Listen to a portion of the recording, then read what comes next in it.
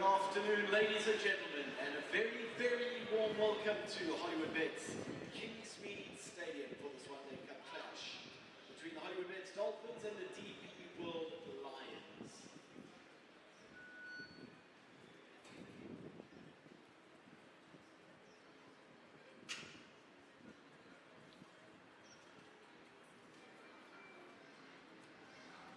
So we got to the toss coming up in about 8 minutes time. The first ball to be bowled at 1 p.m. this afternoon.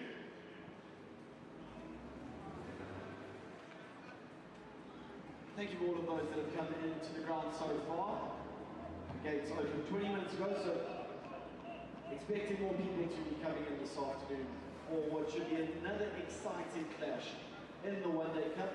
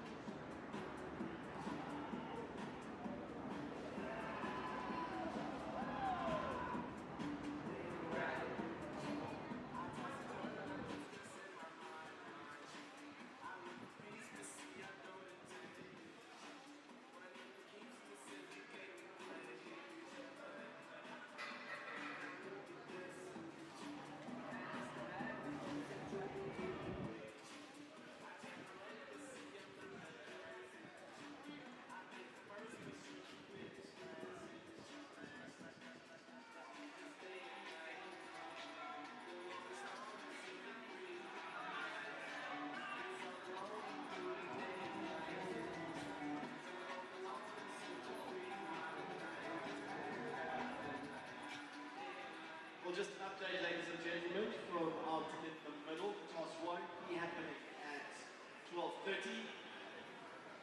There is a bit of a wet patch on the field, so the umpires have delayed things, and they will be checking again at 1:15. So we won't be having the toss now, and obviously now that means that there will be a delay to the start of play, so we'll have an update for you just after that inspection at 1:15.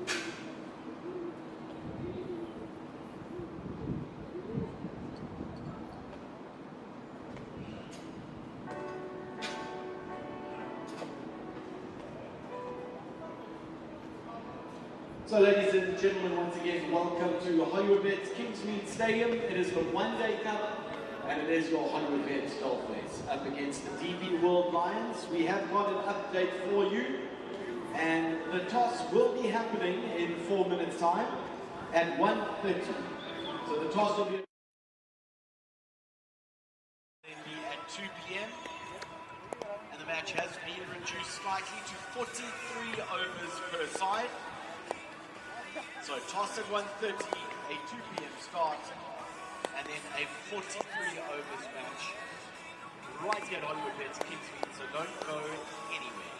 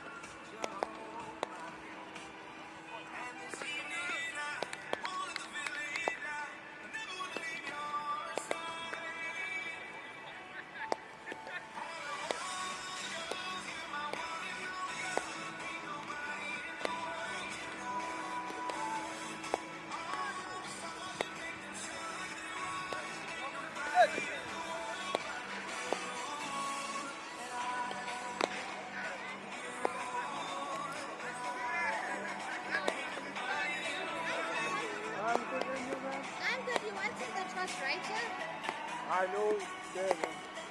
Okay. Just go. Trena não sai as nem tô seguir pô. Não sai as nem tô seguir. Yes. Tá bem samila pe begen sonde. No, the last that in the background.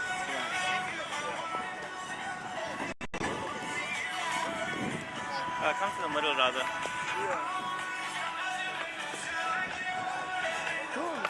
I will see here. You want here? Oh, okay.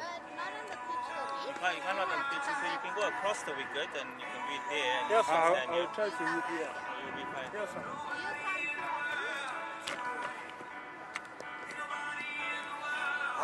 Too close here. Let me try to move.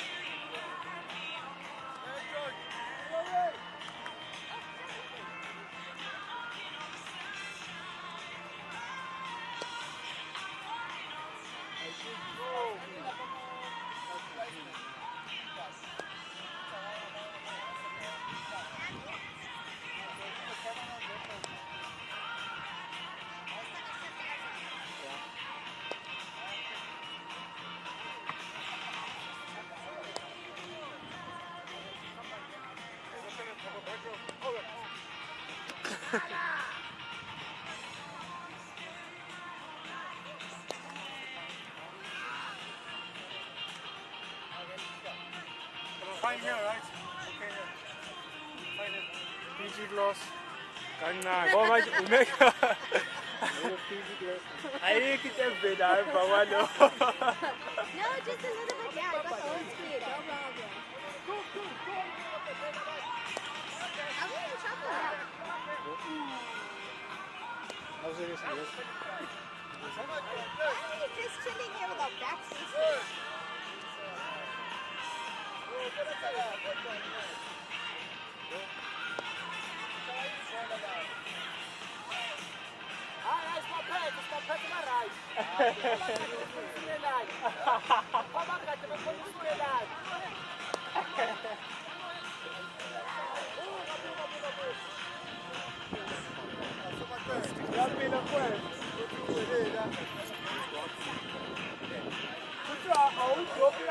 Wanda, have you got 6 stumps we can cover? We've got stickers. Stickers.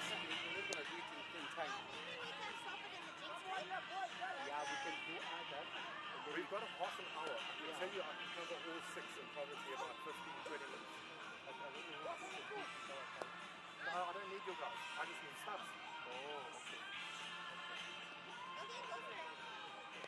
But quickly, quick.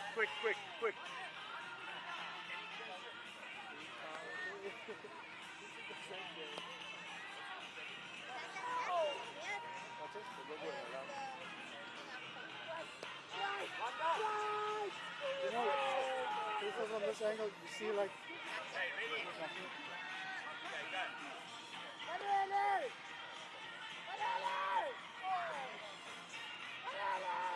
This is the ball, and it is a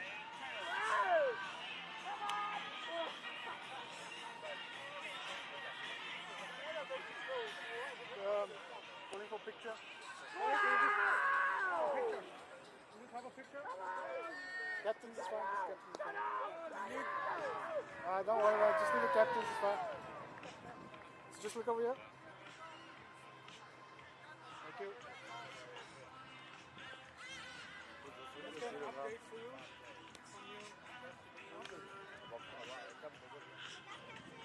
I will finish this my angle.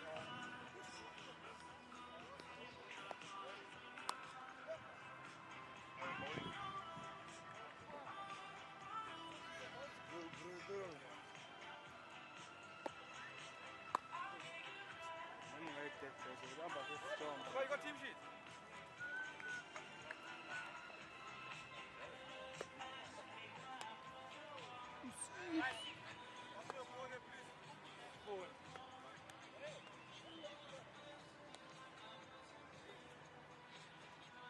Well, the news from the toss is that the Hollywoodbets Dolphins have won the toss and they have elected to field first.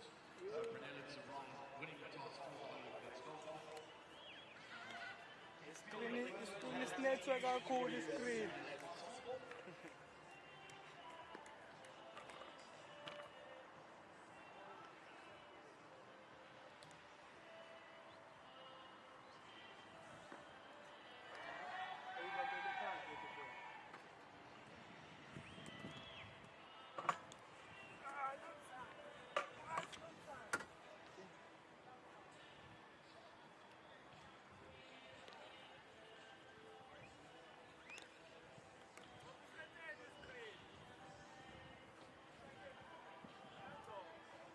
Ngoba usenzeni iscreen la ngekubuza amathani. Ngalezi imomozi yazi. Ubuzo lezi. Ayifikile nama.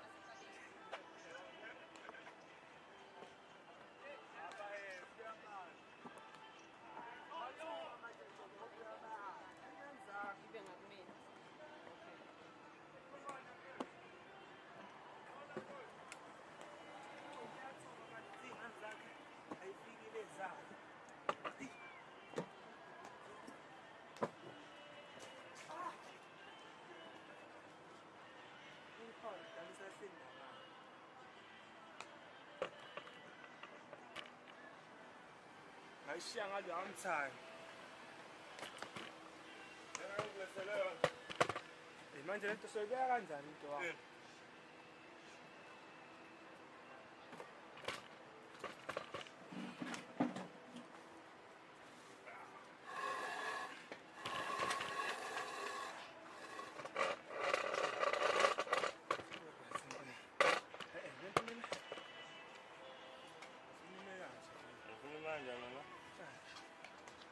manje yini nosuke uyi-charger lana?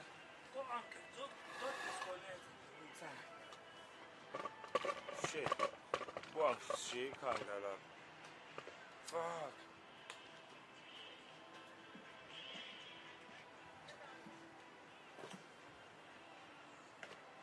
Ungithole yenze lihlangabeza nje.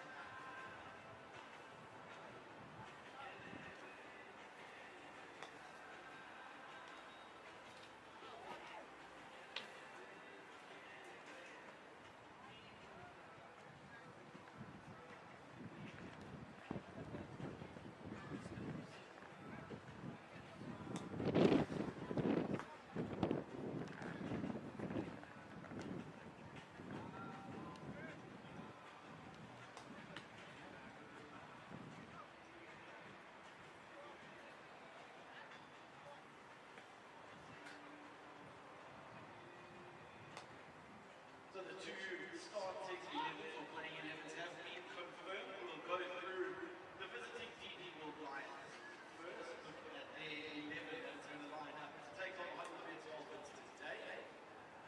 Mandela Bakwetu, Reza Hendricks, Zubair Hamza, Mitchell van Buren, Richard Seletswane, Connie Esterhuizen, Delano Pochita, Yul Fortain, the captain, Cody Yusuf, Naba Peter, and Zach Momberg is your 11 for the DP World Lions.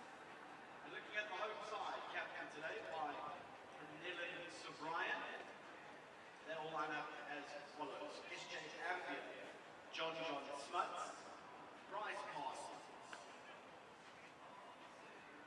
Jason Smith, Kaya Zondo, Tepan Intole, Ethan Bosch, and Dile Semizane, the captain Pernillan Sobrian, Tristan Luce, and Ukutlete.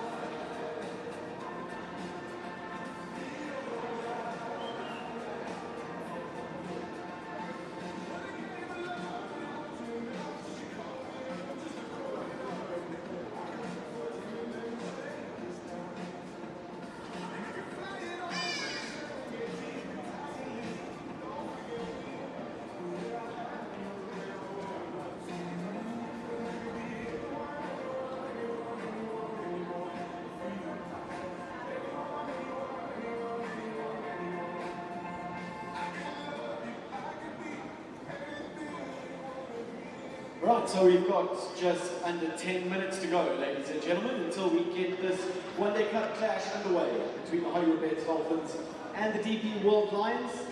The news from the toss was that Pranellis O'Brien won the toss for the Hollywoodbets Dolphins, and they will be fielding first.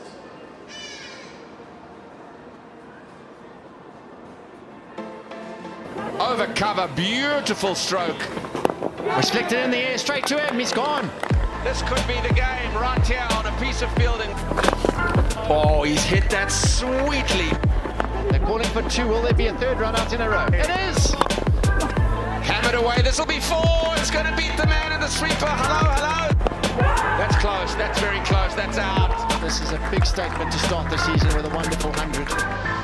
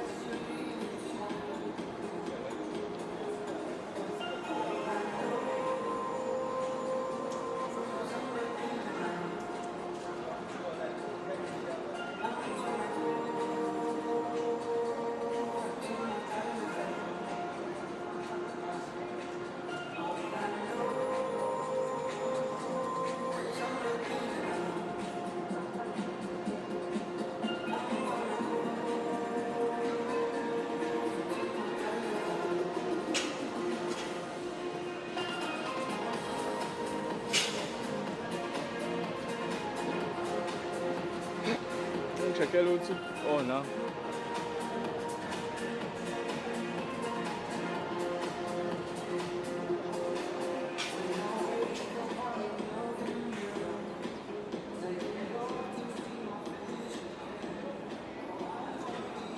Well, ladies and gentlemen, it's nearly go time. Let's welcome out onto the field your standing umpires for today's clash. Bad Puma and Dennis Smith.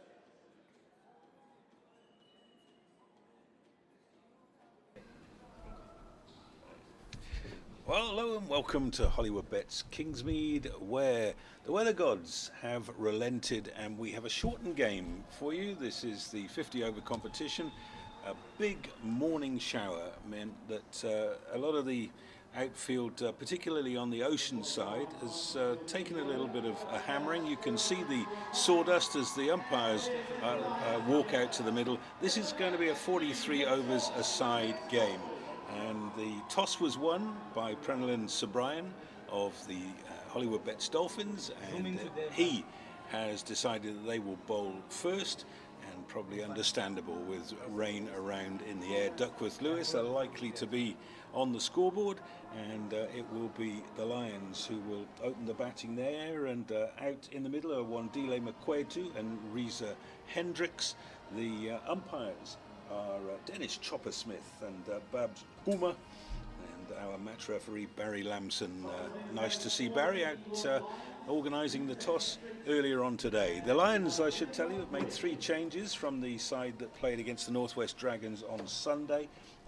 Josh Richards is replaced by Richard Seletswane, the young 20-year-old SA Under-19 right-hander who captained St Stithians, and the other 2 changes are both on the bowling front. Ngaba Peter comes in and he replaces Chepo Moreki, and young Zach Momber, he replaces Lutu Sipamla. And saw Zach's father, Niels, here a little bit earlier on. He's here, of course, in his official CSA capacity, but he'll be keeping a beady eye on his son. The first ball of the match will be bowled by Ethan Bosch from the pavilion end. Alongside me is Sam Mofokeng. Sam, always difficult for a batting side when there's weather around. How do you start? Yeah, it's important just to keep an eye on proceedings in the first over, see how much movement there is. And it's then not just looking good, I'll have to tell you. I think they're coming off. Having conversation there, yeah. No, I'm wrong. They're not coming off. Look like there for a second they're coming together and everyone is coming off. But yeah, it's just important to get yourself in the first couple of overs. Yes, it's a shortened game, but you still want to be as positive as you can be, and not just trying to look to survive in these conditions. Important for Ethan Bosch also to start well, utilize these conditions that he has around him. Yeah, wants to get the most out of the new ball because it'll be a little bit damp on the outfield. The shine won't last too long, and he'll be turning around the seam quite early on in the proceedings. So we've got 2 slips.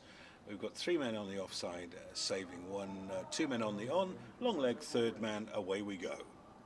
And Ethan Bosch starting with a wide down the leg side. He'll be disappointed with that. Of course, his elder brother Corbin, a starring turn for South Africa. Amazing how Corbin Bosch has gone all the way through provincial career, probably thought he was never going to get picked, got picked. What does he do? 81 not out on debut.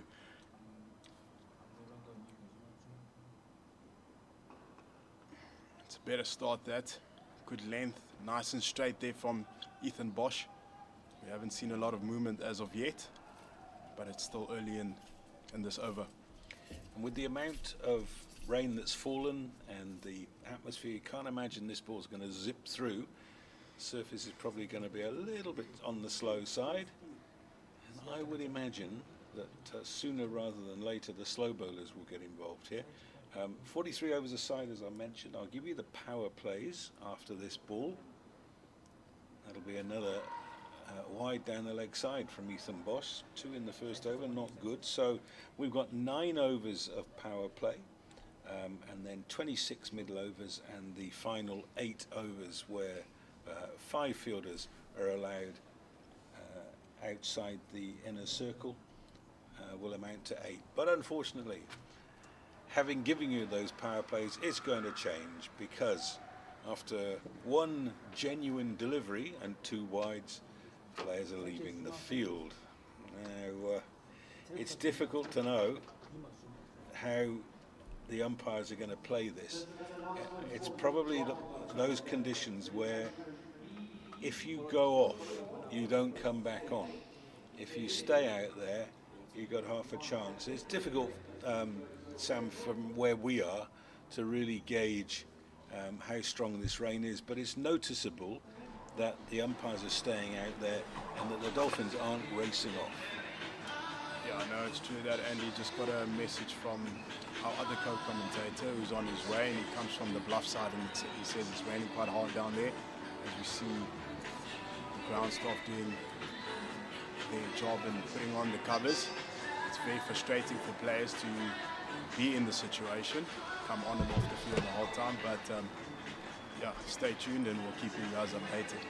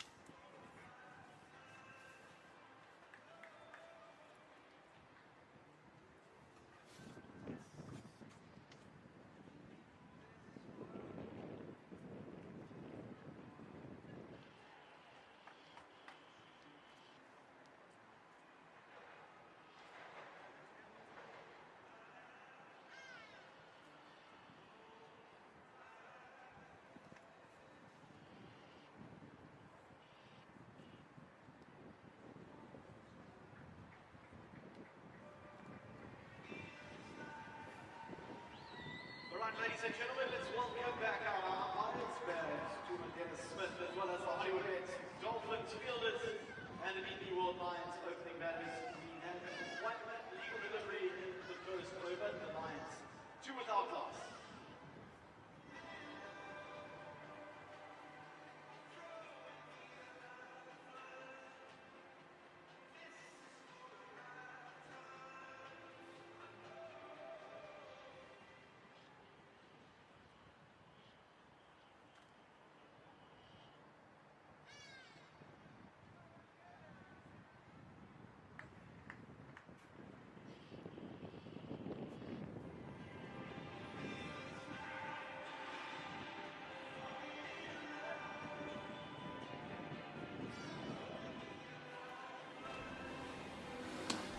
Happy to say that that was a very brief hiatus, and I don't think we've lost any overs. We will make sure that we tell you the truth on that. I'm just checking the scoreboard to my left, and it is still saying 42.5 overs. So 43 overs aside it is. Ethan Bosch has bowled 1 legal delivery, 2 wides down the leg side. He's back to try and complete the over. Sam Moffat-King's alongside me. And I suppose you're a Durban resident. We can expect more of that, can we? Yeah, definitely. It's going to be one of those games where it's going to be stop and start. But yeah, good comeback after the break from Ethan Bosch. This is when muscles get pulled, you know. You bowl 3 balls, go off and sit down. Well bowled. That on and off is not good for the body. Reminder that man facing is Wandile Makwetu, 26-year-old right-hander. Went to St Stithians. A few of these boys in the Lions side are old boys of St Stithians, which is churning out top-level cricketers. And if you've ever been to the campus, you'll understand why. Green with envy I am. I never went to a school like that.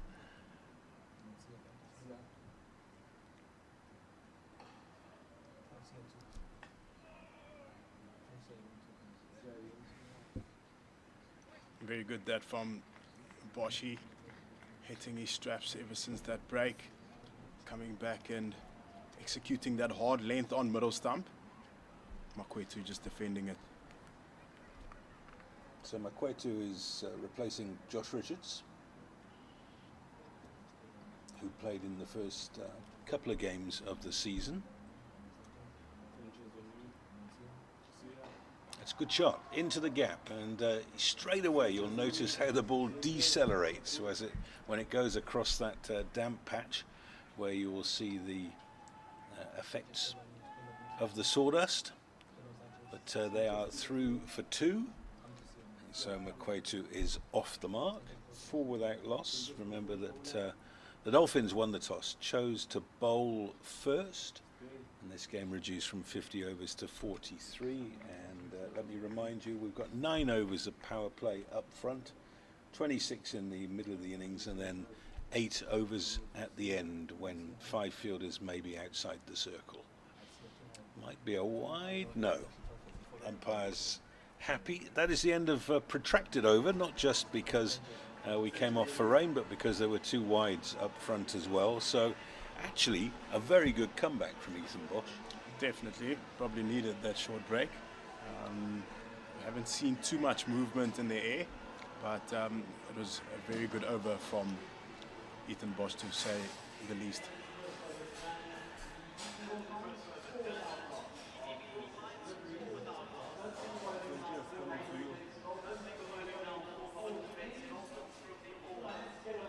Second over will be bowled by Akusle Gele.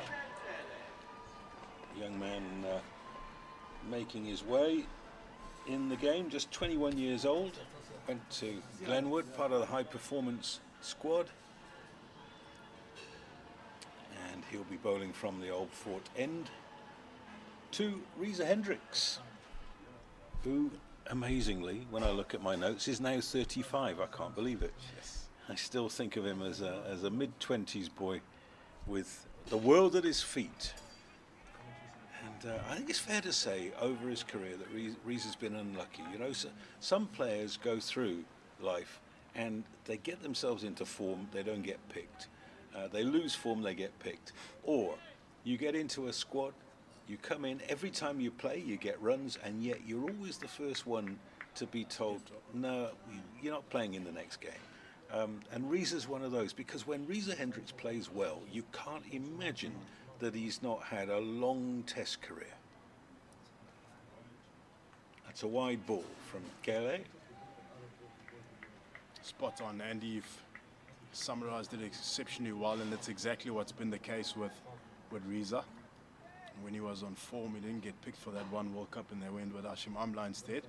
And when he wasn't in form, he got selected. So, but we know what a class and quality player he is.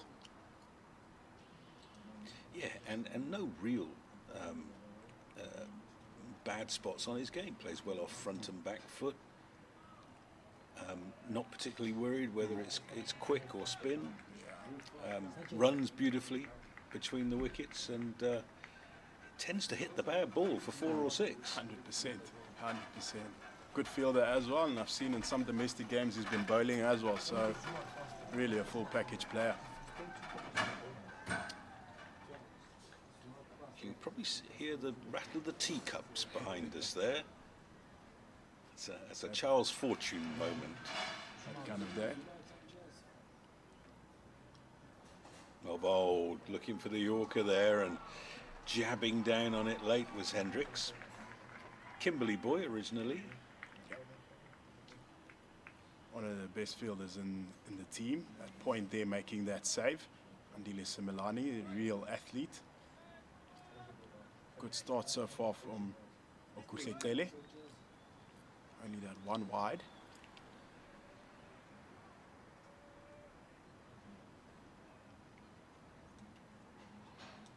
Very still afternoon in Durban.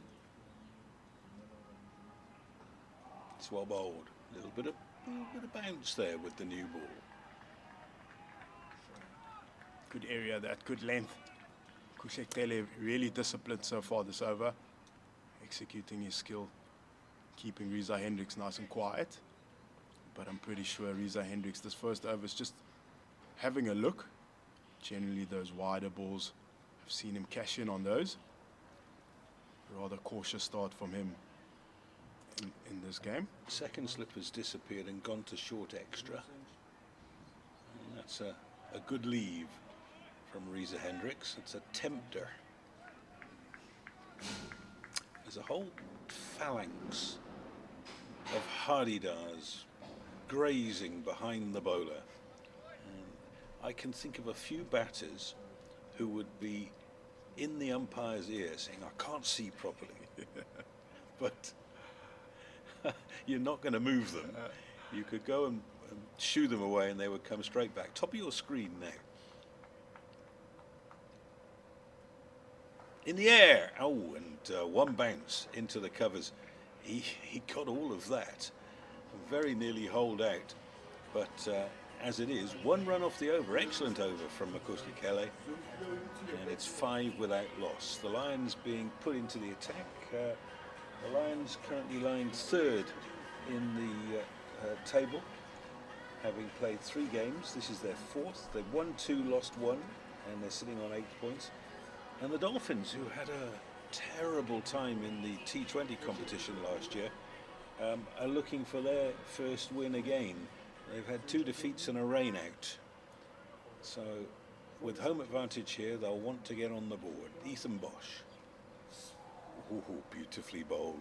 A little bit of bounce, a little bit of away movement. Bit of nibble there, just outside off there. Makwetu just having a feel of it. Playing and missing on that occasion. Good bit of energy there from Boshi.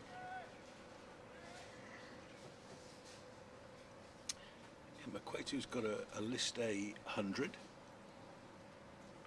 But generally speaking, has underperformed a little bit.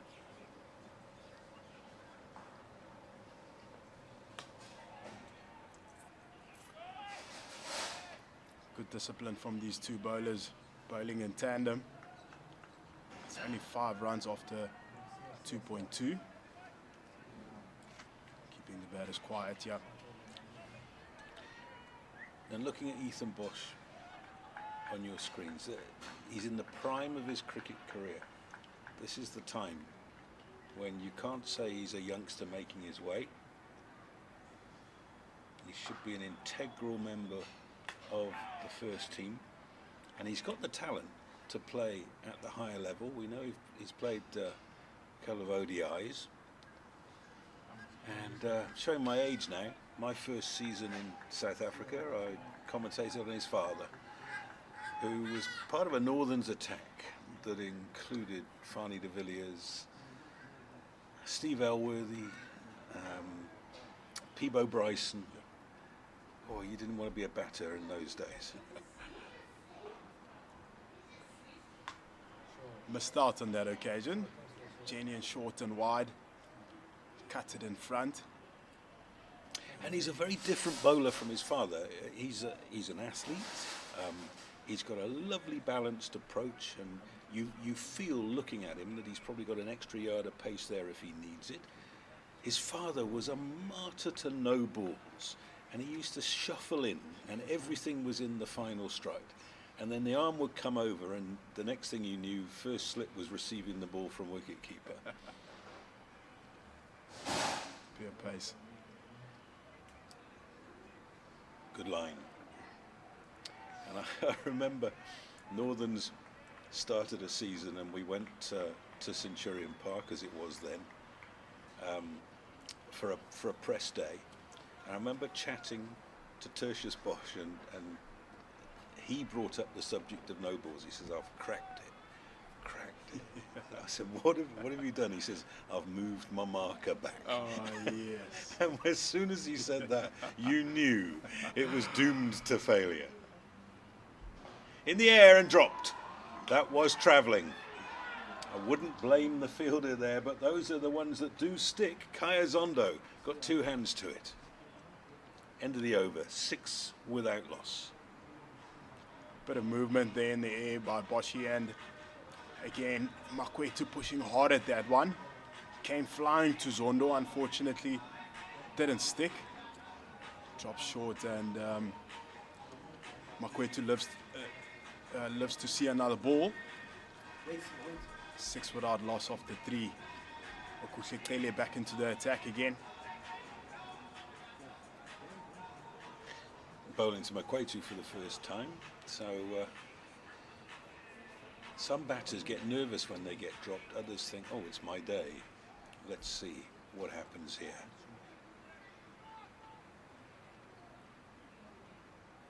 In the air, and he's very nearly holed out again, and I think there's a hand on that.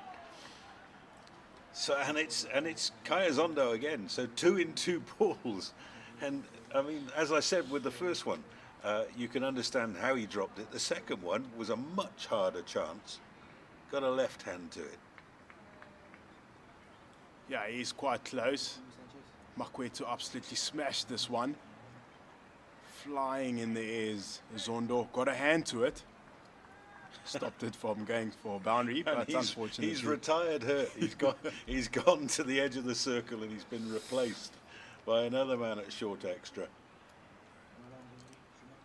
And that is Bryce Parsons, who's now in Bomb Alley. That's a poor shot. Wants to get going, Makwetu. Been given 2 lifelines in 2 balls. Felt that one was short and got onto the back foot very quickly and played and missed that one. Seems like the chopper is calling for the ground staff to bring some sawdust, as Okuhle is probably slipping at this mark. Immediately after that second drop catch, Andy, we see Kazono moving himself, putting in Bryce Parsons in the hot seat there. They are standing quite close there in the covers. These bats are thick and the ball travels quite quickly. Yeah, I mean, you're not really there for one that's middled. You're there for the one that's not quite middled. And he got 2 in a row drilled at him. And, so we're just waiting for, I think, a little bit of sawdust to come out. Maybe the hammer. I'll tell a lovely sawdust story. There used to be a guy called Barry Wood who opened the batting for Lancashire, and his nickname was Sawdust. And one day When he left Lancashire, he went to play for Derbyshire. And one day he was on the toilet, and he heard somebody shout, "Sawdust!" And he thought, "Oh God, don't tell me we've lost 2 wickets." He pulled his rods up, he got everything on, ran onto the field only to see that they really had sawdust on the field. That must be the worst feeling. All right, here comes our man with the sawdust. This is one of those days when ground staff earn their corn. They'll be on and off with the covers, and on this occasion it's the footmarks that we're worried about. And it's where the front foot is coming down for Akushle Kele that he's worried about. And it'll just be a bit of sweating, I would imagine. Nothing worse than that. And the problem, of course, is that the umpire wants to be able to see where the no ball line is. Man in the middle of your screen there, wearing the number 8, is Tristan Lees. Just 19 years old. He matriculated from Waterkloof and is a highly rated opening bowler. Actually opened the bowling with Quenema Parker for the SA under-19s. So if he's half as good as Quenema Parker, he should be a decent bowler. And the last game of the season last year, they played against the Tuskers. I was commentating that game, and tell you what, he was bowling rockets.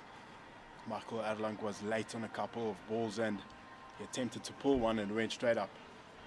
He is rapid, this youngster. Very exciting, and not just with ball in hand, but he offers something with the bat as well. Hits a long ball, so quality prospect for the future. Looking forward to seeing him bowl today as well. He's been out for quite some time, but he was playing in the SA20 and raring to go this season to make a difference here for the Hollywoodbets Dolphins. So ground staff are retreating, the players getting back into position. Akushle Kele has got 4 balls left in his second over from the old fort end, and here he comes bowling to Makwetu. Makwetu is leading something of a charmed life. He used to say 3 strikes you're out. So he can't afford to make another error. Yeah, definitely not. The Hollywoodbets Dolphins men will be making sure that next time they take that opportunity when given.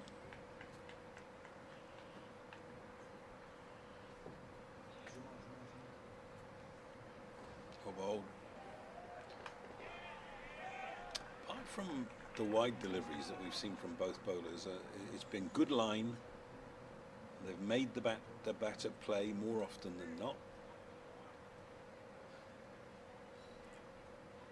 Yeah, it's really been good from these two opening fast bowlers. Kept it nice and tight.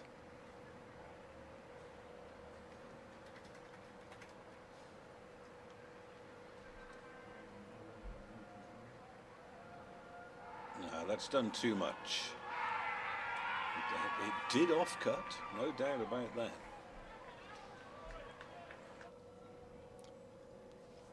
Makwetu looks like he's struggling to get into rhythm here. Hasn't really got off to the start that he would have wanted to.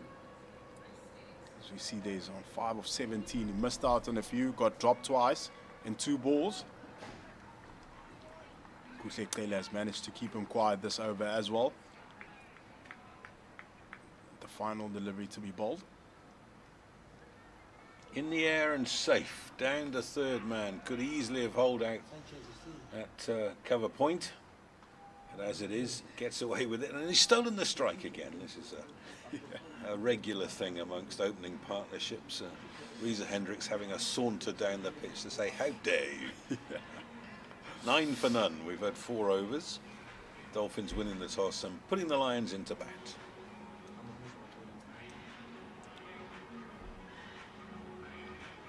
Ethan Bosch will bowl his 3rd over.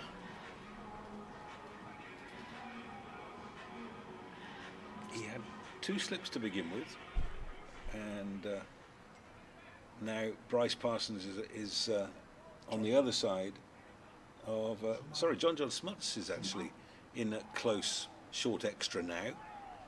Parsons was doing the job on the other side.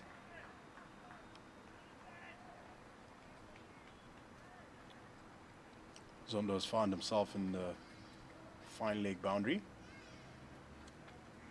So Brian mid off, Jason Smith mid on. Bryce Parsons at extra cover, and then John Smith at short catching cover.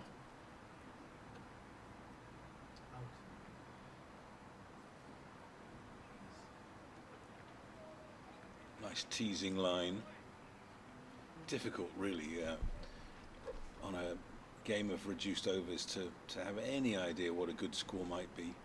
43 overs it's reduced to. It's quite conceivable that will be further reduced. There's weather around. Originally it did say that it was going to get better and better as the day went on, but it's changed a little bit.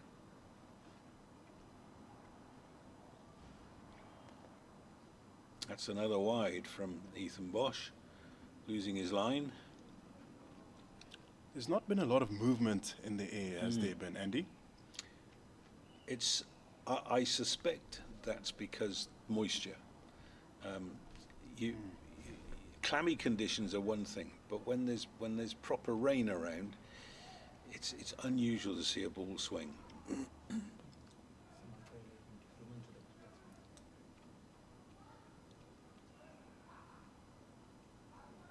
Of course, the scientists will tell you that that's complete nonsense. Good delivery that by Bosch here again, as we see the inconsistent bounce. The previous one just dying on Tsepo Ditole. This one going over hip height, catching it comfortably close to his chest. That extra bounce, that extra energy that Ethan Bosch gets.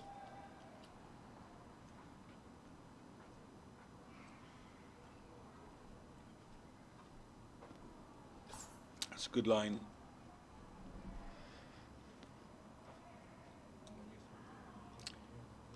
We've seen one ball deviate off the pitch, bowled by Kele, but generally speaking it looks a good surface.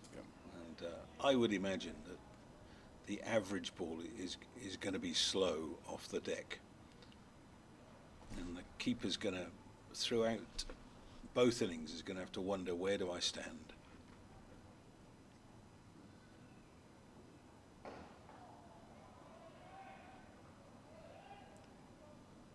It's very well bowled, very well played as well. Wandile Makwetu on this occasion showing us the maker's name. It's good cricket, that.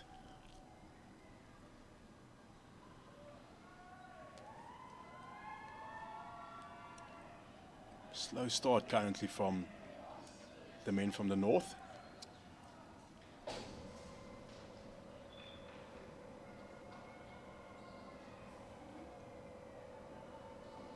In the air and safe, and 4. That's the first boundary. So there was no square leg in place, otherwise that would have gone straight down his throat, and as a result Makwetu is looking a lot happier on 10 off 24. It's 14 without loss from 5.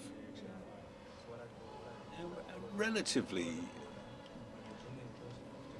comfortable batting for the Lions against the new ball. Yeah, touch too straight that from Ethan Bosch on that occasion, ending off that over with a boundary. Yeah, I wonder whether they might just hook him off and try young Tristan Leese next. And that's the first run of the afternoon for Reza Hendricks. As experienced as he is, there's always a moment where you say, right, I'm not going to make naught today. Always that nervous energy within your stomach until you get off strike, isn't it, Andy? There were plenty of occasions in my career where I never did.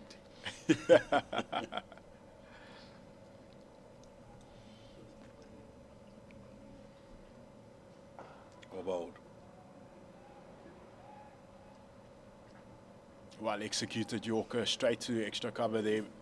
Bryce Parsons does the job. Kusekele has been on the money. First ball maybe touched too straight. Get work past square leg for 2 runs. But overall, his discipline has been really good. Hitting a good hard length on off stump.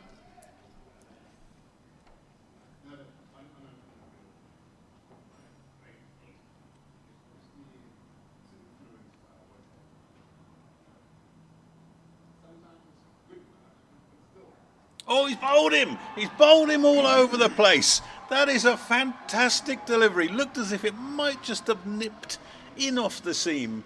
And that is the end of Reza Hendricks. Clean bowled by Kusekele for 2.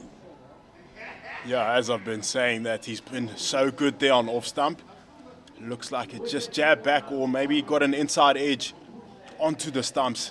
Kusekele causing the damage. It's 8 for 1 after 5.3. That's the first breakthrough for this afternoon in this Momentum One Day Cup. Kusekele on fire.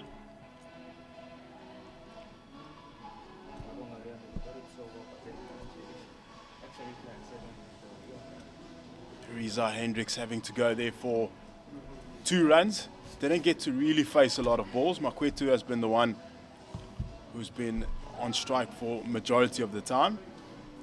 Love to see that again, because when a good player gets clean bowled playing a forward defensive, you always think to yourself, well, something must have happened. He can't just have missed a straight one. There's no ways. Not with the class of Reza Hendricks, but as we see at number 39, Zubair Hamza, 72 matches, over 2,000 runs, 14 50s and 200s at an average of 35, striking it at 80, and his highest score is 156 against the Cobras. Good score that, isn't it, in a 50-over contest, 156. Also one of those players who came and made his test debut at that time. He was really on fire. Unfortunate events that happened off the field, and ever since he's been actually good since he's come back onto this platform. Okay, so you come on for 10. He's got a job to do here. 16 for 1. Kusekele will be looking to make him play up front with this first ball that he's about to face. There's 3 balls left in this over.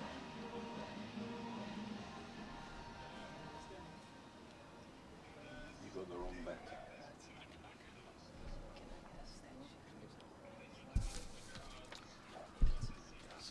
Apologies, it is not Tian Brits, it is Zubair Hamza. Hard length. Defended straight back to extra cover there. Very impressive opening spell, isn't it? Has hardly bowled a bad ball. You know, I remember one wide outside the off stump. Nice brisk pace without being quick, but nice and brisk, and clearly just nipping it around a little bit. Asking those questions on 4th and 5th stump. The reason why he's got slip in place there. And then every now and then bringing it straighter. As we saw, Reza Hendricks got bowled off a similar delivery. Like myself and Andy has been saying, would love to see that replay to see, has it gone through the defense or did he get an inside edge?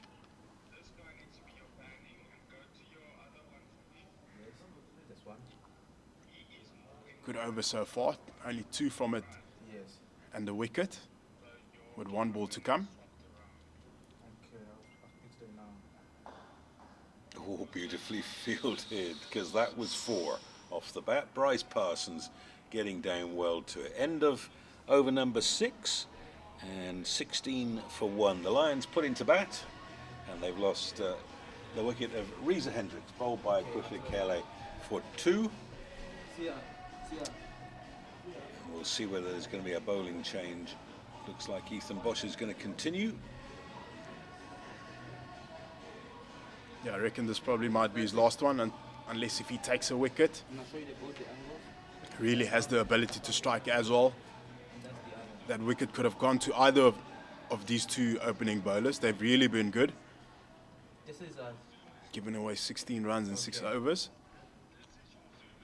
yes. Bosch to Makwetu. Okay. Thinking about the leg bye, but racing in is Tristan Lees.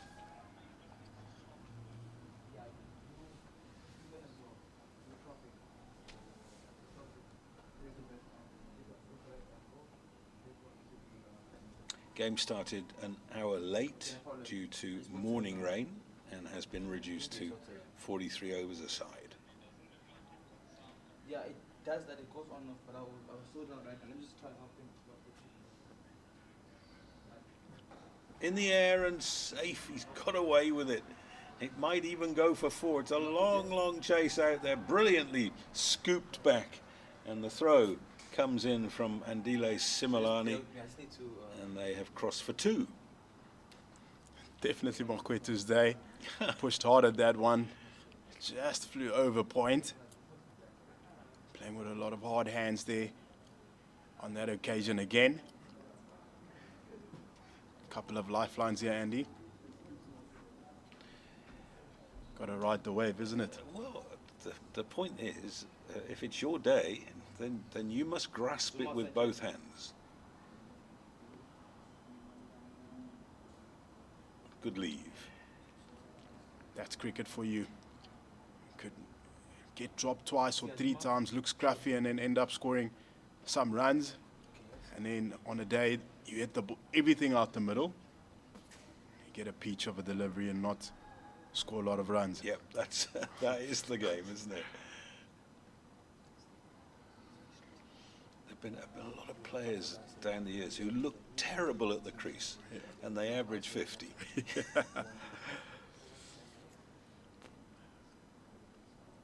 Oh, now that is a good nut. It's well left. Looked like it swung after it passed the bat. Good take that from Ditole. As Andrew rightfully said, that looked like it swung quite a bit after it passed the stumps. Seeing where Ditole has taken that.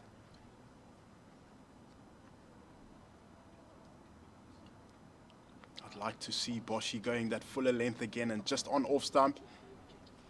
Having Makwetu drive again. Yeah, right just there. Right there. You defend that, you're good. You drive that, questions will definitely be asked. It's the fundamental of the game. If the bowler bowls a good length, a batter doesn't know whether to come forward or go back. And as long as you've got that doubt in the mind, there's always a chance of an error. Got to finish well this time. That's well bowled. Just went a little bit wide of the crease and angled it in. So much the best over that Ethan Bosch has bowled. 2 runs from it, 18 for 1, and we've had 7. Yeah, it's really been a good start by these 2 seamers. Attacking the stumps as often as they can. Batters have also been a bit cautious, except for Makwetu, who's played his shots every now and then. Gotten away with a few as well, but it's a good spell so far from Ethan Bosch, and Okuhle Qele continues from the Old Ford end.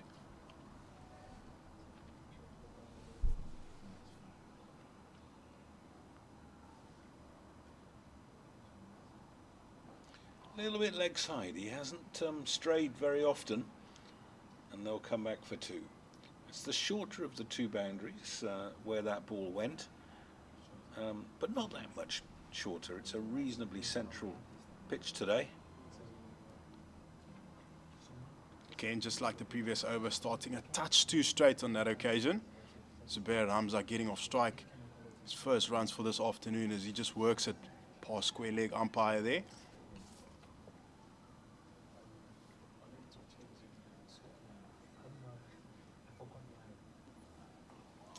Better line. Much better line there again, as we see in the screen. Andile Similani at point doing the work. Pure athlete he is. It's not fair, is it? Some people are just born with it. 100%. He's one of those.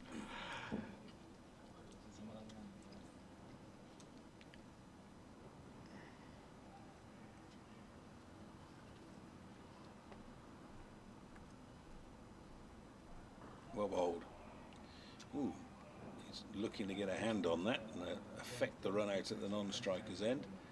It's very noticeable that Akushle Kelly is trying to get close to the stumps, and if there is any seam movement, it's into the right-hander, and that's what accounted for Reza Hendricks. And then what he's looking to do is sort of keep the batter honest with one just outside off stump that holds its line.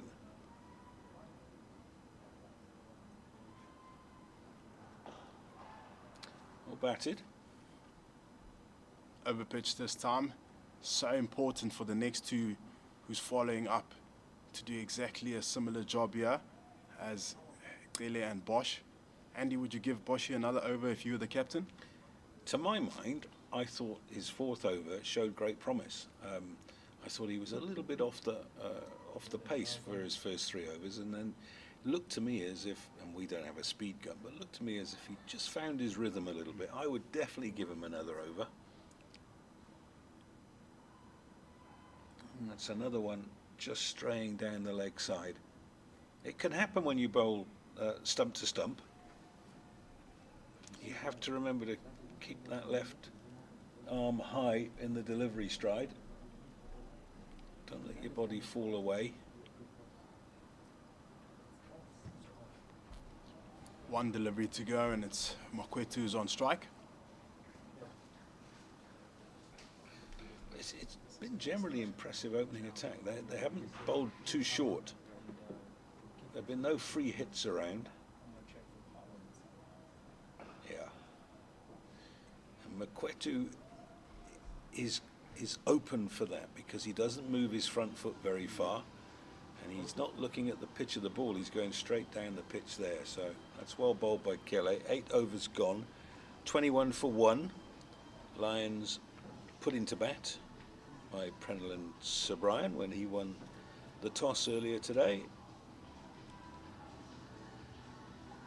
And Zubair Hamza will face the next over, and it will be Ethan Bosch.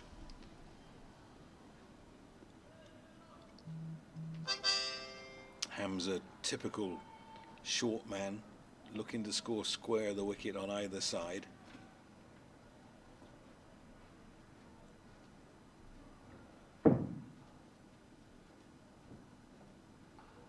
Just there. He'll be mad that he didn't at least pick up one there. And as small as Zubair Hamza is, I've commentated on his cousin Malika, who is a wonderful hockey player. She's a striker, and she gets him between people to score because they don't see her. Yeah. She's tiny. He's a little way around.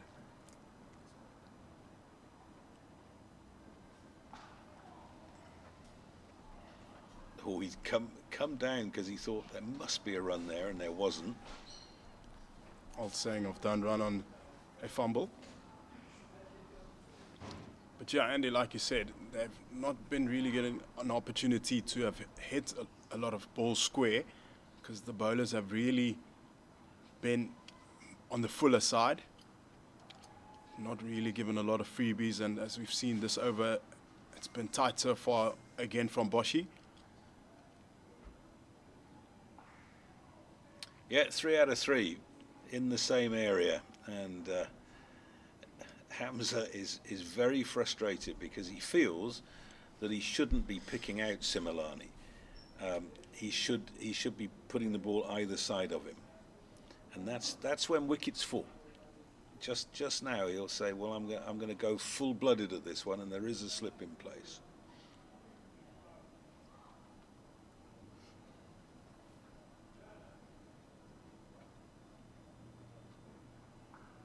He'd done it again. That one was out of the middle. Similane having a busy over this this over around. Now here's the difference between 20 over cricket and 50 over cricket. You know, in a 20 over game, he would have had a swipe by now. Definitely. And either he's going to get 4 and another 4 and the bowler's out of the attack, or he's going to get out. But this is 50 over cricket. It's not. Today it's 43. But you can see the different mindset of the players.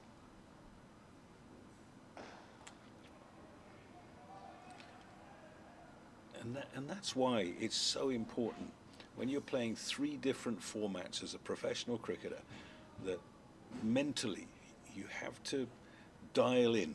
It's, what day are we? Wednesday. Yeah.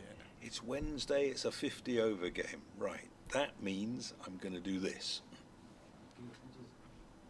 Spot on, Andy. Got to be mentally prepared every time when you're playing in a different format.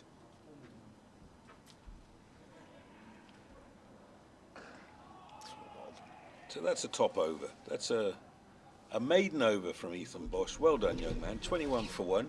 You stay where you are. I'm gonna have a little blow here, and Zane's gonna come in and take my place. 21 for 1 after 9, and it's Makwetu on 12 of 31 and Zubair Hamza on 3 of 14. I'm joined by the director of sports from Glenwood, co-commentator Zane Bucks. Zane, it was your birthday on Sunday. How was that? Sammy, thank you so much. Great to be here at Hollywoodbets Stadium, Kingsmead, and great to be on air with you. Great to be watching the Dolphins and the Lions battling it out. But yeah, birthdays for me, Sam. Just another day. I'm sure it's the same for you. The family makes a big hoo-ha about it, but I'm just grateful to get to spend the day with the family. Yeah.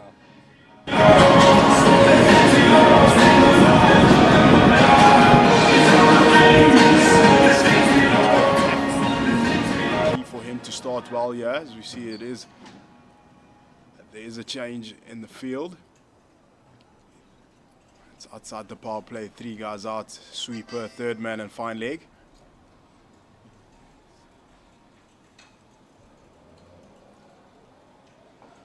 Trots in, over pitched, driven straight to the man at short cover, Jason Smith.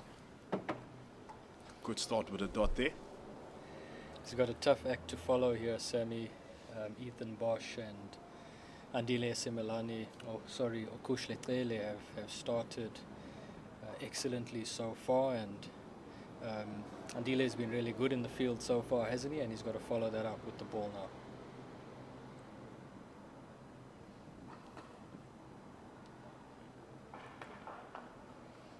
Over pitched again, straight to Jason again.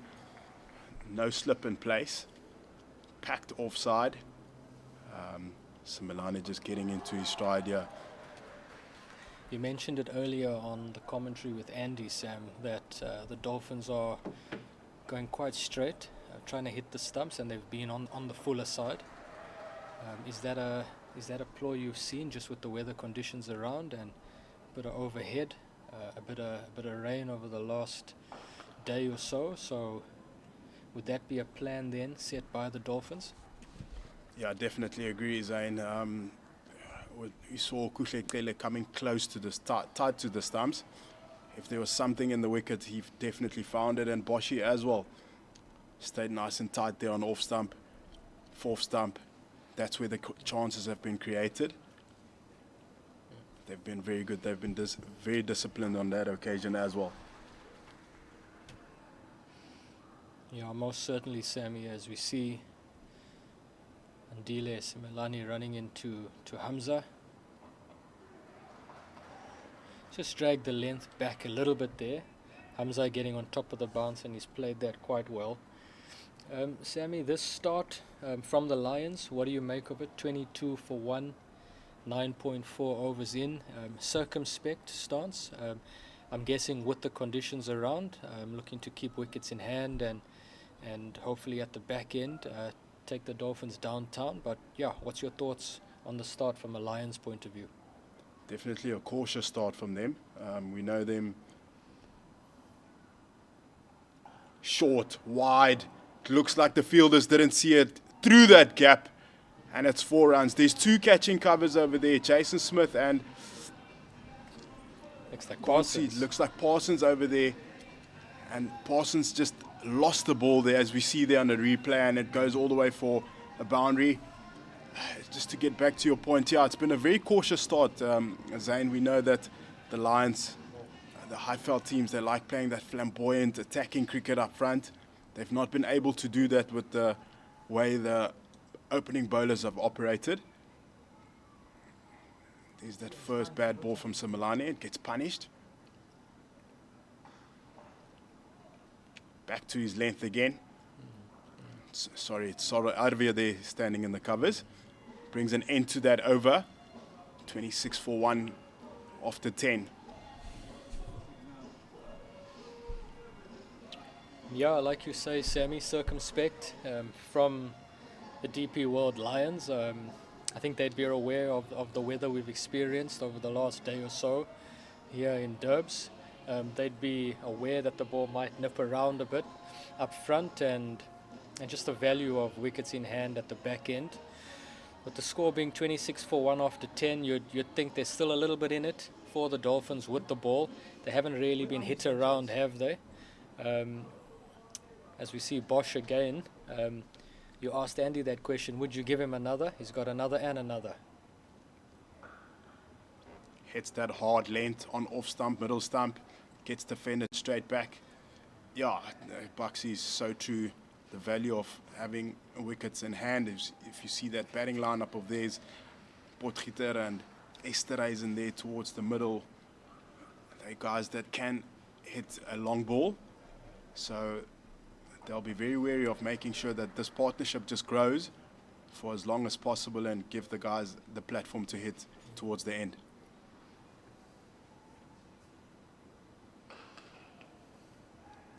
Fuller this time gets driven hard by Makwetu. Well fielded there by Parsons. Saved a certain 4. He's been really going hard at the balls, is Makwetu. Anything that's pitched up.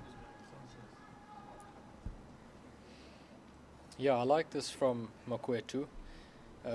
As we said, it's been a slower start to things, but when the ball is pitched up, he's prepared to throw his hands through the line. I think, although you're looking to bide your time and build that partnership, when you get a ball that's in your area, it's still important to make sure you do your best to put it away. See the Fuller. Oh, it's dropped by Ethan Bosch. I don't think he was expecting that, Sam. It's come back at him a little bit quicker than I think he's anticipated. He's just stuck a hand out. Fortunately, it's gone down. Most difficult catches, those ones, I feel personally, from a bowling point of view. You run in, you look up, and the next thing the ball is in your face. That's the 3rd drop catch. It's the 3rd one from Makwetu as well. It's really his day. We've seen a tactical change being made. Saro Arvio has come out of the slips and he's joined the experienced John Smuts there, as they have 2 catching covers standing right next to each other. More tactical changes been made as deep square's been asked, fine leg's been asked to go wider. No, I mentioned at the start of the over that maybe there's just a little bit a nip around. As we see Bosch into Makwetu. Again, hard length, just a little bit back this time. Makwetu just knocks that one down for no run, but said at the start of the over, maybe there's just a little bit in it. I think the Dolphins have got other plans. We don't have a slip in place, but as you said, we have the 2 catching covers. Ball must be just sitting in the wicket a little bit. And then, as you said, Makwetu with those hard hands, it's going to bring those catches into play.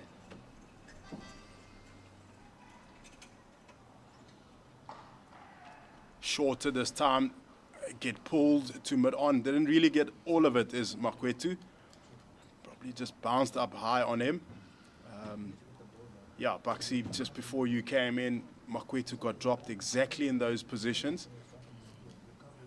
Kai Zondo was standing at short catching cover there where John is currently standing from Bosch's bowling, and then the very next ball, in the first ball of the next over, Kuhle Kele, Same ball, same delivery, got dropped in the covers as well.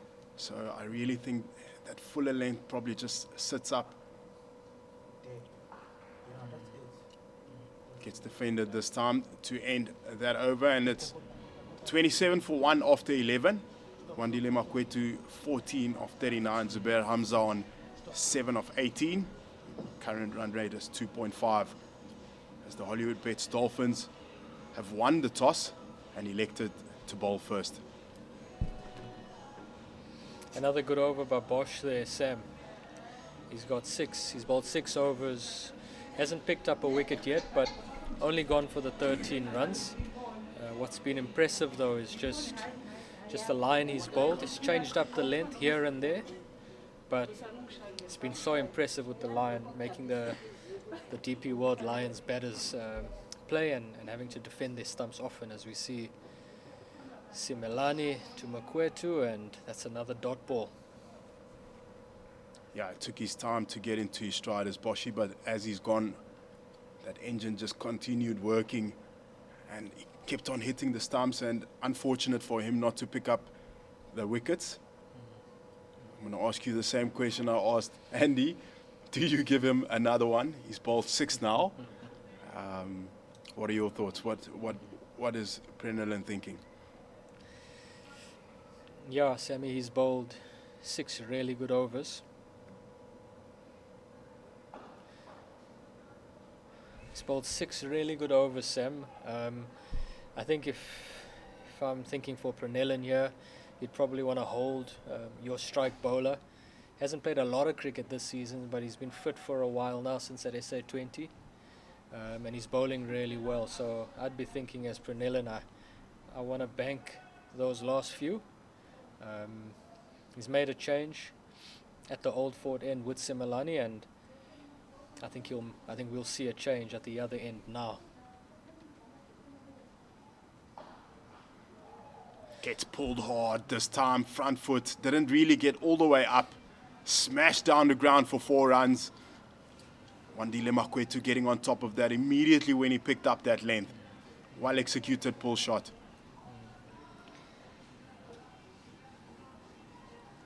I think Simelane just every now and then guilty of just dropping that length a little bit too short, Sam. Fair play to the Lions batters. Both Makwetu and Hamza have latched onto that. I think that's a good sign that the batter's picking the ball up early, Sam, when he's able to pull the ball quite straight like that. A little bit fuller this time by Simelane, and a very well run single. Excellent comms between the two batters there. But yeah, I think the Lions batters, as we said, circumspect at the start, and the follow-up bowlers for the Dolphins are going to have to be really good here, Sam. I think the Lions have been good so far in that when the change bowler Simelane has got the length wrong, they've latched on and they've managed to put it away. Certainly Buxy has. Looks like they just saw out the opening bowlers. And they've added pressure to Simelane, as we see here. That's another boundary. Walk down, over pitched, just flicked past square leg umpire there for 4 runs. Ball rolling comfortably there through all the way to the cushions. We did say that it's so important for whoever follows up to do a job. They've put Andile Simelane under pressure here, unsettling him off his length. Anything touch short, they've pulled and cut, and on that occasion it was over pitched and worked away for 4 runs.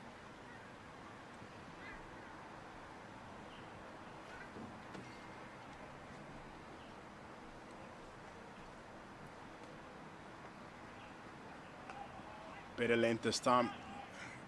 Gets dropped straight to point where Bryce Parsons does the job, and it's 36 for 1 after 12 overs. And we do see a change in bowling here, as the youngster Tristan Lees is about to come from the Umgeni River end. Exciting prospect, this youngster, isn't it, Bucks? Really exciting, Sam, and good to have him here at the Hollywoodbets Dolphins. It's just that extra injection of pace, isn't it, Sam? You'd know as a fast bowler yourself, Sammy, that once you get up to that certain pace and you're rushing batters, putting a little bit of fear into those batters as well, anything can happen. And even if you're not as consistent as some of the others, you're always in the game with that little bit of extra pace. So definitely a bright prospect, not just for the Dolphins, but I think for cricket in South Africa.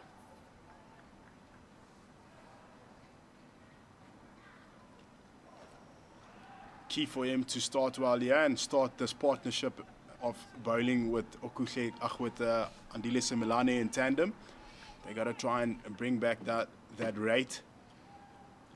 As we can see, Makwetu immediately picked it up, saw it short and wide, threw hands at it, played and missed. So they are going to look like, it does look like they're looking to apply a bit of pressure here on the bowlers. Loose, just hard length once again. Just pushing Makwetu back a bit. Sam, what are your thoughts around the tactics here from Pranil Subrine? Young bowler in. He's now got the sweepers out. We're looking at a short, well, not a short, but we're looking at a third man. And then he's got the deep cover out on the offside, and then leg side, you've got your fine leg in and a deep square leg. So just protecting the square boundaries for Tristan Lees. What's your thoughts on that? We know he's a bit quicker than some of these bowlers who's been bowling, but I would have loved to see a slip. Interesting to see that sweeper being so square of the wicket. Any bat on that's always a comfortable single. I'd like to see the batters actually trying to take him on first before they just giving that comfortable single away.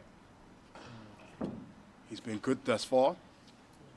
Only that one that went off the wickets. Ever since he's been nice and tight. The natural length of Tristan Lewis would be that back of the length. He's got good pace, so he can rush you on the back foot as well. I guess Pranelin's just taking care of that initially, letting the bowler get into his stride, and I'm sure we'll see one of those sweepers come up as Tristan settles.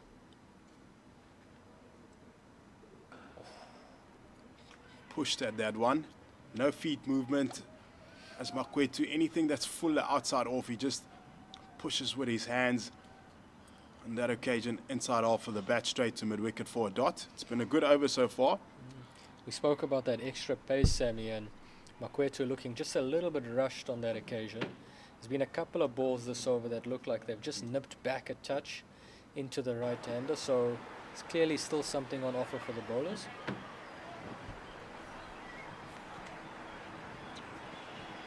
One ball to come. Release to Makwetu. Has a feel at that one outside off and played and missed that one. It's a good start that by the youngster Tristan Lees. Starts off with a maiden and it brings an end to that over. It's 36 for 1 after 13 overs. I've seen a couple of balls there, Sammy, just nip back, and then that last one just beats the outside edge. Good ball that, good ball that. Exciting, and as you say, maiden over.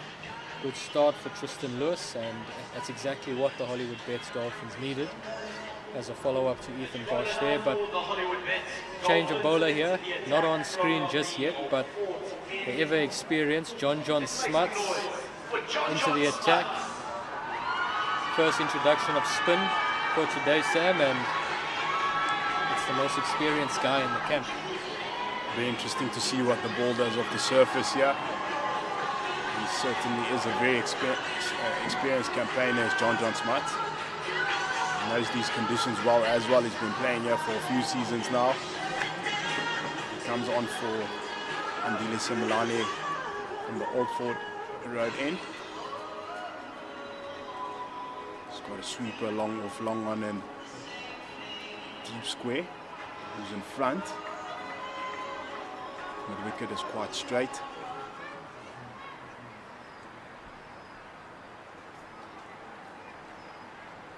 Around arm wide, pushed at that, and they only settle for 1 run there. Excellent fielding out there on the sweeper boundary by SJ Advia. Just good pace to the ball and then a quick release has prevented the second. Interesting field set, Sammy, up front. He's got the 4 men out, but both men back straight, long off and long on. Tactical change being made as Prenellan goes out of extra cover and he puts himself in the slips.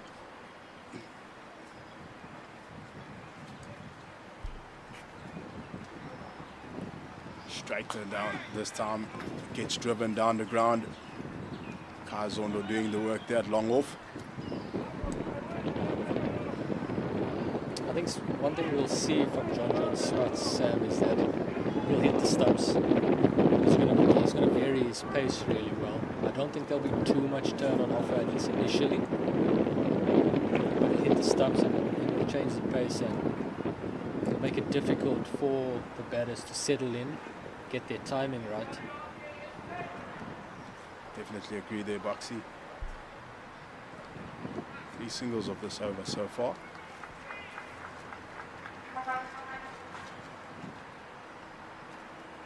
There's the first dot. Similani in the field once again. He's been excellent today, Sam. That's what you want from your fielders.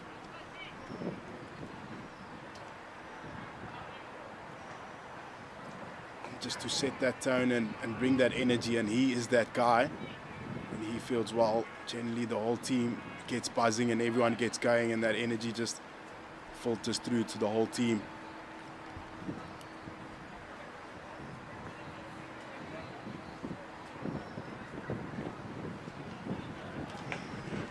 Diving Similani just couldn't stop that and prevent the single. So 4 runs from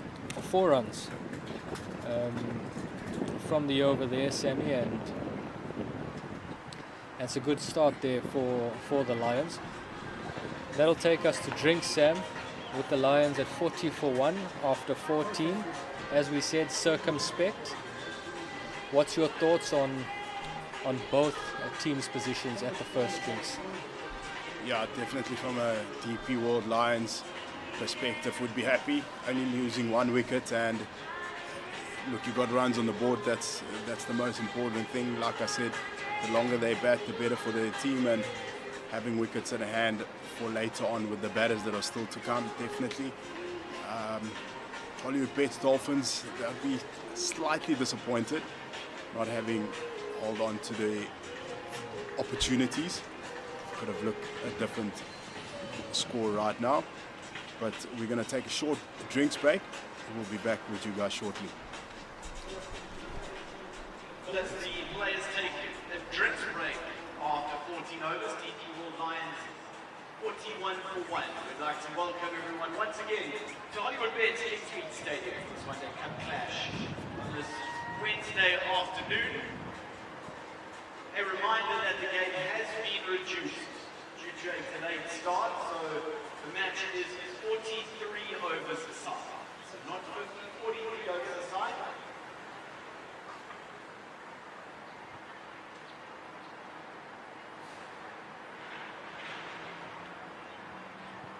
As I said, the Lions currently 41 for 1, Wendell Mokwetu 21, Suya Hamza with them there at the crease after 14 overs.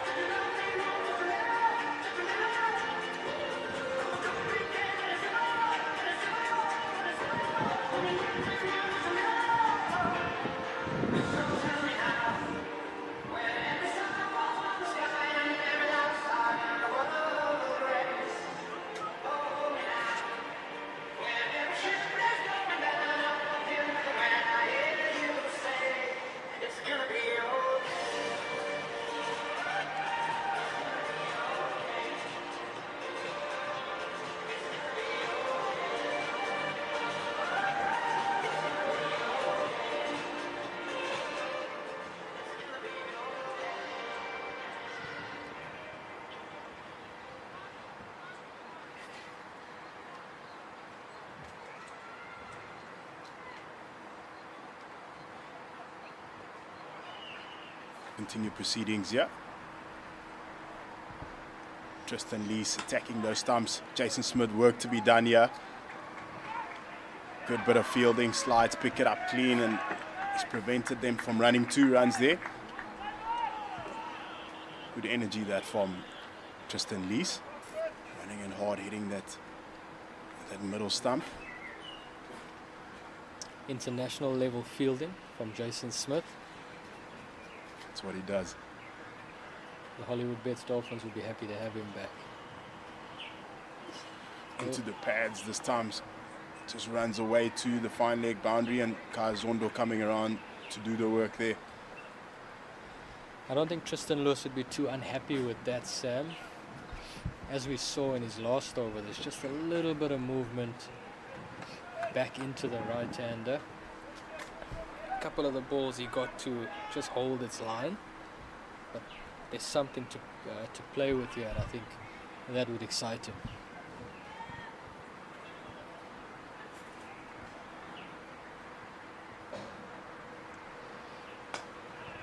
Andile Similane. Rocket of a fielder there as Makwetu dropped it and he immediately ran. Zubair Hamza sending him back on that occasion. Hard length, defended well, and that's a dot ball. He's really been a live wire in the field so far today, has Andile Similani. He's at the point position as well, Sam, which we know is so crucial when your speedsters are on. So Lewis goes a little bit fuller, he's driven down the ground, but Makwetu hasn't really caught that clean enough. Sam, you spend a lot of time around Kingsmead, head coach of the Dolphins Academy. You would know these guys quite well. Just from a fielding perspective, what do you know about the Hollywoodbets Dolphins guys? Who's that key fielder in the team? Who's the energy guy?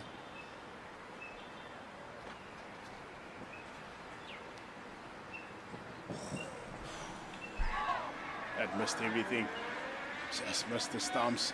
Seems like it came through a bit quicker as well. Ditole picking that one up quite late. Yeah, to get back to your question, Buxy, they really take a lot of pride in their fielding, as the Hollywoodbets Dolphins fielding coach puts a lot of emphasis on their fielding, Duduzi Mbata, and yeah, the same guy who we've been praising the whole time, Andile Similani, he's that guy who leads this attack when it comes to fielding.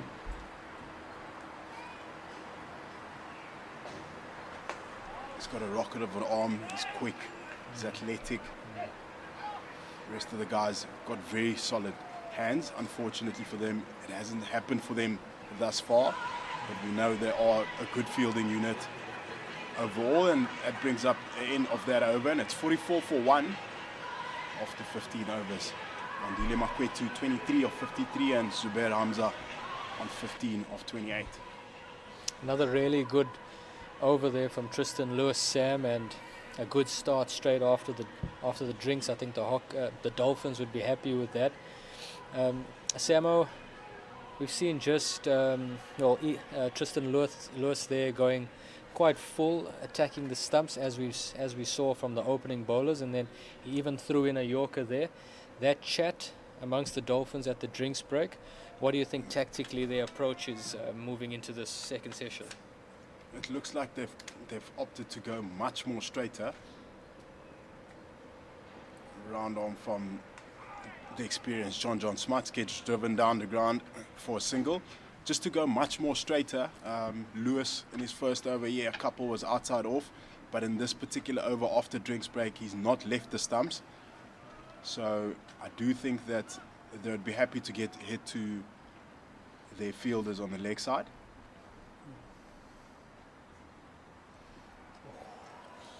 Finessed with his hands, well placed, and they get through comfortably for 2 runs there. Pass point, Makwetu just uses his hands. It's a well executed shot that.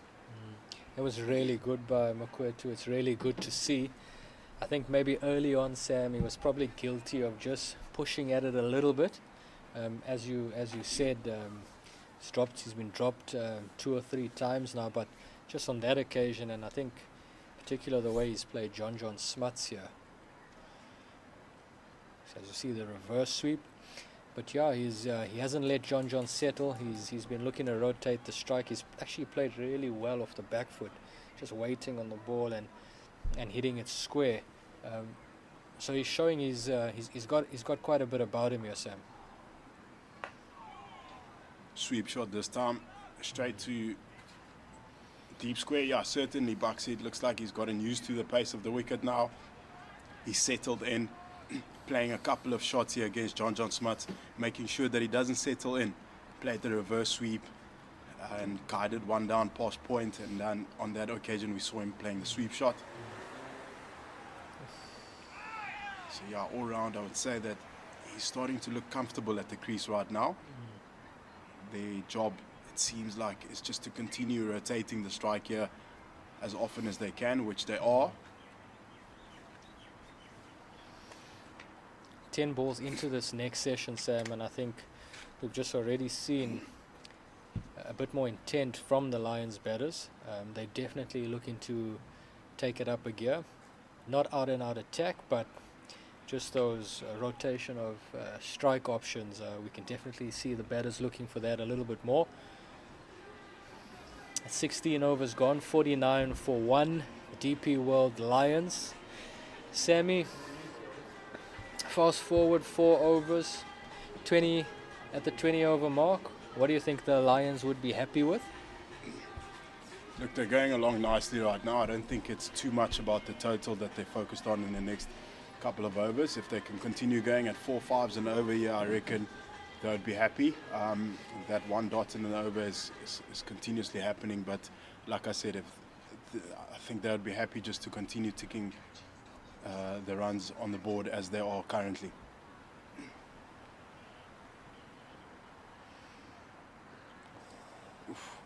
Again, loose onto the stumps. It looked like he just tried to play the cover drive there on that occasion. Came back in onto the stumps again, as Loose has been so good at that. Yeah, still a little bit of nip around Sammy, and with each over that he bowls, he seems to be just getting a little bit quicker. Started off steadily, but that looked quick.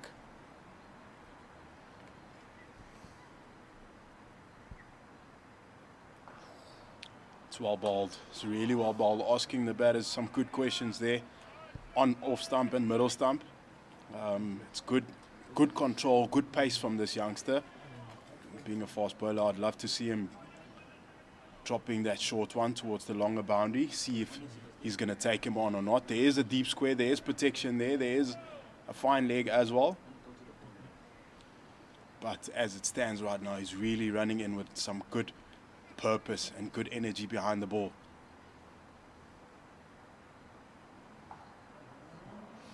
A little bit short this time, and Hamza manages to cut that away. Sammy, yeah, I think good energy, good purpose. We're seeing some good pace. It's not often you see Zubair Hamza rushed, but yeah, Tristan Lewis looks like he's just rushing him a little bit here. Hamza, very experienced. I don't think he'll be troubled with this. He's most likely very clear on what his role is in this situation here, and he'll be looking to set this game up for a big finish at the end for the Lions. It's another Yorker, Sam. He's been so good at that. He's executed it spot on. It's the second time now in 2 overs that he's bowled that ball, and it really looks good.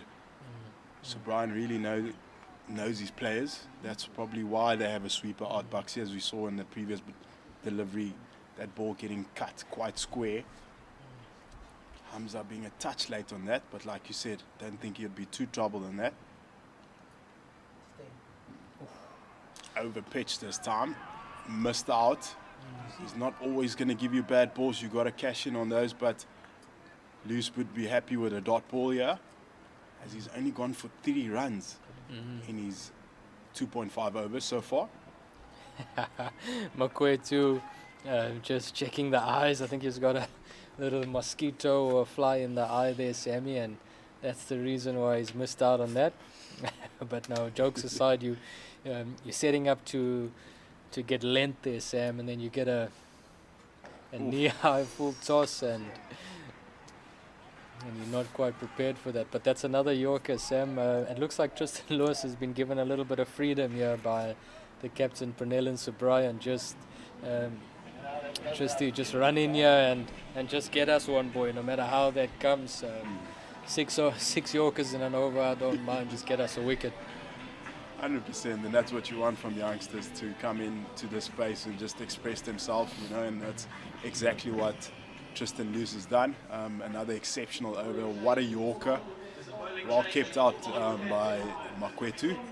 He made sure that he takes out that mosquito out of his eye, otherwise he would have been castled on that occasion. Brings an end to that over. It's 51 for 1, and we see the captain bringing himself on from the Old Ford Road end. And it's Pernellen Subrayan, experienced Pernellen Subrayan, has played 95 matches, over 80 wickets, an economy of 4.5. Captain for today, as Marcus Ackerman has out with a hamstring injury. He's captained the side before. He was the T20 captain. It's Pernellen Subrayan, so he's familiar with this role. He's got a deep square cow corner, long on, long off, and mid off is up in the ring. He's got a sweeper out. Yeah, like you say, Sam, he's been around, hasn't he? Very experienced, Pernellen Subrayan. And Makwetu comes down the wicket first up, and that's a brilliant catch. Brilliant catch down there. Oh no. He's put it down.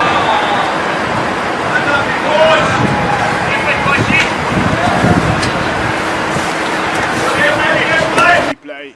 He made the ground. They decided to take on Subrayan immediately. The first ball. The ball was in the air for quite some time. Boshi doing the work there on the boundary, and it seemed like he took the catch, but threw the ball back, and it looks like it's 4 runs. Umpire signaling 4 runs, so he must have missed that ball. Another opportunity goes begging for the Hollywoodbets Dolphins.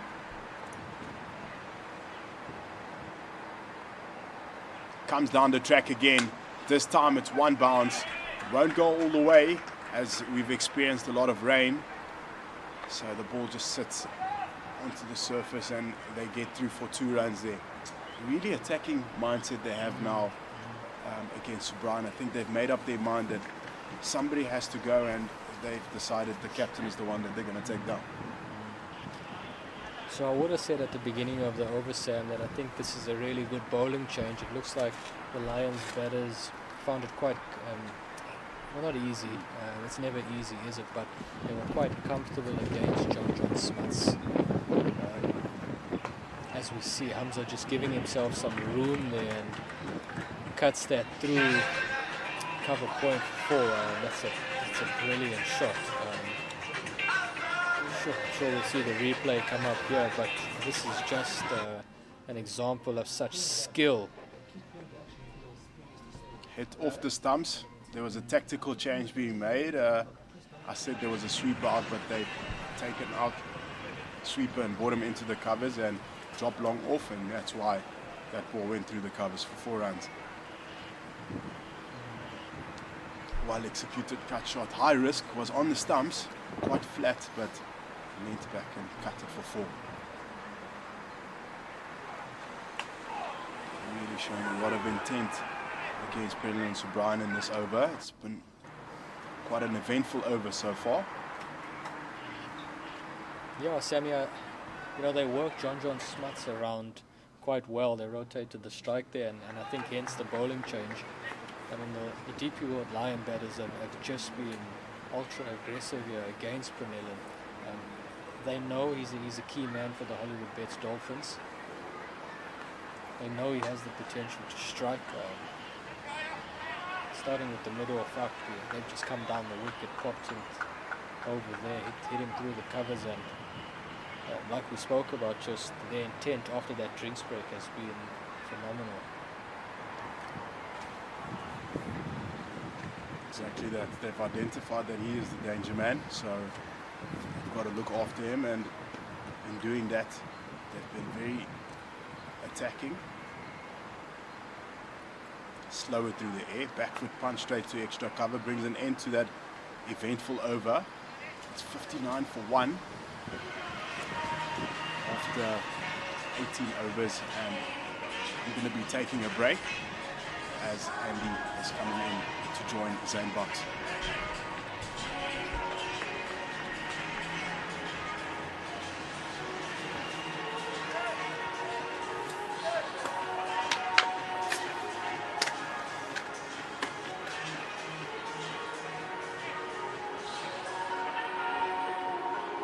Welcome back Nice to be here. Hot seat. So it's a change of ends It was now. very interesting over, wasn't it? Almost as if it was premeditated that the Lions had decided to Yeah, most certainly, and the Melons started with a middle cut there, and the Lions have just seen that as an opportunity and taken them downtown. JJ Smuts is changing ends. He started from the Old Fort end, now coming back from the Pavilion end. Your thoughts on that change, Andy? JJ Smuts, obviously bowling from the Old Fort Road end. We've seen the change, but Tristan Lewis has done really well as a start from the Umgeni end. In the air and gone down. That's 3 that have gone down in that short extra position, and not one of them has been an easy catch, but professional cricketers, when they get 2 hands on something, they expect to hang on. And yeah, that's a tough one, but it's a chance. It goes down as a chance. Bryce Parsons, disappointed off screen. John goes round on there, Andy. It happens as you get older. But to come back to what you were saying, Tristan Lewis had worked up a nice bit of pace. I wonder whether they want to change ends, whether they want to bring him on from the Old Fort end, because certainly I would have given him his head. You've got a youngster who's bowling like the wind, just point him in the right direction. Yeah, 100% right, Andy. He got quicker and quicker with each over, and in that last over, he looked at wicket-taking options. And nice and full as well, you know, not trying to bounce people out. Yeah, just trying to hit the stumps, good old-fashioned.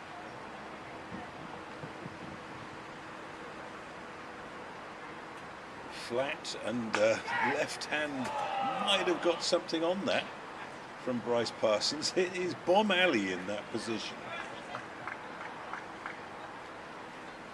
JJ Smuts just opting for the 1 extra cover now, Andy. We've seen quite often today that they've had 2 extra covers as the ball's gone in that area. That's another one that might have found that second extra cover. Yeah, because there's no pace on the ball, so you're hitting the ball in front of square rather than behind. In the air. And safe, and Ethan Bosch can't get there. 4 runs. That's a high-class shot by Zubair Hamza. Andy, you would have seen him quite a lot. That's just absolutely phenomenal. They give himself a little bit of room. He hits that now over extra cover. I think they're tired of those catching opportunities at extra, and he's just decided to go over. He's a quality player, isn't he? What a shame that he had that year out of the game. That really affected his international prospects. Didn't get all of that one, but since he came to the crease, he's looked to increase the tempo. It was a little bit slow against the new ball. Of course, the wicket of Riza Hendricks going down relatively early didn't help matters there. End of the over, 68 for 1 from 19. It seems to me that the seamers are getting more out of this pitch than the spinners are. Ordinarily, you'd expect Sabrian and Smuts to bowl a full allocation, but maybe they'll share it. Yeah, I think you hit the nail on the head there, Andy. Hamza's intent from the start of his innings, I think now he's paced it quite nicely. We've seen the last couple of overs of spin. Brian's first over going for 8 and then John John's return over going for 9. So the Lions are looking to be quite positive against the spinners, aren't they? So Brian going round the wicket now for his second over. It's a good run from Hamza. I wonder whether he'll stay round for McQuaid or go back over. It looks like he's staying round.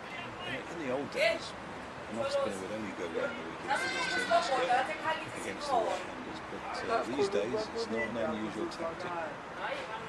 I think Vermeulen just looking to get a few dots in here, try to bring that one down once again.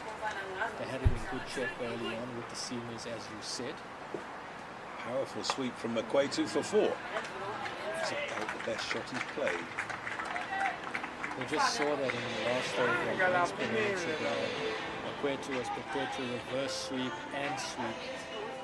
First up this over, he's just gone bang.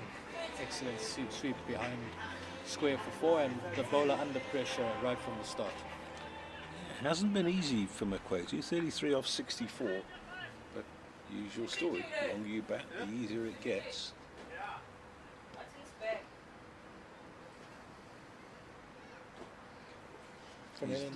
He's led a charmed life. 3 chances he's given, all of them relatively difficult ones. Oh, he's bowled him just as we've been talking about how he's getting himself in. So Brian makes the breakthrough and McQuaid goes for a rather ugly looking thrash that makes it 73 for 2. Pernell and Subrian that time just going a little bit quicker. He's taken his cue from Tristan Ulus there and he's looked like that's a quick Yorker being chucked in there and he sees the back of McQuaid. I think the Dolphins needed that, Andy. Yeah, most definitely. They were just starting to lose that little war within the war, but that partnership, which was worth 57, comes to an end 2 balls into the 20th over. And they've set a platform now. Remember, this is a 43 over a side game, so we're not far off halfway. And with 8 wickets in hand, you would expect the Lions to really try and press the accelerator from here. New man coming to the crease is Mitchell van Buren. 42 games in to his first class career here, or his list A career here, Andy. Got a really good talent, strike rate of 92, so I don't think he's going to hang around too much. He's a Kess boy, I see. Averaging 47 and a half in 41 list A games, and that tells a story with 3 centuries. So he can play. Got 50 against Northwest on Sunday and 48 against Western Province last week, so he's in nick as well. As you say, Andy, those are good stats so far in his young career, and definitely another Kes boy who can play. I think he's going to have to bide his time early on here. It doesn't look like the easiest wicket in the world. We have had some weather around in Durban, but good enough as a player that if he gets in, he can take it big. Yeah, Kes boys who could play. Graham Smith, Neil McKenzie, Neil's father.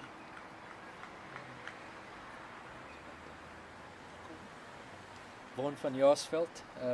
Who's coaching down here now, isn't he? He's at Northwood.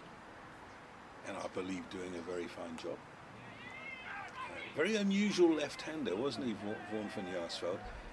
Normally, left-handers are elegant. You could never have called Vaughan elegant. Brutal, but not elegant. VVJ entertained the crowds around South Africa for a long time. Started at 16, playing provincial cricket. That's well played. I've enjoyed that about Hamza. And he's played the big shot, but then also just has that finesse just to knock the ball into space and get to the non-striker's end. Good wrists. So Mitchell van Buren will face his first ball.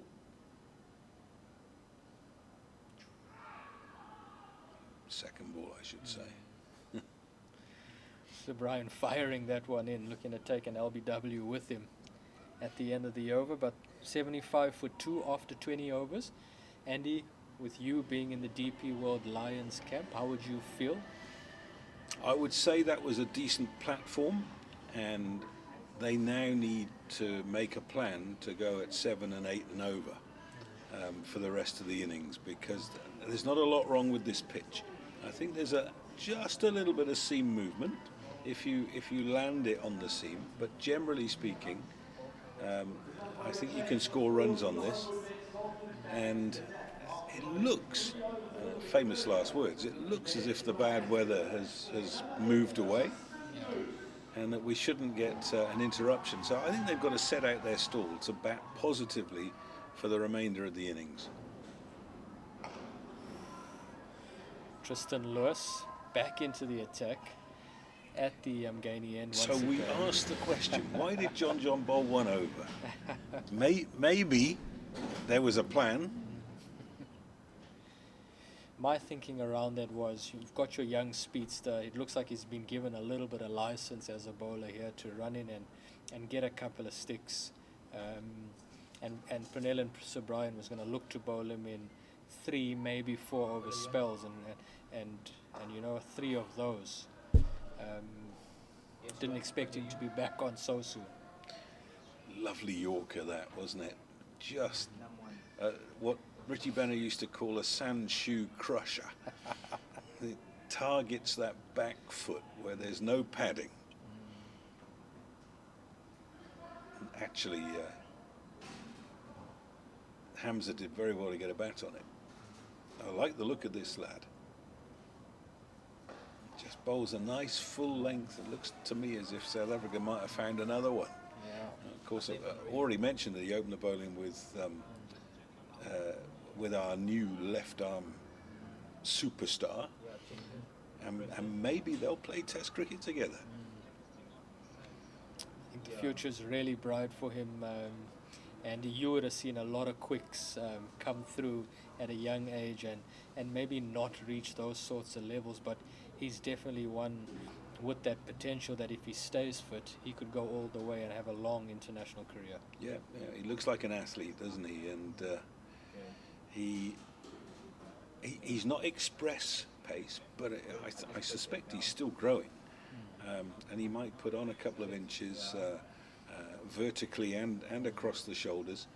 But one thing, you can never coach pace, and you've got natural pace. And he's trying to land those Yorkers. Now that's a full toss. Anybody can bowl a full toss when they're looking for a Yorker, but he's bowling against a player who's well set on 35 not out, and he's making him hop around, and that is wonderful for one so young. It's a definite plan here by the Hollywoodbets Dolphins and Tristan Lewis, and we've seen quite a lot of Yorkers so far. He's got the field set for it, hasn't he? He's got the fine leg back, he's got his deep square leg out. Oh, in the air, and as it went past, I think Lewis suddenly realised, oh, that's mine. That's the end of a top over. I like that.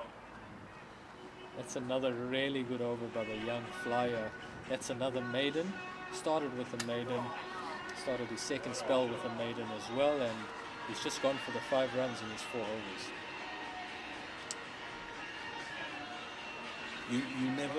You never want to over-egg the pudding, do you? You never want to talk about, oh, I like that, that's promising, that could go all the way, because you never know what happens, especially with quick bowlers. You get stress fractures, you get unfortunate injuries, knees and ankles go, but you're never fitter than you are when you're 18, 19, 20 years old, and as I say, give him his head. Point him in the right direction, give him the right field, encourage him to make his own decisions. Don't tell him where to bowl. I think you're spot on there, Andy, as we see a change at the Old Fort Road end. Okuhle Tele back into the tack. Very impressive with the new ball. Picked up the first wicket. That of Reza Hendricks. Clean bowled. And worked up a nice bit of pace and just nipped the odd ball in off the seam. I think that's Okuhle for you. He'll hustle and bustle in. He'll put the ball in a good area and he'll just nip it both ways. Just speaking of Tristan Lewis, we've been talking him up a little bit here, but how awesome for him as a youngster to be surrounded by Ethan Bosch and Okuhle Tele. Of course, he's got Neil Bartman at the Dolphins as well, and then you would have seen so much of Quinton Friend as a professional cricketer as well as a coach. Yeah, and Quinton was an old-fashioned fast bowler. Ran in from the boundary, grunted, bent his back, and there was a guy who always thrashed whatever there was in a pitch. He thrashed it out of it.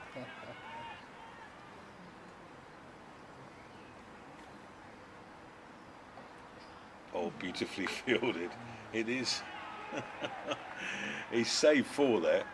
They've come through for the single. Kaya Zondo had extra cover there. The Dolphins players just running towards him.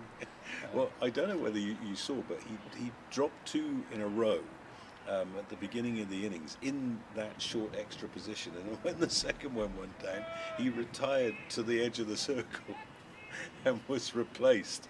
So, yeah, he's had his hands warmed there today.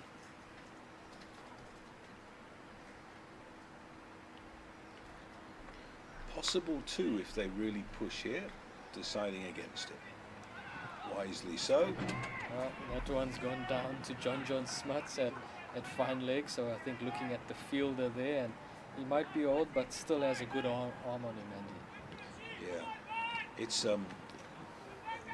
if you're going to take 2, you've got to go straight away, because you know he might be slow to the ball, but when he gets there, it's going to come in with some heat on it. John's 36 years old now. In the air, man under it, should take it, and got him! And that's a disappointing way to get out for Zubair Hamza.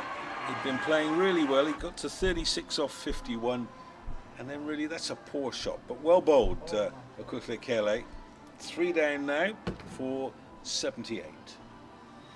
That's a important wicket for the Dolphins. Zubair Hamza, as you said earlier, Andy, he'd just been going so well, just upping the ante as he went on, and he was the key man for the for the Lions, in terms of setting up that stall for the end of the innings. But a bit of a loose shot, Okuhle Tele just on the shorter side there, maybe a bit of a surprise because he has been so full in at the stumps.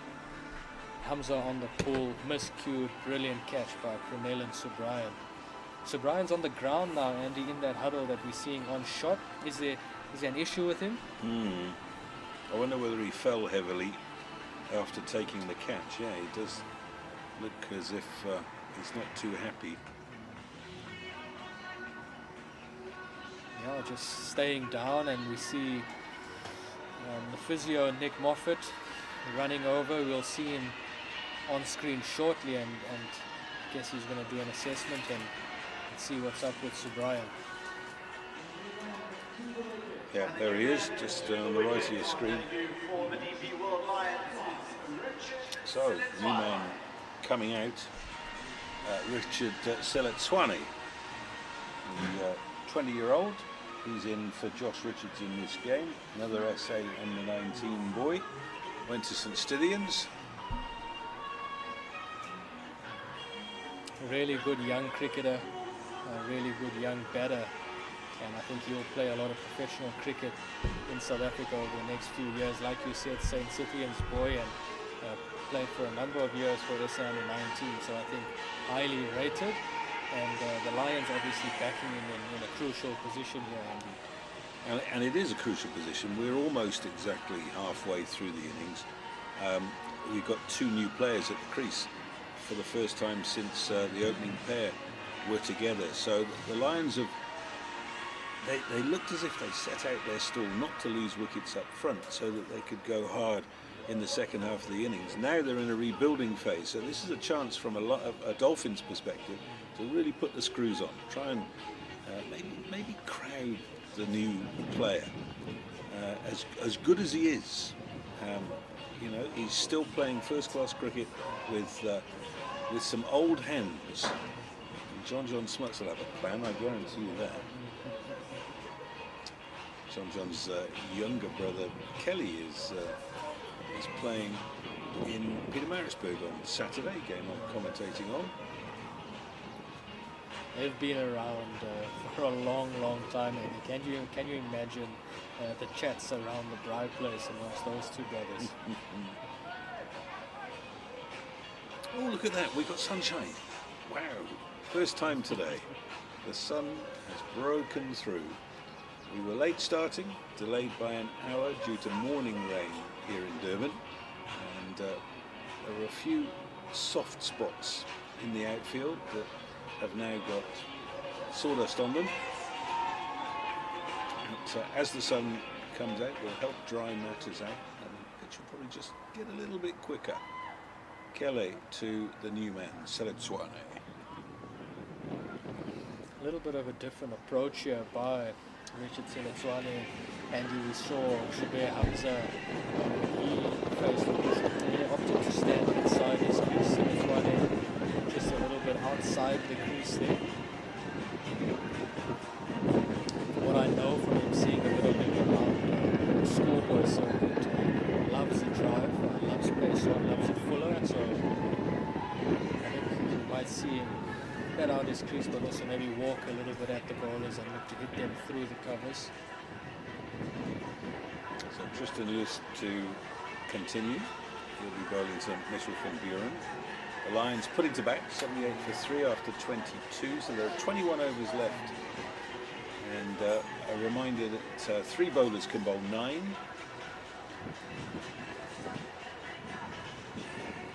From what you've seen so far of this game, Andy, and the position that the DP World Lions are in right now, let's fast forward to the 43 over mark. What would you be happy with as a Lions player, spectator, supporter right now? Yeah, well, they've got 21 overs left. So, run a ball, you can take it up to 200. So I think they'd be disappointed if they only got to run a ball. 7 wickets in hand. So I think we're talking sort of 230, 240 is a reasonable score, not necessarily a winning score. Agreed. I think they'd be looking around that 200 mark. It's something to bowl at, and with a little bit of nip around, they've definitely got the attack that could defend that here at Kingsmead.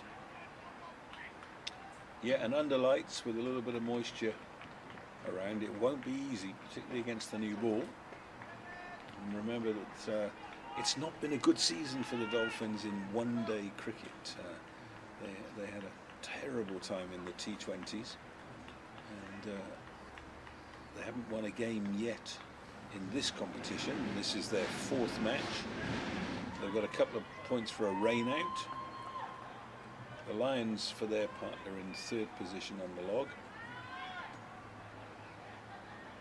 So Seletswane on strike now. We've got a slip, I'm pleased to see.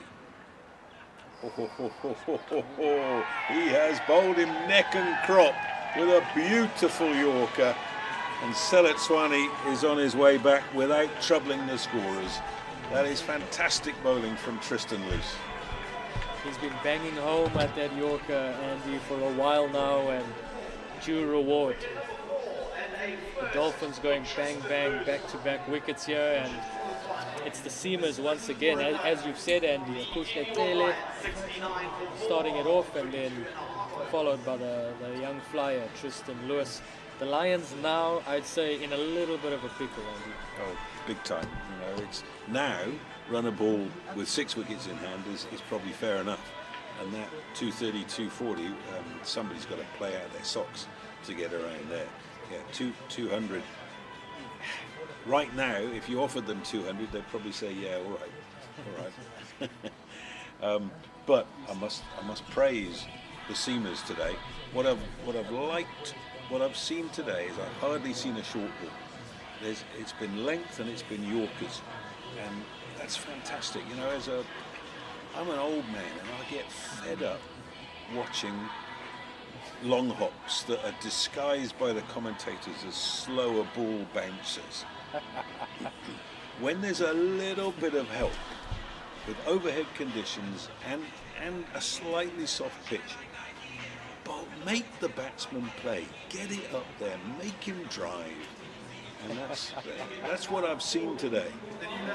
I'll get back to that in a bit, Andy, but as we see, Connor Esterhuizen, youngster, he's just in his third game of 50 over cricket here for the Lions, an average of 33, but also a very good talent. He's featured a bit in the SA 20, and you know, is he the type of player with that in that aggressive mold that you want to be coming out right now, or are you looking more for the more traditional, maybe Zubair Hamza type?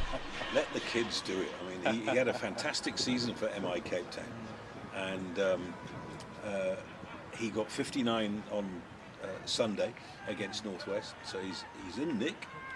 The same can be said of Van Buren, so give the kids their head, let them play.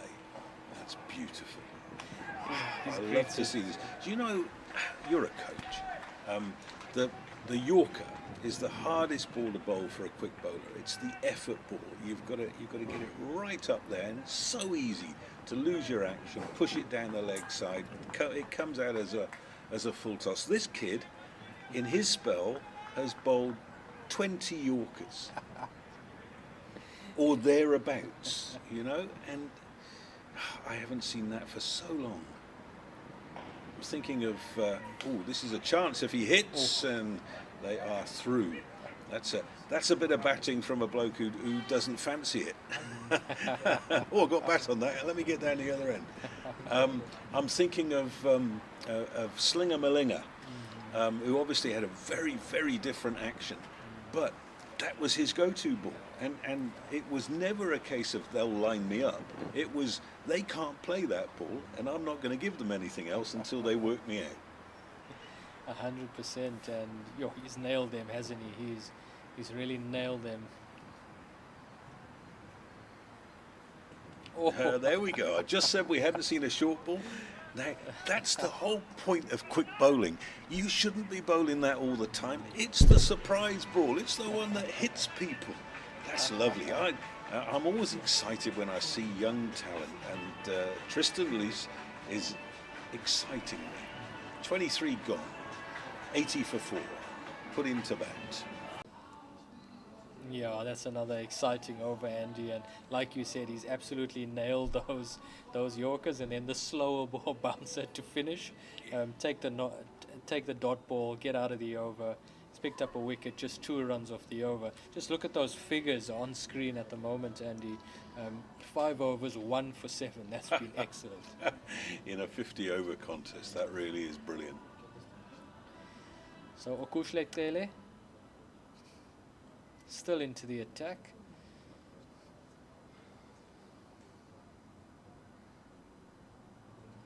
Tall beats the outside edge. The feet didn't move.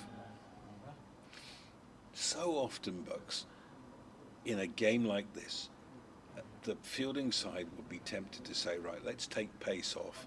It's going to be more difficult to hit it like that. But I'm hoping that they've had a team talk and said, today is the day. If you can bowl seam up at a decent pace, do it. Yeah, and I think we've seen at Kingsmead as well, Andy, over the last few years, that spin has really dominated. I think it shows a lot of courage here from Pranel and Subrayan to keep the seamers on, keeping in mind the conditions and also just how well they've executed their skill today.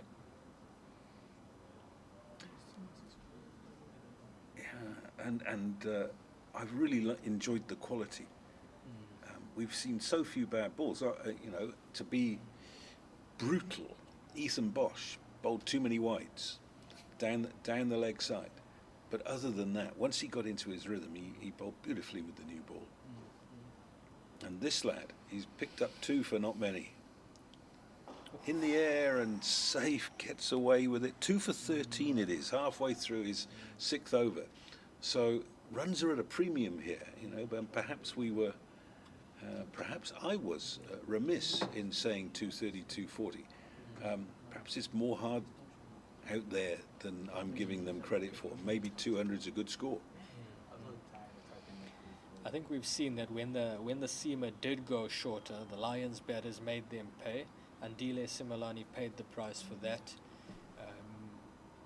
But when they've hit that more traditional length, like you've said, Andy, when they've hit that good length and they've been on the fuller side, your more traditional sort of cricket, they've actually been brilliant, and it seems like it's been a little bit harder to face that fuller length today.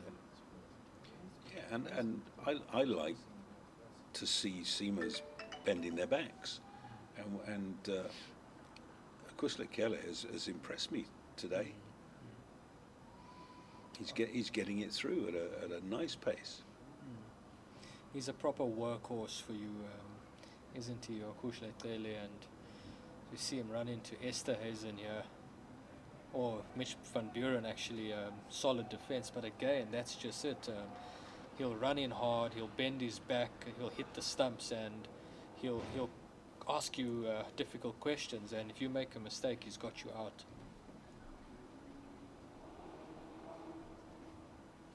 So 2 young batters out there now making their way in the game. Who've got to find a way through this puzzle being set by the Hollywoodbets Dolphins. Oh, beautifully bowled. Turned him round. Just looked as if it might have held up off the seam. Still something in that wicket, Andy. Still something in the wicket for the seamers here. That's the end of the over. It's 82 for 4 after 24 overs. The Hollywoodbets Dolphins in the pound seats here. The Lions on the rebuild.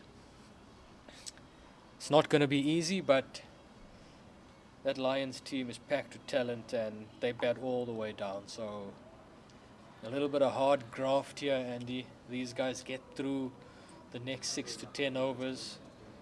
And then we're talking wickets in hand again to set up a little bit of a bigger finish.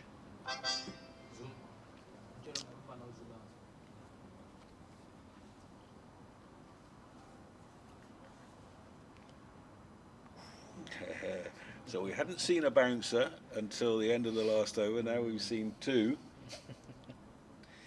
2 lengths here from Tristan Lewis. He's going bouncer and Yorker.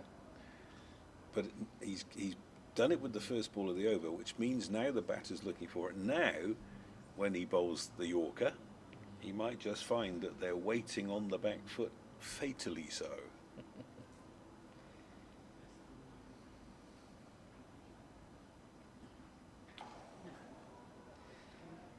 He's gone length. He's gone length, which is actually the surprise ball for him in this spell. I'll tell you what must be lovely for him. He's probably too young to remember, but the great Alan Donald is on the ground today, bowling coach for the Lions. One of South Africa's all-time greats, over 300 test wickets, a proper quick bowler. And I'd love for him to be whispering a few words into the ear of Tristan Luce. That's a good shot. That's 4, and I have a suspicion that might be the first boundary off the young man. Yep, you'd be correct there, Andy. As we watch the replay, Lewis just offering up a little bit of width there for the first time, Andy, and being made to pay the price. But Andy, jeepers, let's just talk about this management for the DP World Lions. You've got Alan Donald, as you've said. You've got Hashim Amla as the batting consultant. You've got Russell Domingo, who's been around the world in international cricket, and then Prasanna Agaram, who's been the analyst for the Proteas for so long. How do you get a team like that together at a franchise level? And lovely that they've got a whole bunch of youngsters that they can work with. That's just what it's all about. Jimmy Kamadi as well, he's been around for years. Full toss, looking for the Yorker and just losing his direction a little bit. Looks, and understandably so, looks as if he might just be tiring Tristan Luce. He's into his 6th over and he's given it everything. You've got to look after quick bowlers. They always want to bowl. Sometimes you have to say, okay, go and have a blow. And that length, that Yorker, bring that back against the batters when they're trying to attack in the death overs, and he might pick up a few. Another really good over from Tristan Lewis there, Anzi. Just a 4-run from it, and just the one loose ball. Lewis ball.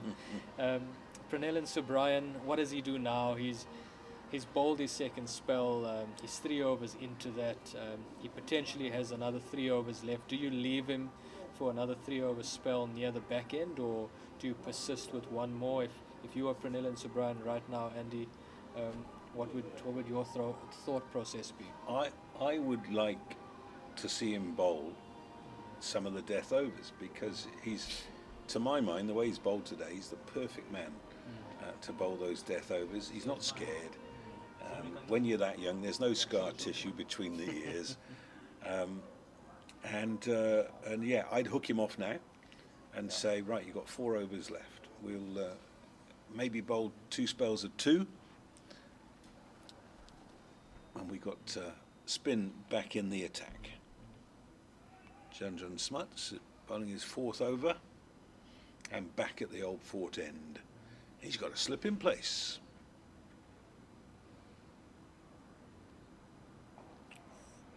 That's a good start by John. Andy, I must say I've been really impressed with the body language of both these young Lions batters. You just watch them at the crease here. They're scanning the field. Oh, he's bowled him. And as we say that, it does tend to be the case today that when a Lions player gets out, it's to a horrible shot, and that really was. Let's have a look at it again. See if it turns. Yeah, I think it did turn. Yeah. Looked just a little bit quicker through the air by John Smuts, and it just seemed to have held a little bit in the wicket. And as you said, a little bit of turn, and that sees the back of Mitch van Buren. That's a big wicket for the Hollywoodbets Dolphins. He's 7 for 5, and any thoughts of 200 now being base camp have disappeared. So we're halfway through the 26th over, and this is now crisis time. They need something big. Oh dear, have we got a bit of rain? No.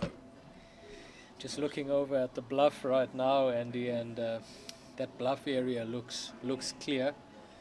So that's usually a good sign. Still got that little bit of sun out for now, which is good, and I think if anything we might get a little bit of rain later on, but for now we look good to go. New batter coming to the crease, Delano Porgita, 59 matches, 48 innings, shot player, aggressive cricketer. He's done really well in recent times for the Lions. Yeah, another man who campaigned for MI Cape Town and did really well for them. And I actually got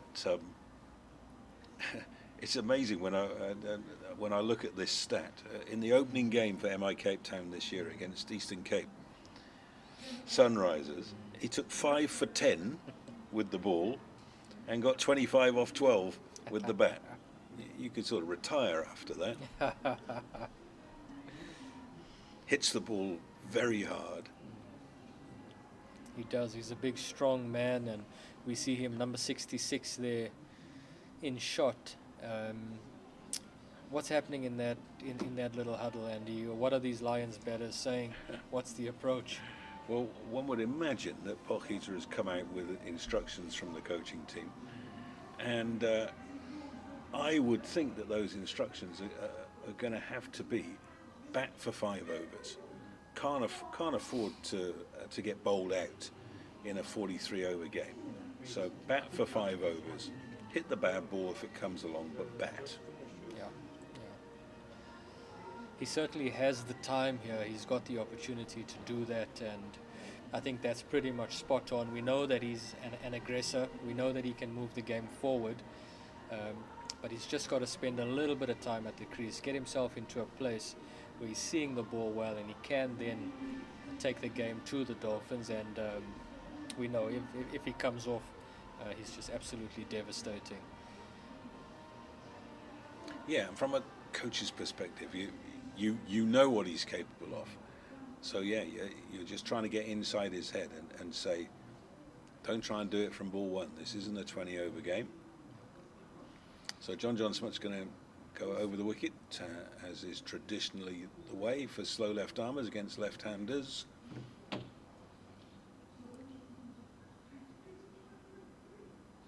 Oh, and he's beaten the outside edge first ball. Pranel and Subrayan had slipped there. Oh. Let's watch that replay.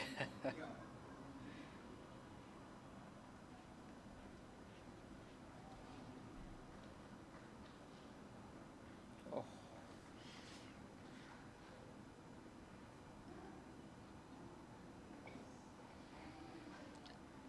John Smith's bowling it pretty flat, pretty quick.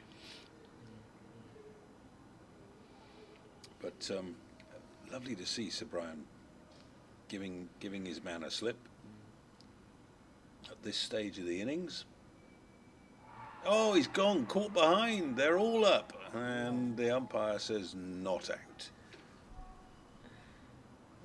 Dennis Smith not having any of that.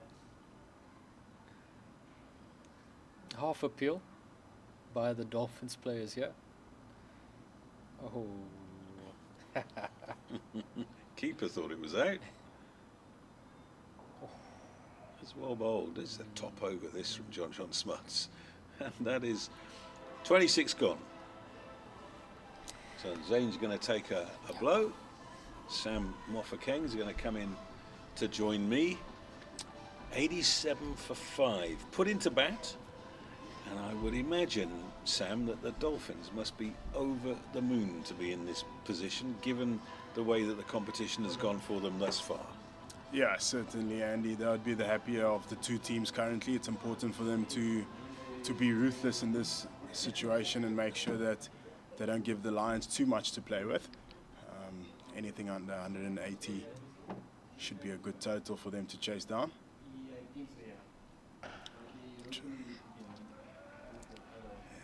The Lions would be happy to not lose too many wickets right now and get to 200.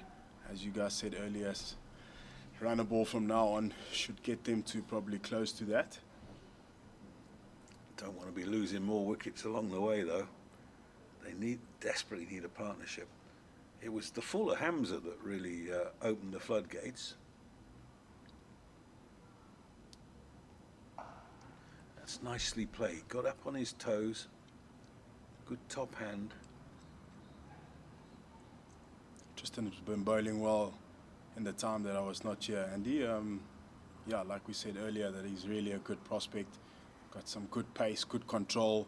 He's been hitting his straps, being nice and tight, and saw slow ball bouncer, a good bouncer, and then also he's been executing his Yorkers quite well. We haven't got a speed gun available, but I would imagine he's sort of between 138, 140 clicks the way he's bowling, which is lovely.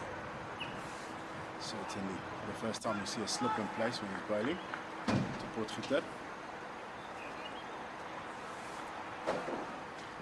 Good line.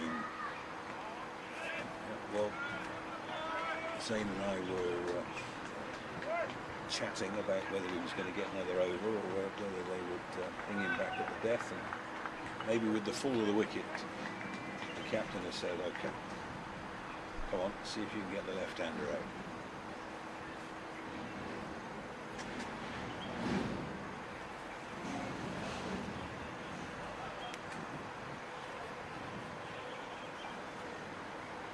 That's one thing new batters don't like is facing a bit of pace. Certainly, Andy, and good move here from the captain, Brendan O'Brien. They can smell blood and ask the youngster to continue with another over. Hopefully he gets rewarded with that wicket.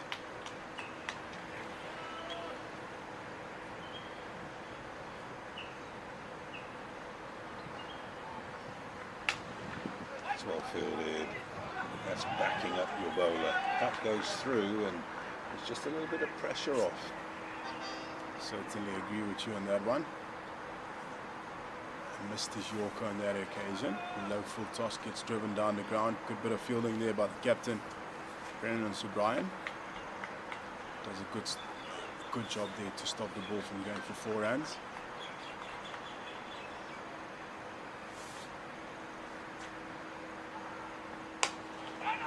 It's nominally a bad ball, but it's not a very bad ball, so he's hit it straight to mid-on instead of sort of tucking it away from 2. And I like the look of this lad. First time I've seen it. And I think there's something to work with here. 88 for 5 off 27. Yeah, key partnership here for the Lions, the DP World Lions is needed here in order for them to get a good total here. Well, as we see, for the Hollywoodbets Dolphins. the captain Coming back into is the bringing attack himself now. back on again. From From the the old off end, end, the captain, Brendan Brendan O'Brien. Very interesting to see the way they took him on when he came on to bowl his first over. Zubair Hamza in particular thought, okay, I'm going to cash in here, and did a good job. And Sobrine took himself out of the attack.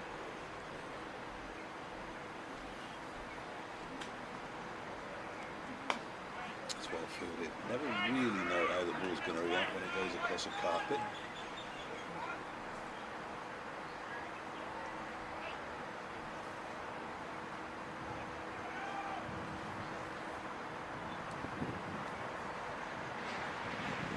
Nicely played by Esterhazen.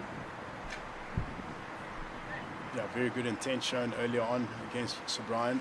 They know exactly how dangerous he can be. Can bowl a match-winning spell. They made sure that they take care of him in his first spell and show a lot of intent, and with that he's taken himself off, but he's back into the attack now with a slip in place. Parsons and he's number 11 and he's back. Sweep along with and deep square. Oh, and there's the edge. It's gone past Parsons' left hand. And it might go all the way. It's a long chase down there. That's very well done. Good chase by Kingsmead. Ran off that outside half of the bat. Very well bowled by Sobrine. Difficult for Parsons to reach that one as it goes past his left hand there.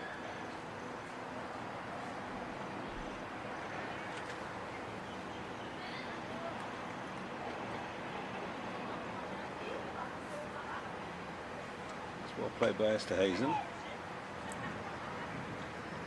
Worked around the corner to deep square for a single.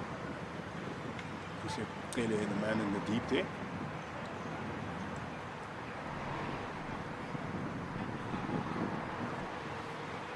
This time there's a change in field for Potgieter. There's a deep square that's way behind. Oh, he's putting a straight man right next to the bowler. You see on the screen there, there's a straight catcher. It's a very unusual position there. Trying to stop the drive straight for a runner ball. So he gets out the reverse sweep and gets it away for 4. Very well played. Manipulating the fielders there. That is very, very well executed that by Delano Potgieter. As we see there, he plays the reverse sweep, got enough bat on it well executed shot for 4 runs down the ground. High risk shot.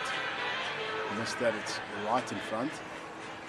But you get it right, you get rewarded with 4 runs.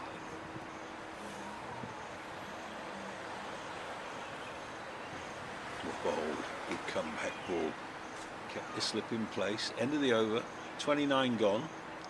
97 for 5. Lions put into bat.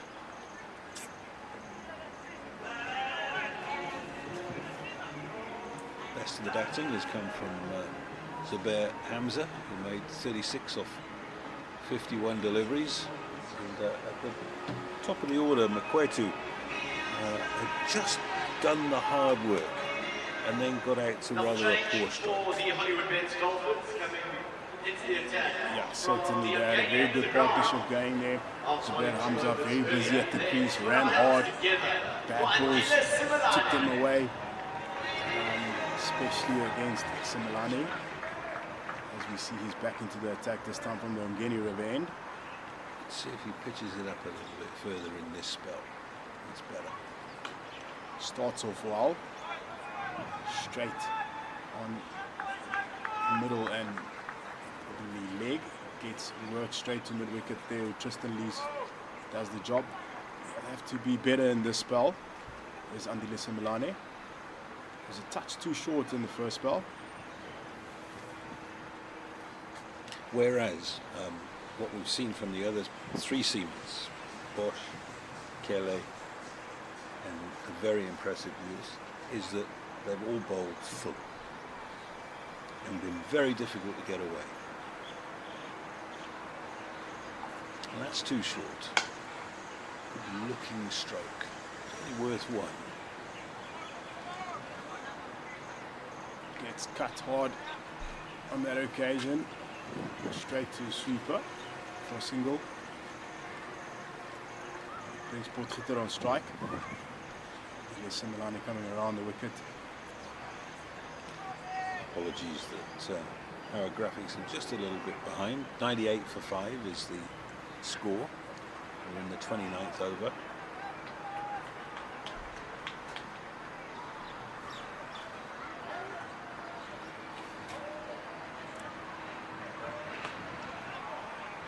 Well bowled this time. That fuller length just gets defended comfortably to the covers.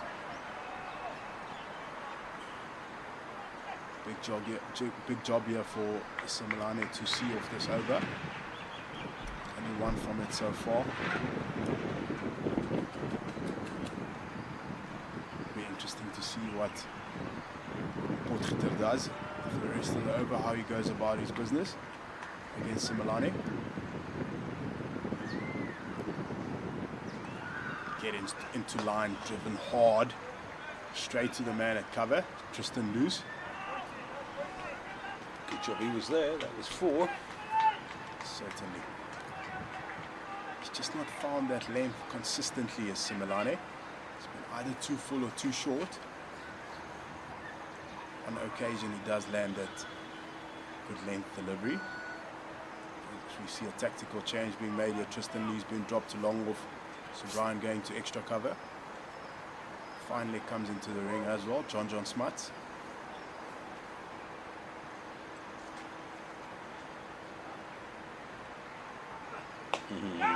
Strident call of no from the non-strikers end there. There's a policeman there. It's Ethan Bosch. Don't take his arm on. Pace off on that occasion, just work to mid-wicket. As Andy said, the big tall fella, Ethan Bosch, is there patrolling that area.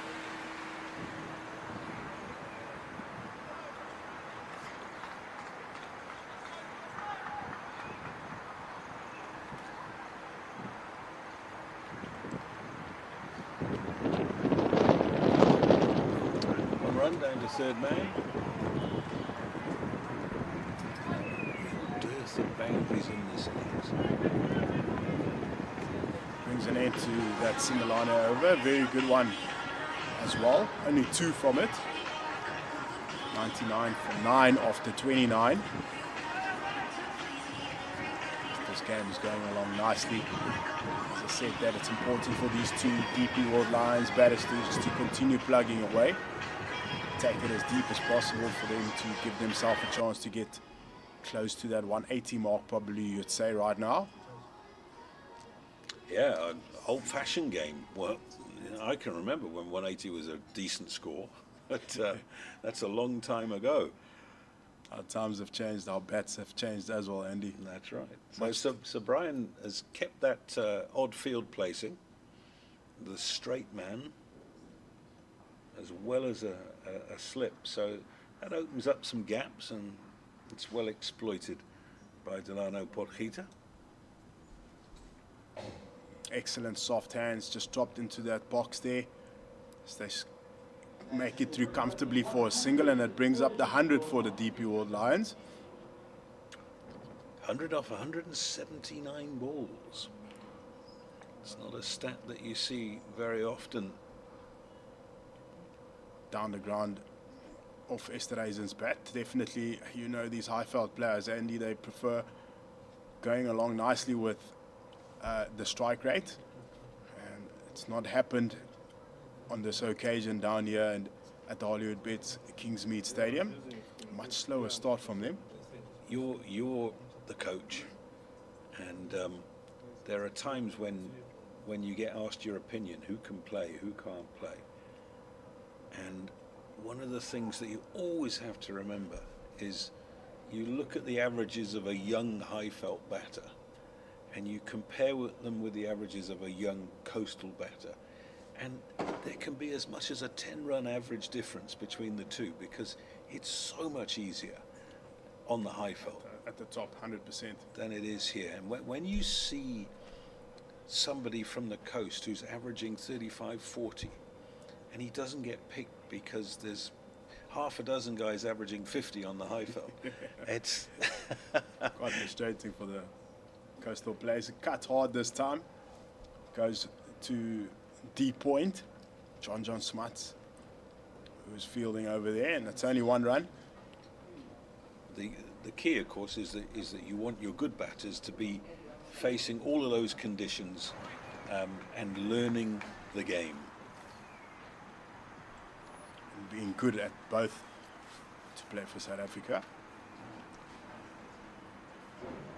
In the air and gone. Oh, that's a very soft dismissal. So Brian gets the breakthrough, and it is 102 for 6, and the Lions are falling to pieces here. Esterhuizen has gone. Yeah, as we see the replay here, it just pushed it at, looked like it popped a bit.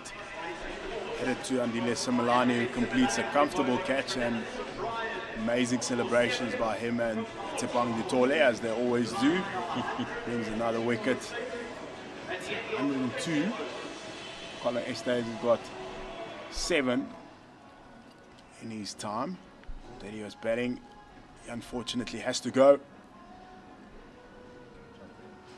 Hollywoodbets Dolphins would be happy with that wicket, as we know that he is a dangerous player, as Esterhuizen. He has the ability to clear the fence quite comfortably, so they'll be very happy to see the back end of him. So we wait to see who's going to replace him. It might well be the captain, Bjorn Fortuin. And although the Lions bat deep, they are running out of resources here. 102 for 6. There's still 13 overs left in the innings, and to get bowled out here would just be shocking, really. And I can confirm that it is the skipper coming in, Bjorn Fortuin, 30 years old now. Asked him how he was earlier, and he said, "I'm feeling old."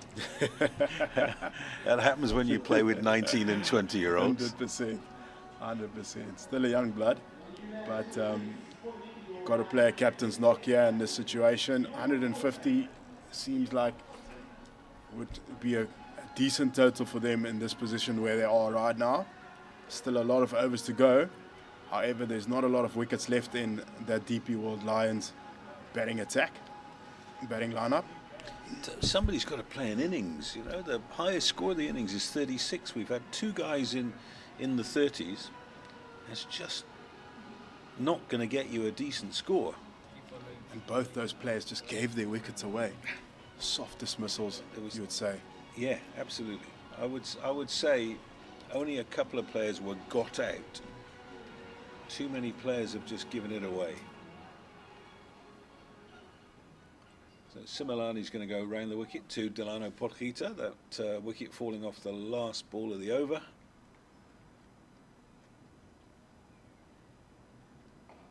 What bowled. Nice to think that Similani has watched what has been successful from the other seamers and he's changed his line and length in this spell and bowled really well. Certainly has, Andy. Potgieter will have to take his time here before he can play the shots that he really wants to play. We know this is not usually the way that he plays, but he has to dig deep here for his team. Well played. It looks like it's swinging a little bit, which it didn't do with the new ball. Hint of movement in the air, always good for the seamers to see.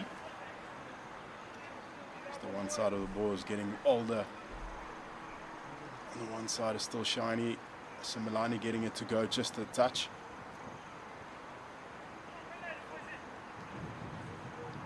Good start to this over so far.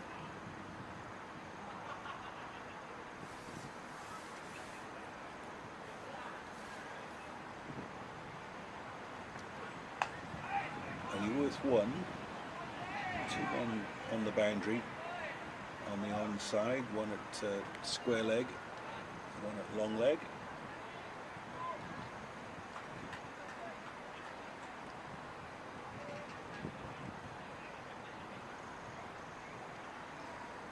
I wonder whether it mightn't be worth the gamble of putting a slip in against Bjorn Fortuyn, knowing that the ball is just moving a little bit. Certainly. I guess they're trying not to be over-attacking in the situation. There's discussions happening between the bowler and the captain. They leave the field as is.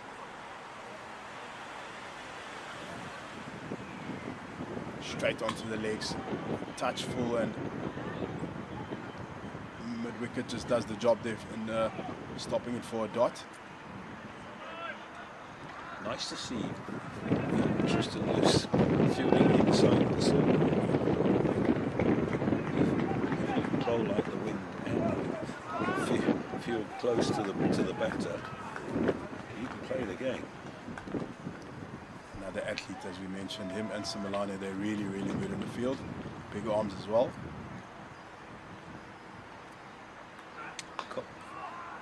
It's only going to be one. Goes without saying, they are fast bowlers, so they generally have strong arms.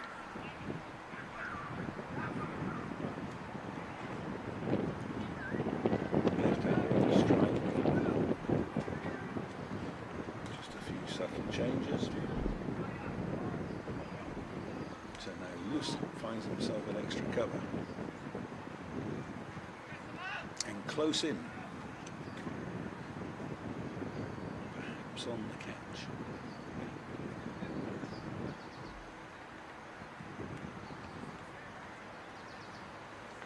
It's well played. Guided down to Durban. It's much better over from Similani. Much tighter.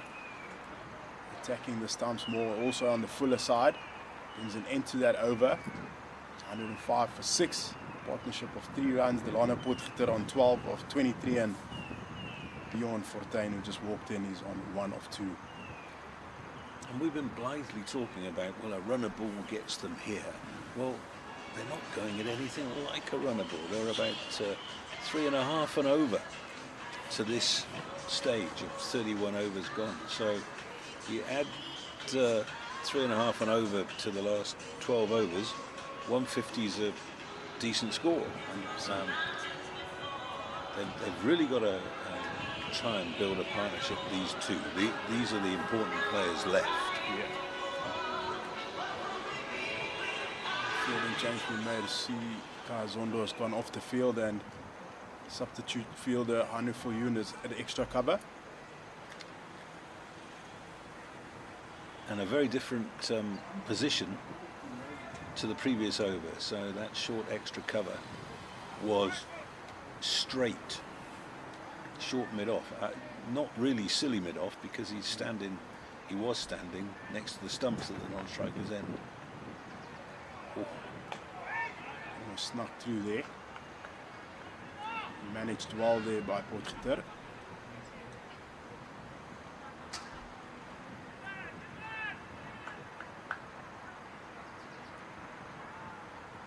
A little bit too short and takes full toll. That's a good shot for 4. That's what makes him so dangerous, is Delano Potgieter. He has the ability to punish the bad balls, and on that occasion we see that Sir Brian just dropping it short, and he pounces on that as Delano Potgieter goes all the way to the cushion for 4 runs. Noticeable that it did turn.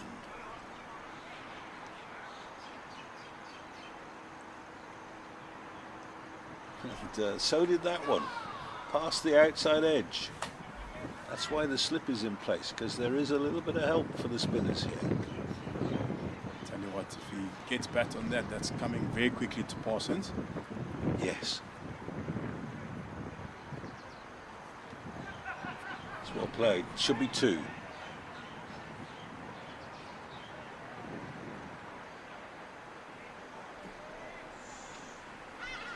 One way to move those haridas that you spoke about earlier, Andy. It's almost their bedtime. It's getting darker. The lights should come on soon.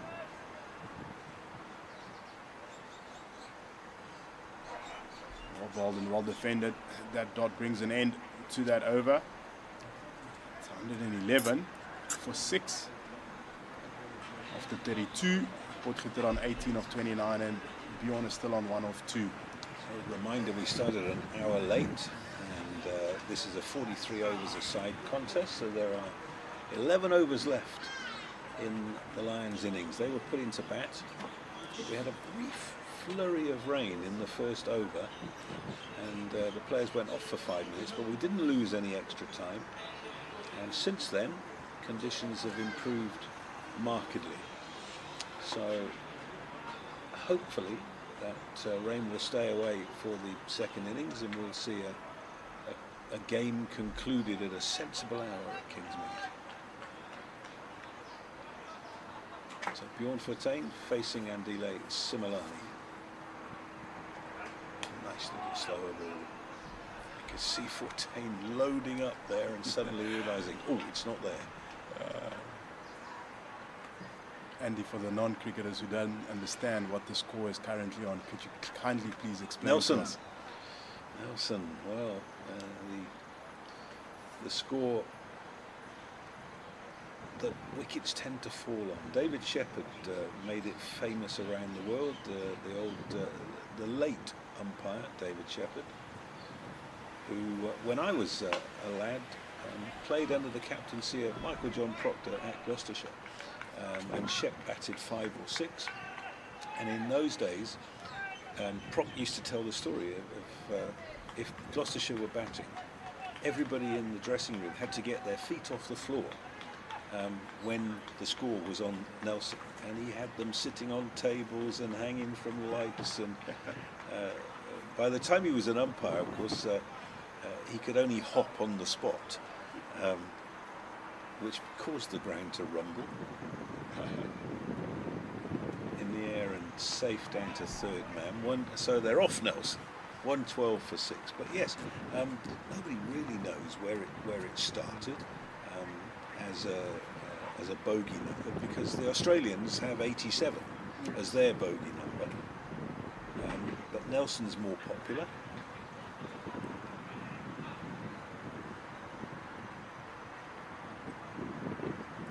I believe that the Nelson is Admiral Nelson, Lord Nelson of Trafalgar, who lost an eye and an arm in battle. So one eye, one arm, one something else. That's a good shot. Should only be one.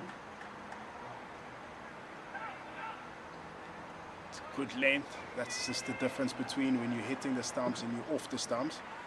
That one was slightly wide of the stumps and hit hard, square drive by Delano Potgieter. He does have protection there, so it means it was only one run there.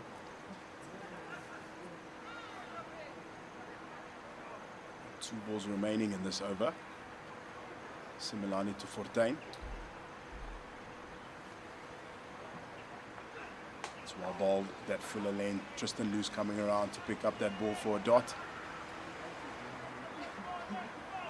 It's been really good. Is Similani from his first spell to now adjusted his line and also his length.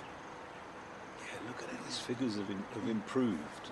He's nearly 5 overs for 21 now. And you look at that and you can't believe that he came on and didn't bowl very well in his first spell.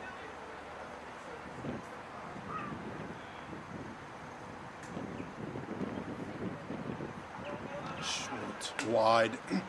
It's only one though. Oh, they're coming for two. They're going to have to hurry. Oh, that's good running. Oh, they might have got an overthrow there, but Potgieter had overrun the stumps. So that is the end of over number 33. 115 for 6, 10 overs left in the innings. Still looking sort of 150, 160-ish, unless Potgieter gets going. Well, we haven't seen at any stage is a big over. Yeah, which is surprising for the men at the top, men from up north. They really are aggressive and intentful batters. But I think we've probably yet to see it from Potgieter. The longer he stays, the more dangerous he'll become here towards the end. It's only a matter of when. Change now for the Hollywoodbets Dolphins. Changing it. Coming back into the attack is number 8. So I've got my wish. A few death overs for the young man. Tristan Luce. He's got 3 overs left in his allocation. He's come back from the Old Fort End and continuing with that impeccable full length. Looks like he wants to go round the wicket. Thought he was marking out his run on the other side, but he was just finding his way back. Maybe the GPS was not functioning properly.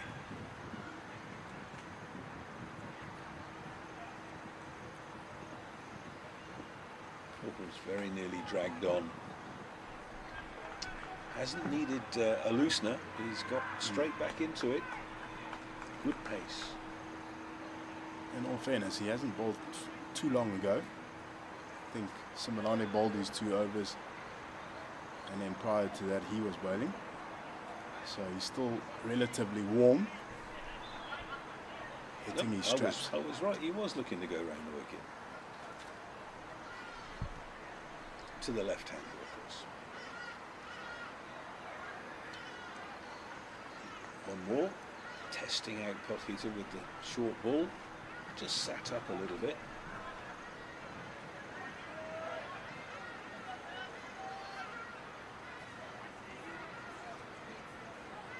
Wicket keeping is really an art. Andy, who's been one of your favorite keepers over the years, or maybe one is too little, maybe your top 3? Oh, okay. Well, number 1 was always Bob Taylor. Bob Taylor of Derbyshire in England, who was still playing Test cricket at 42. And the reason was that he came into the England side so late, because he had to wait for Alan Knott to get banned by going to World Series cricket under Kerry Packer. Yes. Well, Bob Taylor was not just the best wicket-keeper I've ever seen, but he's head and shoulders above everybody else. You never saw Bob Taylor dive. Bob Taylor took everything like a golf ball falling into a duvet, standing up. He moved down the leg side so naturally that you never saw him stick out an arm. You know, it was always in the midriff. Beautiful. And my favourite Bob Taylor story was he'd been retired 3 years, and he was at Lord's. There was a test match on, and the England wicketkeeper got injured. And these were the days before you would have a spare wicketkeeper at the ground who could just come on. It's edged down to third man. That's well fielded. It's sat up nicely for him, actually. And Bob Taylor happened to be on the ground, and because he was a wicketkeeper, he was mad. He still had his kit in his boot, and somebody got a message to Bob. We need you. And he went into the England dressing room. Now he's age 45, hasn't played for 3 years, came out and kept for the rest of the day. And then the next morning, a young wicketkeeper from Hampshire came and did the job for England. Those two sessions that Bob Taylor didn't let through a ball, didn't get his whites dirty, and just played beautifully. So let me ask you, who's the best you've seen? Oh, I'm going to be biased and say Heinrich Klaassen. I played with him. He's helped me get a lot of wickets in school as well. Taken a couple of blinders in front of first slip. Certainly him and Mangaliso Mosefe, definitely up there. Those are the two, yeah, for me, that are the best. Best Dolphins keeper, Darren Smith. When Darren first came into the side, he was just keeper. Perhaps his batting wasn't quite up to first-class standard, although it improved. But as a keeper, he was lovely, light on his feet. Against the spinners, he was brilliant. And then, of course, he'd take the pads off and bowl leg spin. Yes, and proper leg spin. Yeah.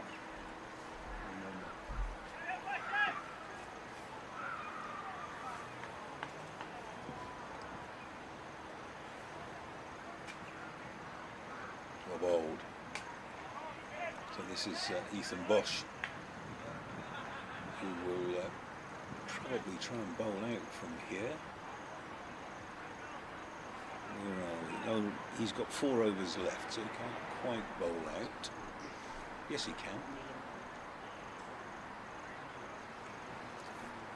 Just took a couple of overs to get the radar set with the new ball, and then found a good line and length.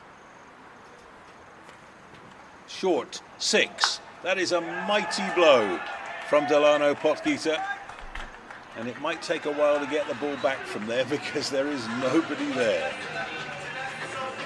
As I said earlier, it's only a matter of when he's going to pull the trigger, and on that occasion, that was banged in short. He picked it up. Just his arm speed on that occasion was so good. Delano Potgieter picking that up all the way to the embankment for 6. It's a top pull shot, that. Intentional. Immediately saw that it's short, and then he went up. Didn't at any stage look to pull that down. And we see a change in the field there. Mid wicket goes down to Cal Corner, Kaya Zondo. There's no mid wicket.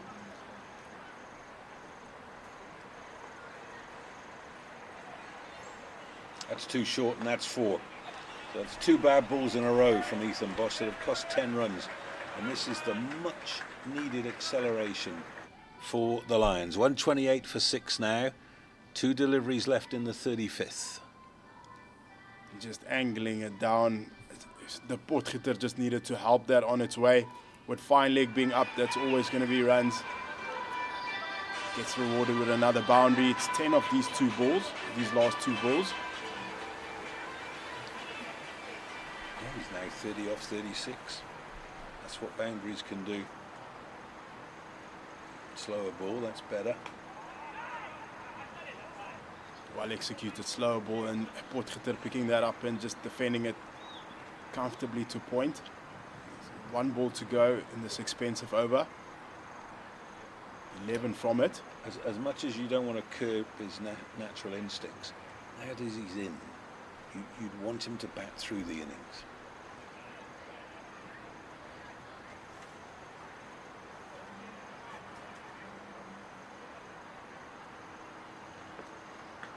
Got away with that, did Ethan Bosch? He actually asked the question of the umpire, how might that be, sir? Not out is the answer. 35 overs gone, 128 for 6. I'm going to step out and Zane Bucks will join Sam Moffat. Yeah, got away with that last one, Ethan Bosch there off the pads, but luckily for him that was a dot ball. And yeah, Zane, welcome back.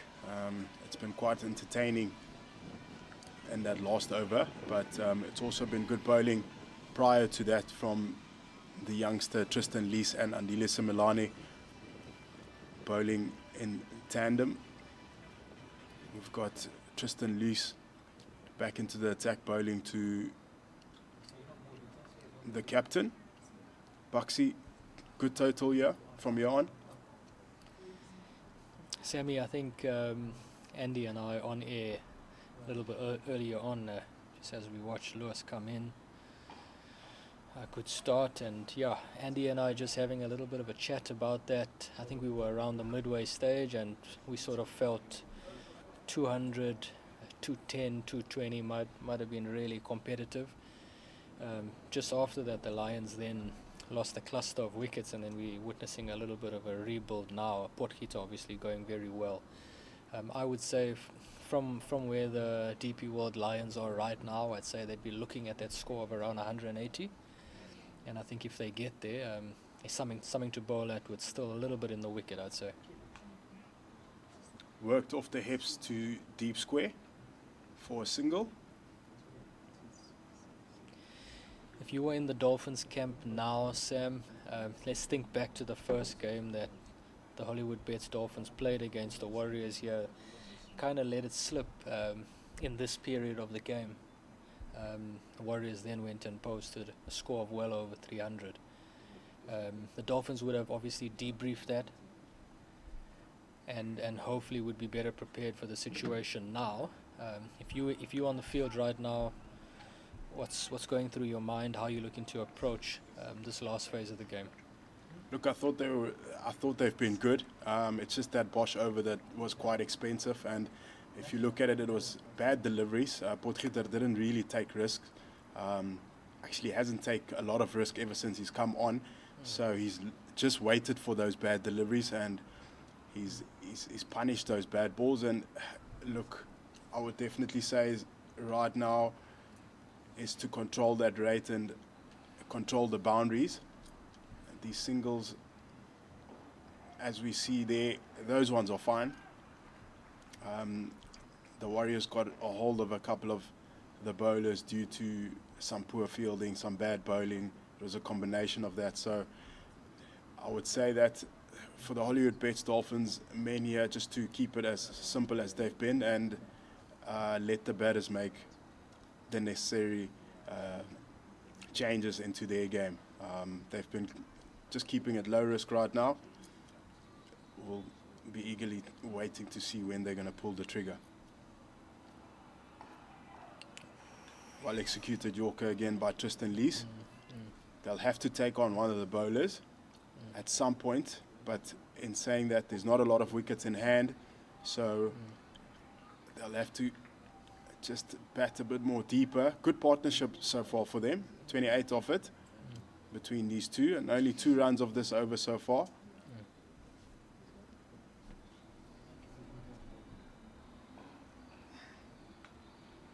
And that's a top spell by Tristan Lewis.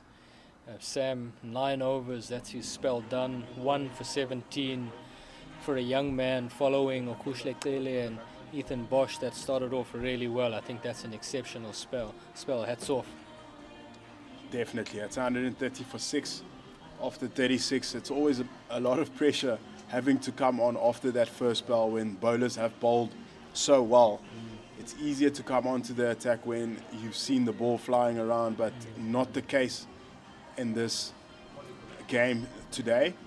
So he's really held himself together, and it's really been a mature spell from him, executing his Yorkers, good bouncer, good pace, good control and also being nice and straight. Didn't get hit square a lot, and if he did, it wasn't boundary options, it was literally towards his field. Yeah, I think that's a great point, Sammy. We look through that spell, he's only been hit for the one boundary, just strayed a little bit in line, and he was cut for 4. But saying that, we have a bowling change here at the Umgeni end. Ethan Bosch out of the attack after the last over, and Okushle Tele running into Delano Potgieter. Good intent with the running. He was always looking for 2 there. Just the way that Delano Potgieter is hitting the ball, he's not just looking for 1, hitting that ball quite hard to the sweepers. And as I said, yeah, the running has been good, and that's what they'll be looking to do. And knowing Potgieter, he'll just be waiting for that bad delivery. As we see a tactical change here, Bryce Parsons going from mid-off to long on.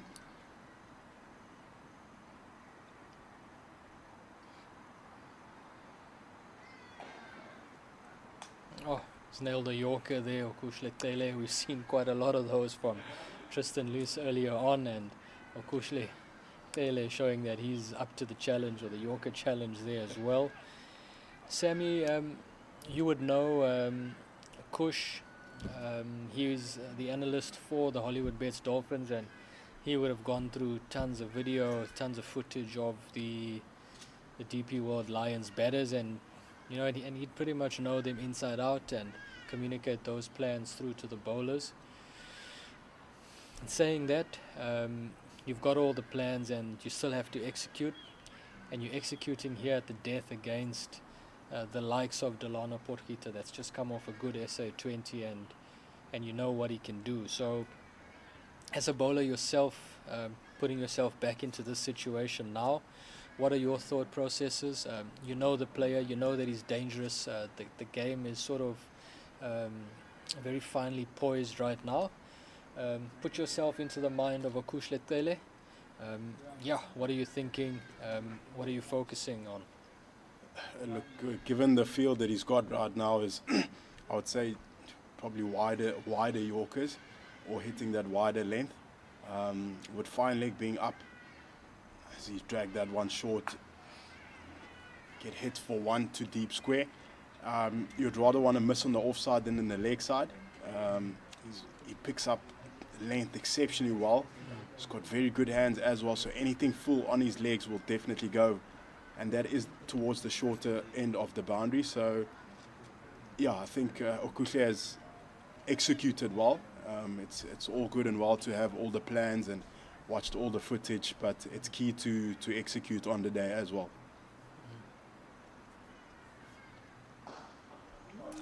Brilliant shot by 14. Okushle Tele has really got his field set for that back of a length delivery, Sam, and I think he's trying to nail the Yorker here, and 14 just up to the challenge, picks up the length so quickly, throws his hands through it, hits that dead straight down the ground for 4. Yeah, top shot that by 14. I think that you want to go that hard length with the field you have.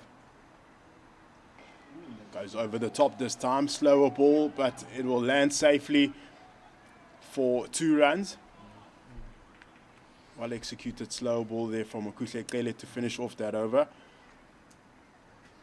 Good over for the Lions. The boundary always helps them, and much needed at the back end of the innings. I think Kush having that field set just for the back of the length and the shorter length, and he mentioned it earlier on, just that slower ball bumper. He kind of has a field set for that, and then he's just gone a little bit too full. I think let himself down at the end there, but nonetheless 141 for 6 after 37 overs. 6 overs left in it, Sammy, from where the DP World Lions are in now. What would you say would be a good score, a competitive score? Yeah, look, Bucksy, before you came on, I thought 150, but the way these guys are going on, they're going along nicely. You know, they're getting that boundary and over, which is crucial and key for them in order for them to put on a decent total. So I'd probably still say, as he works it down to cow corner for a single. I'll still probably say anything close to 170 here would be a good total for them. For the Dolphins to try and restrict them, anything under that, if not bowl them out. As Brendan Subryan, the captain, is coming around the wicket to Bjorn Fortuin. So Brian just taking his time here, Sam, making sure he's got all the fielders in the right places. As Fortuin is on the slog sweep here, you've got John Smuts under the ball and he takes it. Wicket, Subryan, wicket, Hollywoodbets, Dolphins. Yeah, as we see, it was on off stump. Bjorn Fortuin backed himself to clear cow corner. The ball just hang in the air, and the experienced John Smith with his buckets completes that catch, and that's another wicket down for the DP World Lions, and the Hollywoodbets Dolphins pick up another wicket, and that's the 7th wicket down. 142 for 7. Fortuin left for 13 of 19 balls. Just looking at that shot in picture right now, Sam, Zondo and Smuts in conversation. How much could they tell you about cricket? There's a lot of cricket being played between those two men. A lot of stories that could be told, and it's always nice when they're practicing after practice and you sit down with them and you just listen to their stories as well, which is good. And we've just seen in shot there as well, Darren de Pavlon, and I've seen that quite often today, Sam, where the Dolphins players that are not actually in the squad list for today, just walking around the field and communicating to the guys on field. It's a couple of overs ago. Oh, there we go. It's in shot right there. Darren de Pavlon just, I'm sure, sharing plans from the head coach Quinny Friend and from the Dolphins camp just around how to approach the last phase of the game. Earlier we saw Marcus Ackerman just on the boundary having a chat to Kaya Zondo and John Smuts, and I'm pretty sure they're discussing tactics here, Sam. Yeah, you can see just the hand signatures tells you everything. Boshi signing there into the legs or whatever, so there's definitely cricket conversations happening, which is always healthy. So we see the seam bowler Cody Yusuf coming into bat. Job to fulfill here with bat in hand. Brendan Subryan has changed his angle of attack as he's coming over the wicket, making sure that all his fielders are in the right angles and at the right places before he starts bowling. Oh. So often starts like that, Soups, doesn't he? New batter at the crease and just quick, flat Yorker length at the stumps. Classic Soups. Oh. Just once again firing it in at the stumps. Just rushing through the over as well. Yeah, it takes his time to set the field, and then once he gets going, it just rushes you at a batter. That's the experience of Pernell and Subryan. You look up, next thing you see there's only one ball left. Not a lot of runs being scored on the board.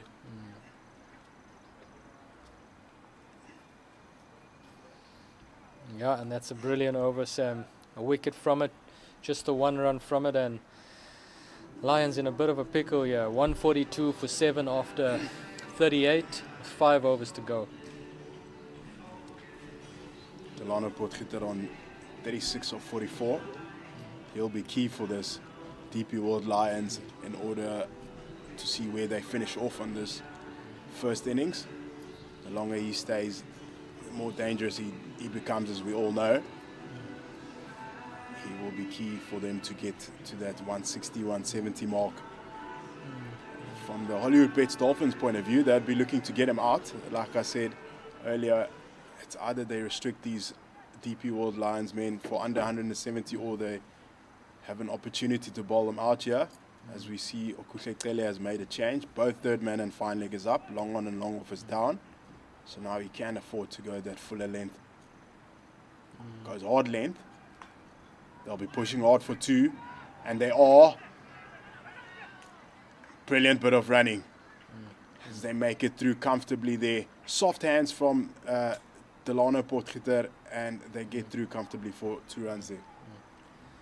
I think that's excellent running by the Lions batters, and with the third man and the fine leg up now, Sam, I think we're going to see a few more cutters than normal. We've got the long on and the long off down on the boundary, and yeah, definitely Kush is going to take pace off here. With that pace off, it gives Potgieter just that option to work it into the leg side. That's open, and then they're going to look to run hard as he's on the pull there behind square, and that's a 4. Slower ball, pace off there, Sam. He's dropped the length. Potgieter is obviously seeing it really well. He's picked that up, and he's just placed it perfectly behind square. 100% with that angle. I don't know how far more can deep square go behind, but yeah, probably a touch too straight from Okuhle and Delano Potgieter just helped himself with a boundary there, working it around the corner with that pace. 6 of the first 2 balls. Cut hard this time. A lot of work to be done by the sweeper, and he does. They get through for 2 runs. Already an expensive over. 8 from it. Kuhle just taking pace off the ball, as we can see here, Sam, but I think he's just getting his length wrong a bit. I think it's just too much on the shorter side. I think if you're going to bowl that short length on the cutter, it's got to be a proper slow ball bumper. If not, you've got to try and just be just a little bit fuller. He's got his protection out straight, and he's opted to go for the Yorker, and Potgieter happy to just knock that down for 1.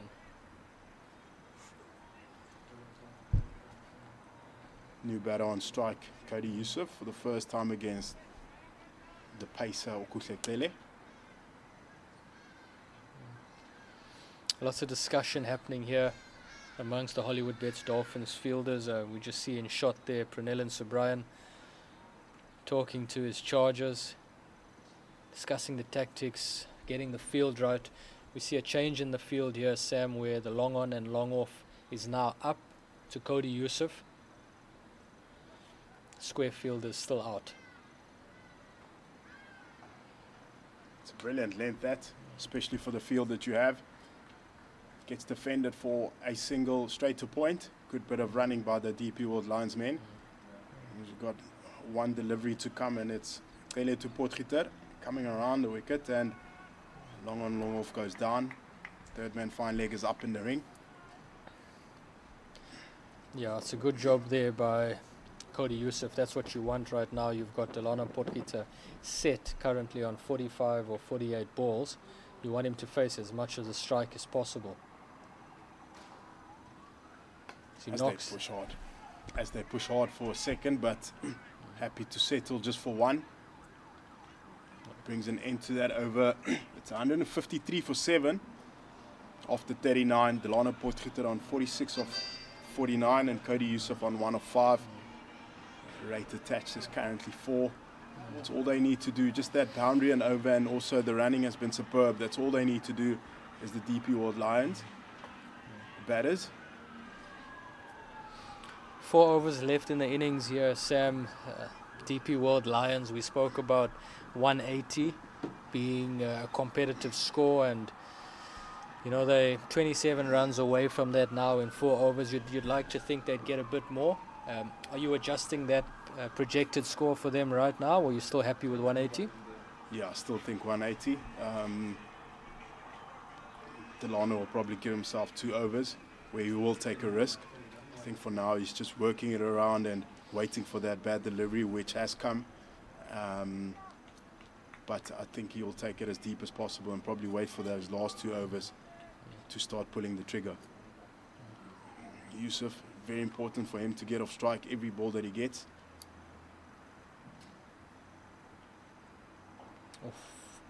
So Brian just firing that one in once again. You know, you don't often see the spinner being able to nail a Yorker like that, Sam, and that just shows the experience and skill. He's been around the block.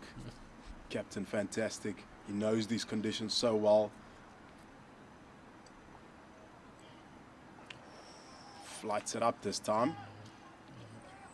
Yusuf has a push at it and it goes straight to extra cover. Similani gets that dot. They'd want to squeeze a couple more dots here. Outside half of the bat. Will it run all the way? And it's a good chase there, but unfortunate that it went back with him is Jason Smith. He pulled it back into field of play, but then it hit his arm and then it went back and followed him over the boundary. As we see that chase, flicked it back and unfortunately went over the cushion with him. And there is that boundary that I've been speaking and over that they needed. They'd be happy with that is the DP World Lions.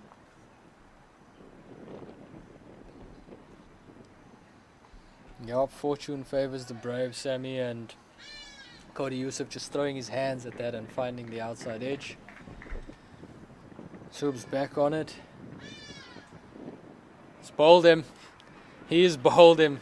Cody Yusuf played all around that. Just shimmies down the wicket a little bit. So Brian fires in that Yorker once again, and that's another wicket for the Dolphins. That's what makes Sir Brian so dangerous. That arm ball of his is so quick. As you come down the track, as we see, it's a well-executed Yorker there. That is bowled to perfection. And that's Sir Brian's fourth, Sam. 4 for 39 in 6.5 now. Good spell there from him, especially given the way that he started. They really looked to be aggressive against him, Bucks, and they did take him down. He opted to take himself out of the attack, and then he's done a fantastic job in his second spell, and he's picked up 4 here. It's really a mental game when it comes to that, especially also being the captain. You can always just hide yourself and look at the other options around you and be like, okay, cool, that's me done for the day. But instead, he's taking it up on himself and brought himself back into the attack, and he's put his team in a very good position here to bowl these guys out or restrict them for under 180. So 1 ball left in his spell, Sam. He's on 4. He doesn't get a wicket in the next ball. Still on 4. Could still bowl another over. If he's the captain of a schoolboy team right now, he's definitely giving himself another over. Captain of the Dolphins, professional cricket. Does he give himself 1 more and get the 5? Or you're going back to your seamers to finish off? Look, I feel like he's been very economical in this since he's come back now in the death overs. Yes, that it was unfortunate for him in this over to get that outside half of the bat, and it went for 4 runs. But he's kept the DP World Lions batters quiet here towards the end of this innings. So I would certainly say that give himself another one, and also try and get that accolade for himself as well. And with that wicket, bring Taba Peter to the crease. Now he's hit the ground running, hasn't he, Sam? Immediately playing for South Africa, showed his skill and his control. It's difficult to bowl leg spin, but he's been fantastic so far. Slower through the air. You'd think that he was going to dart in his Yorker to the new batter, but he doesn't. They're happy to give the strike to the new batter, and it brings an end to an eventful over, as it's 6 off it and a wicket. It's 159 for 8. Delano Potgieter on 47 of 50, and Ngaba Peter just walked in as he's got 1 of 1.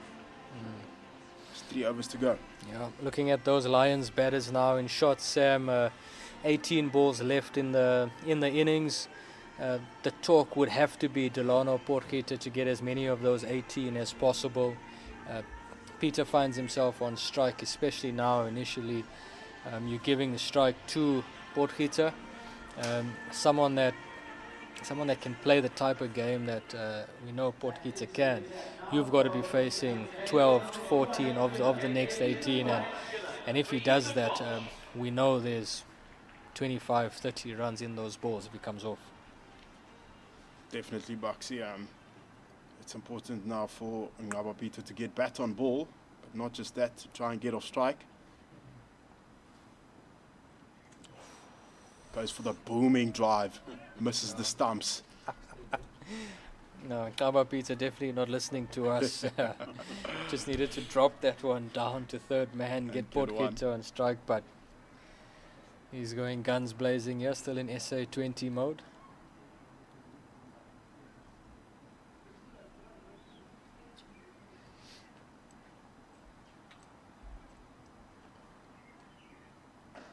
Goes over the top, backs himself. It'll just plug into the surface as we've got a lot of rain over the past 2 days. Any other day, that would have been certainly 4 runs. Backs himself as Peter, as we see there.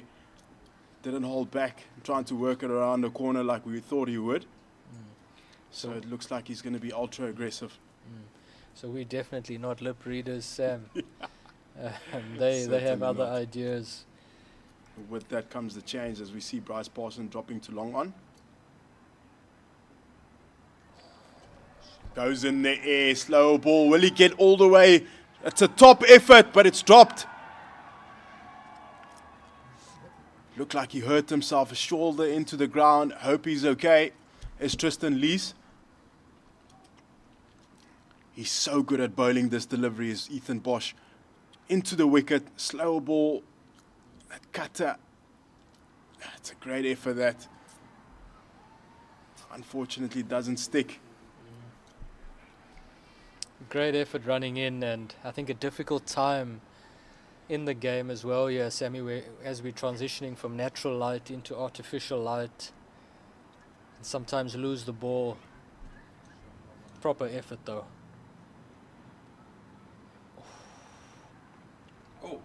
Poor bit of fielding that finessed by Delano Potgieter. Just used the pace and great bit of fielding there in the deep by Tristan Lees. The youngster really throwing his body around. Could have been easily 4 runs, but that's top fielding there from him. But a bit of poor fielding in the earlier stages by Jason Smith there at point. Potgieter gets to his 50. Well played. Knock. He's really being the anchor of this team, showing his potential, not his potential, his class. We know what he's about. Bosch to Kaba. Sorry, to Ngaba, and he nicks off, and Tole completes the catch, and it's a half-hearted appeal because they thought it was a definite that it's out, but umpire Babs Nguma says that is not out.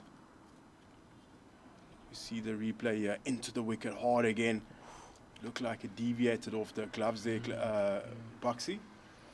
Yeah, another slower ball bumper there, Sam. As you said, Ethan Bosch just possesses that skill, and Abba Peter on the pull. Dolphins seem convinced, but umpire Babs just saying not out. The game continues. Kaba Peter in his crease this time. Frees the hands. He's caught that. He's caught that really well, and that's 1 bounce 4. Just to rub salt into the wounds there. Sammy has finished the over with a boundary, and that's the boundary that you speak of. The DP World Lions delivering that over by over. 41 overs gone, 169 for 12 balls to go. 180 definitely on. They should surpass that. I think the Lions batters right now would be looking at a score around 190, Sam. Yeah, definitely. Boshi not looking too happy after that delivery. Ngaba Peter smashed that over extra cover. 1 bounce over the cushion for 4 runs. As they gain a bit of momentum here. So Brian into the attack to Potgieter. Fires it into his legs. Straight to Cal corner. So Sub's giving himself the extra over. Can he get the fifer? Ngaba, we know what he's about now. He's definitely not going to hang around. Also, there's no time to hang around. There's not a lot of balls left.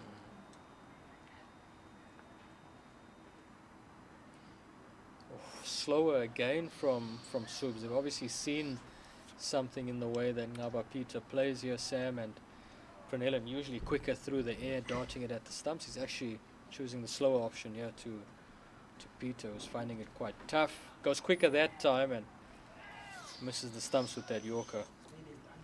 Experience, Buxy, experience, and Brendan and O'Brien again. First 3 balls, only gone for 1 so far.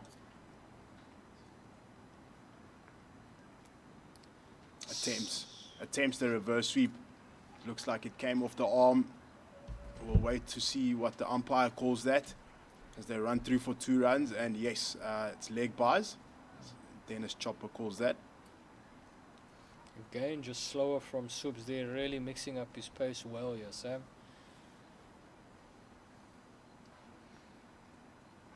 He's taking his time to get the field set and quicker again. The Lions batters scamper through for the 1. The Dolphins will be happy with that. Singles are fine. Anything around that score of 120, I think the Dolphins would be happy with that, Sam. Oh, so 180, sorry. Dolphins would be happy with that. Definitely agree with you, Buxy. Outside half of the bat there, and they get through for a single there. Massive ball. Smashes it down the ground. Straight down the ground. Work to be done. They can't get there, and that's 4 runs. That's the boundary that they were looking for.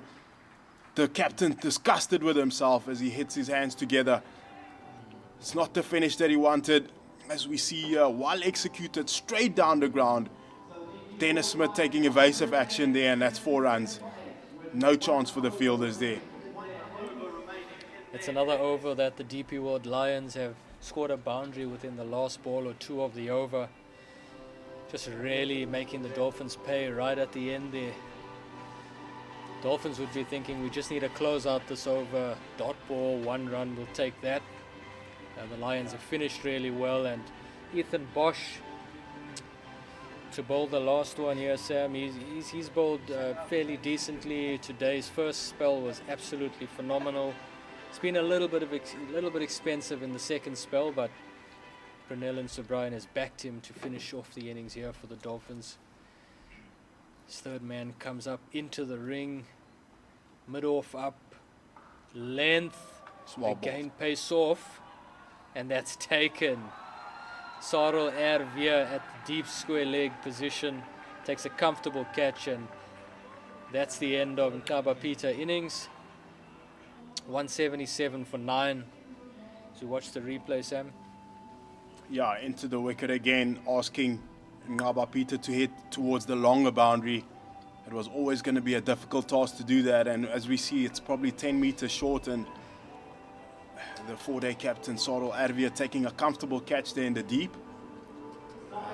Momentum keeps swerving around here in this game, which is always good to see as we see the debutant Zach Momberg into the batting strides as he'll be joining Delano Potgieter with only 5 balls to go.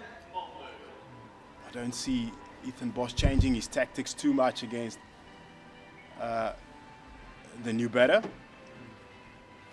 So we were involved in an academy match, Sam, October last year, where the Lions Academy visited us in KZN. Zach Momberg, one of those players in the Lions Academy, and just from that experience we know he can hit a long ball. We'll hit it downtown, we'll hit it over cow. He's a big boy, he's a strapping lad, and I think the situation's perfect for him right now. I think he'd quite enjoy this as well. I personally think they sent him in too late, to be honest. Yeah, like you said, Buxy hits a long ball when he gets going. Not on this occasion. Blocks it for 1. Great bit of fielding by Jason Smith. A couple of tactical changes been made by Ethan Bosch as a long off has come into the ring and third man is out. So the DP World Lions batters playing mind games with us here, Sammy. We thought Peter would try and get off strike and Momberg would absolutely tonk it. But Momberg looking for the 1 to get Potgieter on strike. So I think let's just watch the game and ducks that 1 instead of attempting to play a shot, especially looking at where fine leg is. You get bat on that, there's definitely certainly runs. Fine leg is very, very square there. There's almost like he's behind square leg. He's almost like a deep square. There's also a square leg now, a deep square leg, sorry, and then they put in a cow corner, no mid wicket. A little bit deeper in the crease there, Momberg. Oh, slower ball. He's missed his length on that occasion and he's managed to get that away for 4. Oh, Bosch.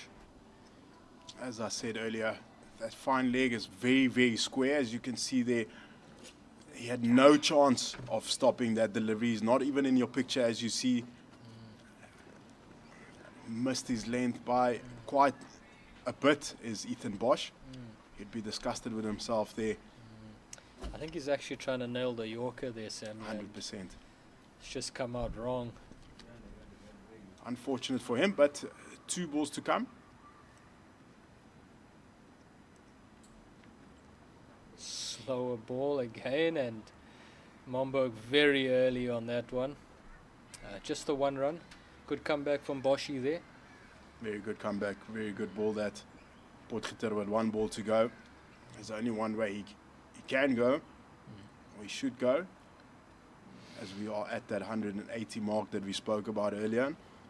They would feel, the DP World Lions would feel that they've got the momentum going into the second innings, which is always key in a match.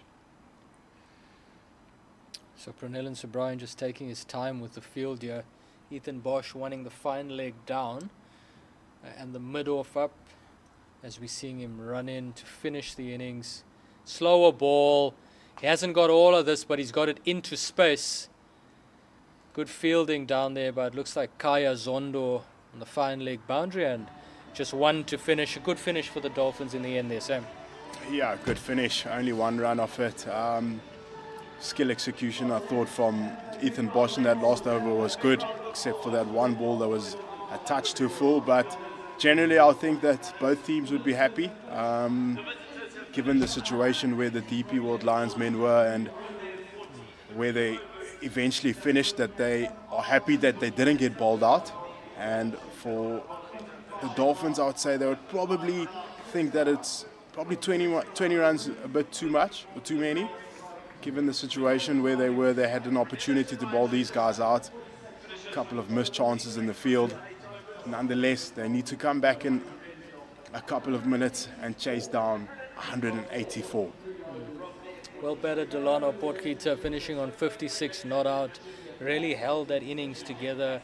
Sam, I'm sure the planning would be for him to come in at a place where he can just play freely, be himself and play his natural game, and he's actually had to come in and rebuild, knock the ball around, and we see that he's done that so well. That 56 not out goes a long way in getting the Lions to that score of 183, which I think would be competitive. They're still going to have to bowl really well to restrict the Dolphins, but there's runs on the board.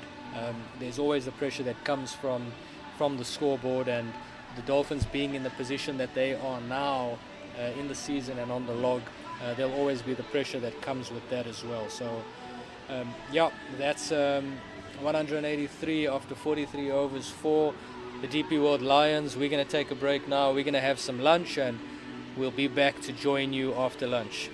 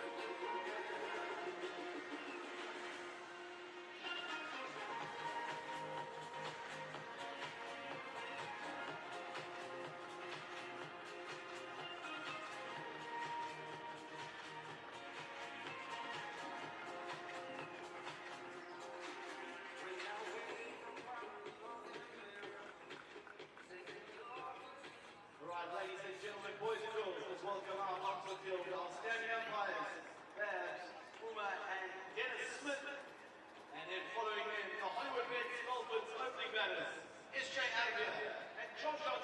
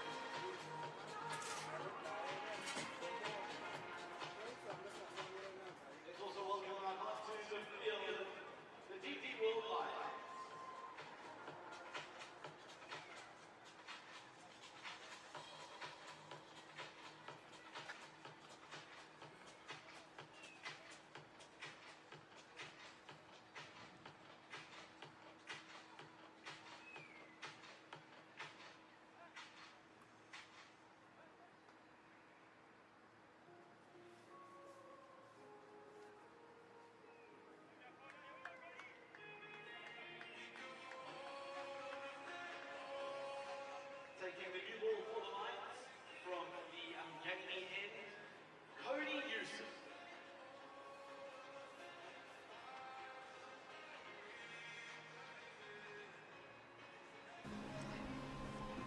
Ladies and gentlemen, welcome back as we are about to get proceedings underway for the second innings.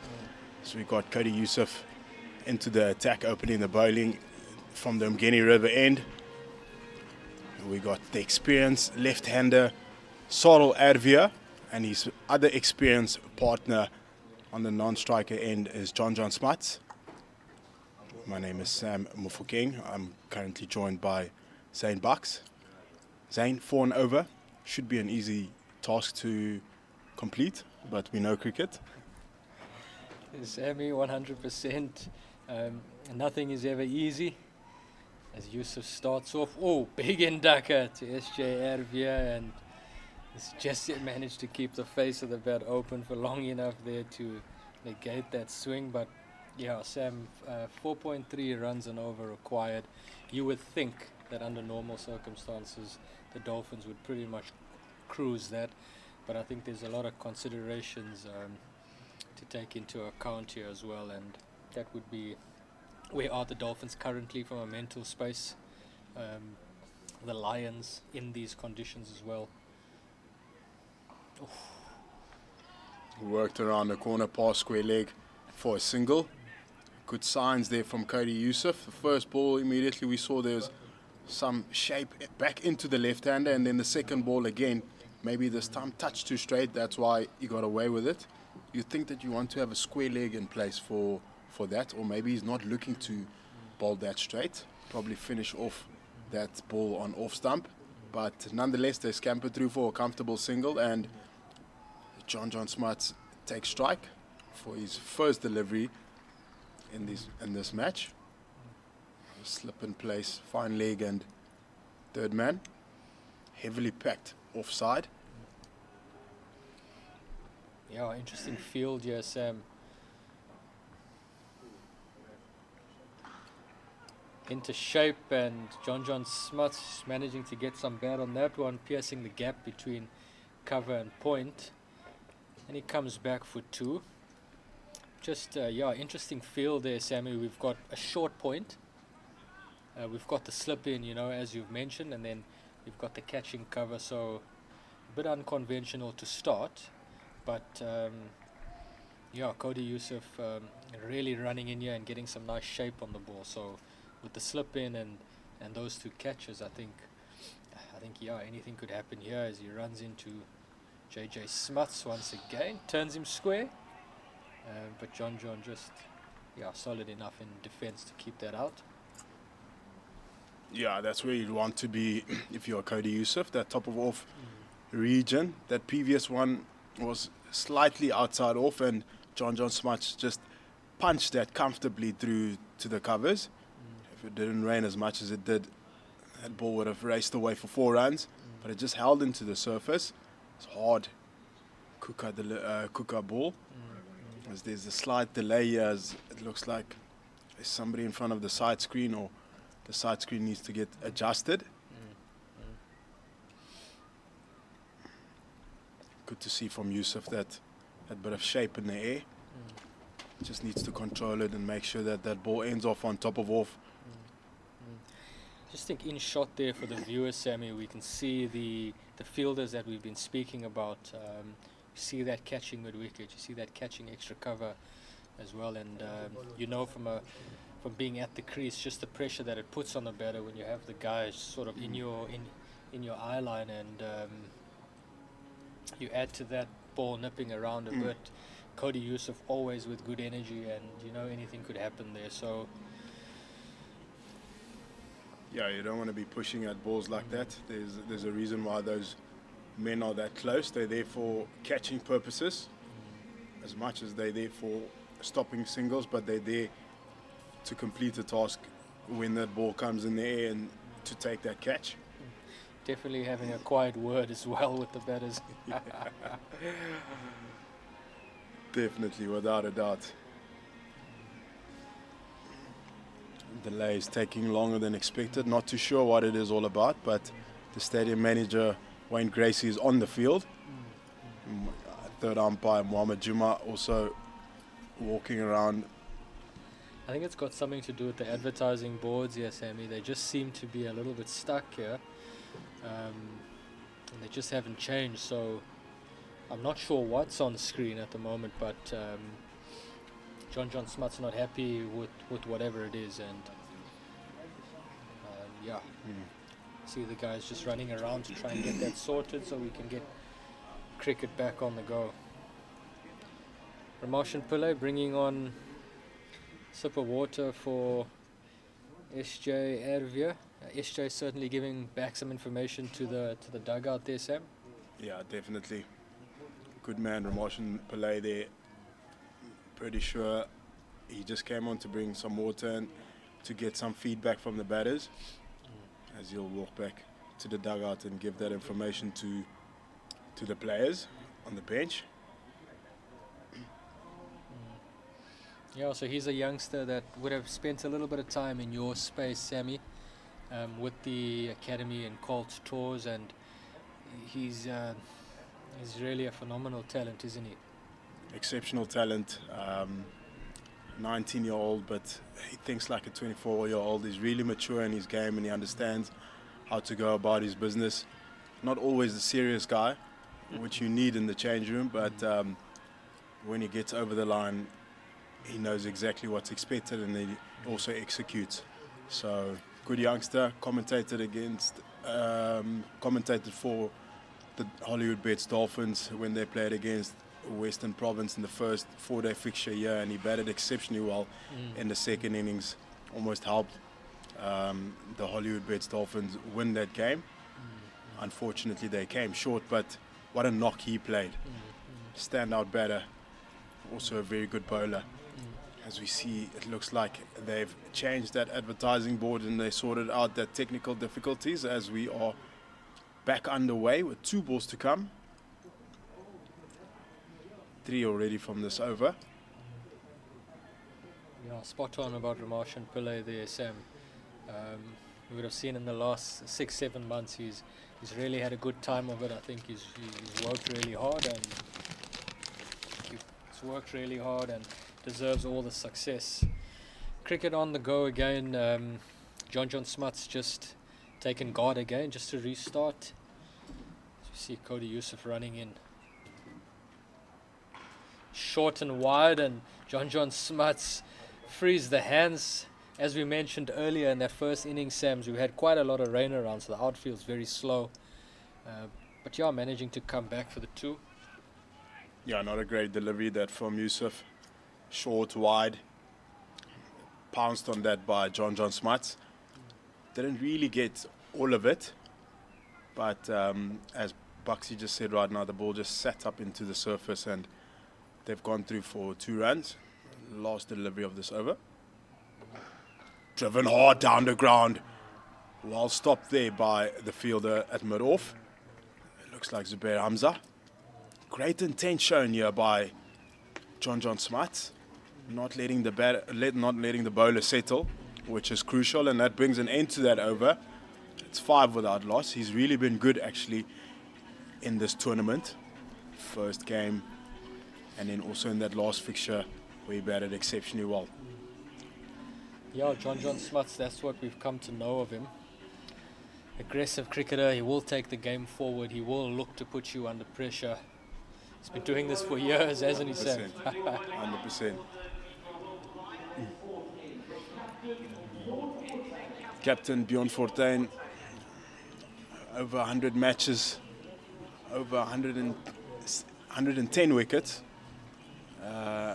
Really a quality bowler. He's best for 5 for 34 against the Titans. South African Protea player, as he's brought himself into the attack against Sarel Erwia. It should be a good matchup. We've got long on and Cal Corner out. Mid-wicket is quite straight. 2 very experienced cricketers going head-to-head here. SJ taking his time, Sam. Big on the routines, big on the mental side of the game is SJ. Out of the 2 batters here for the Dolphins, he'd probably be the guy that looks to bat time. And then we'll have John being the aggressor. Good start by Fortuin. Accurate as ever, wily character. Just also experienced. Played a lot of white ball stuff of recent for the Proteas, and he'll be bringing that experience into the game today. Good start here from the captain, as Sarel Erwia has found the fielders on all 3 occasions. 3 dot balls here.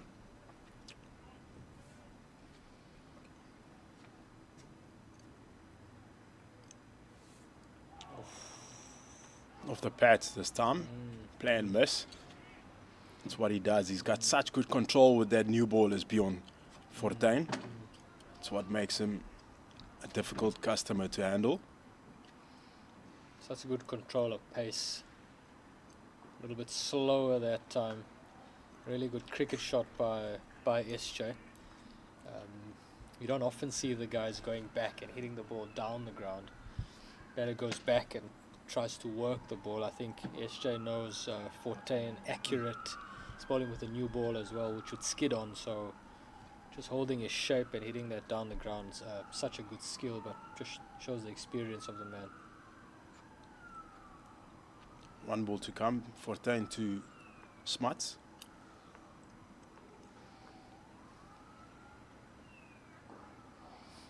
Work down the ground too long off for a single. They'd be happy with that single. It's only 2 from that over of Fortuin, which brings the score for 7 without loss. Good start so far by both the teams, as we're going along nicely in this Momentum One Day Cup. If you're in this discussion right now, Sam, as a Dolphins player, what are you thinking? How do we play Fortuin? Are we prepared to just knock him around? He bowls his 9. He goes a 3 and over, but he's not taking wickets. And then we look to score off some of the others, or do you look to be aggressive against their more experienced men, like the Lions tried to do against the likes of John and Pranellan? Yeah, look, for the Hollywoodbets Dolphins, I would say that wickets is more important, so I would rather say just work him around.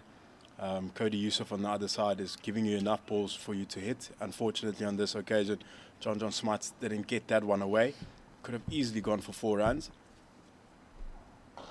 As we see there this time, he overpitched it. Could have been 2 boundaries in the over. So, yeah, look, it's always high risk to take on a guy like the experience beyond Fortuin, but there is rewards like we've seen when they took on Brennan O'Brien. After 2 or 3 overs, he took himself off, so it could work into your favor when you do decide to take him on. Personally, I would say rather take the seamer on and work beyond Fortuin around.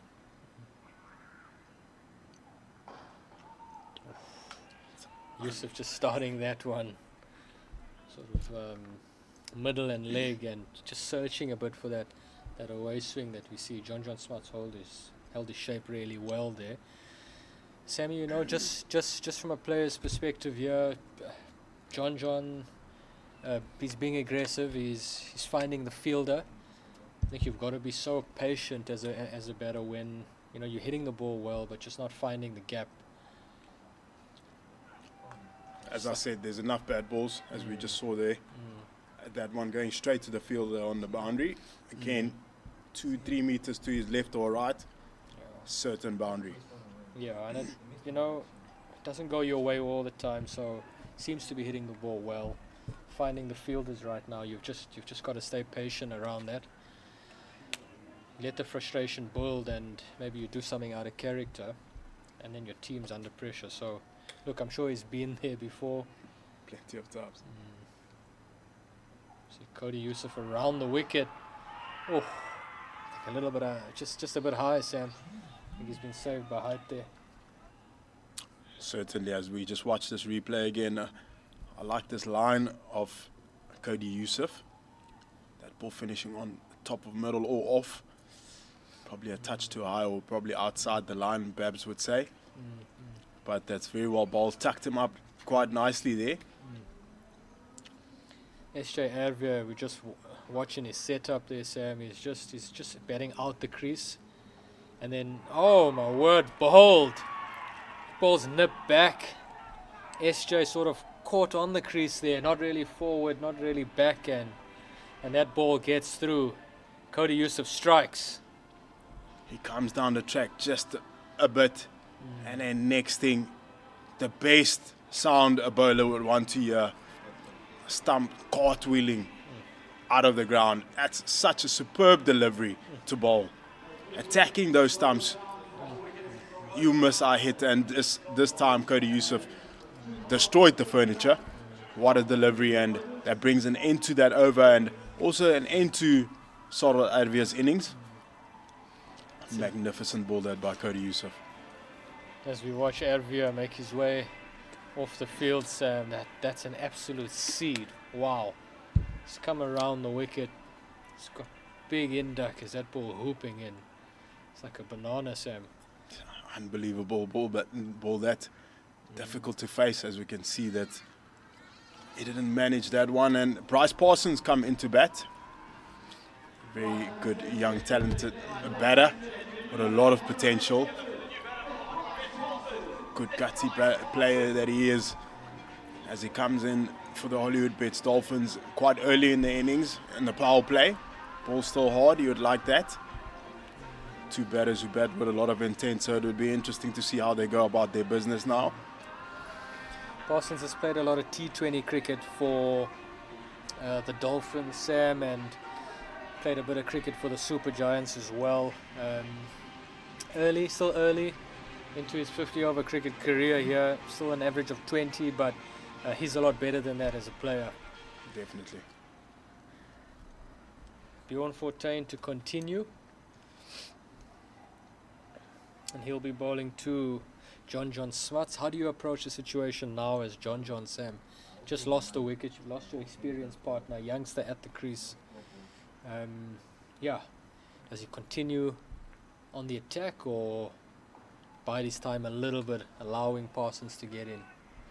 I don't think anything changes. I mean, the way John Smuts' intent has been is purely because of the bad balls. You know, they've offered him a lot of balls to hit, so he's not looked for anything risky. He's just made those bad balls count. So in this over, just trying to find that long off fielder, get off strike, get Parsons to face that ball. Just like that. quicker that time by Fortuin, and Smuts up to the challenge. I think the one thing about John so far in this inning, Sam, like we're seeing good intent, but he's looking to hit the ball down the ground. Low risk cricket. As Parsons is about to face his first delivery of this innings. Fortuin to Parsons.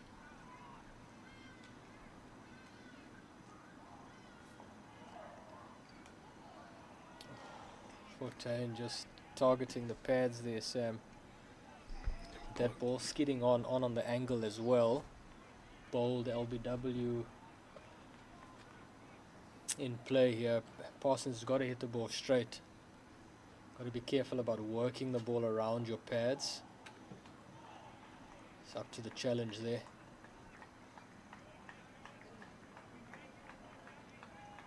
Bjorn has been good so far.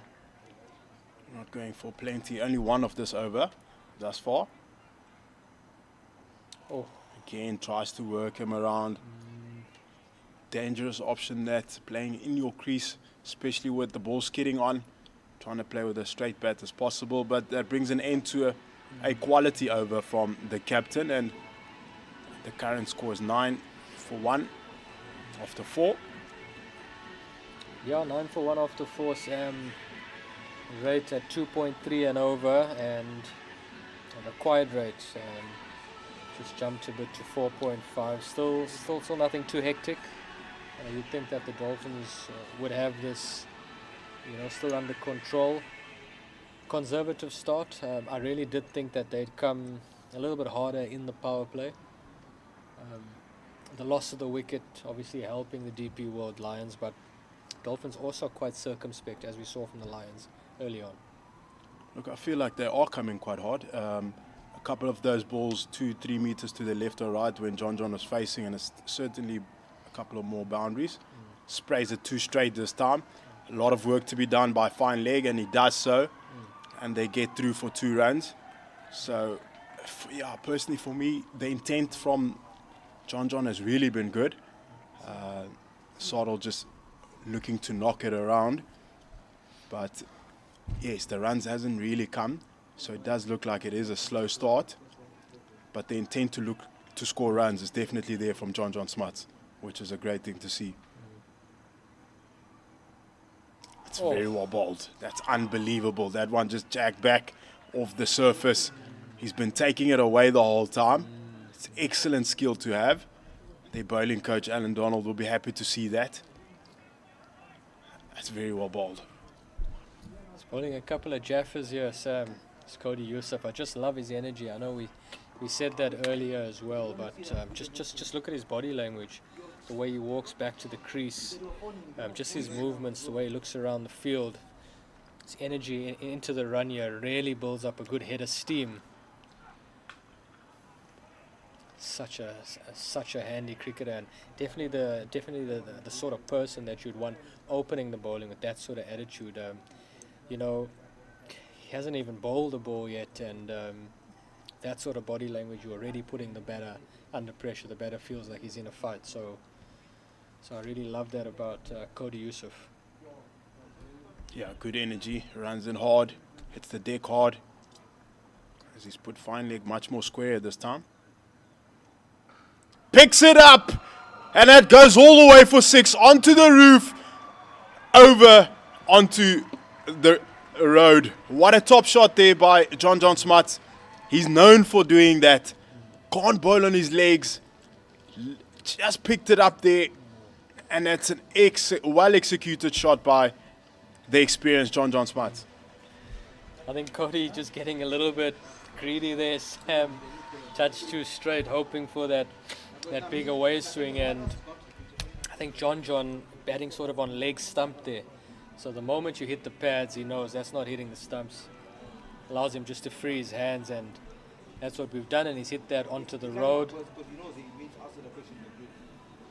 As you see, third umpire Mohamed Juma coming on to bring on the spare balls here.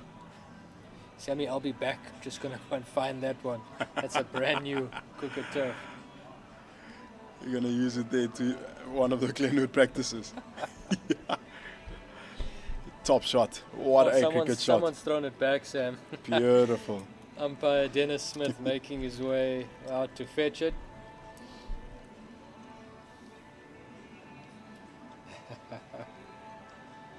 Yeah, I was about to say that he's finding his rhythm now, finding his groove, that energy there on top of off, hitting that hard length, not giving John a lot to work with, and then on that occasion he went a touch too full, touch too straight, and he paid the maximum price of it. And he still adjusts his fielder, and it looks like mid-wicket is going to short fine leg, and they'll have a deep square who is on square. A touch behind.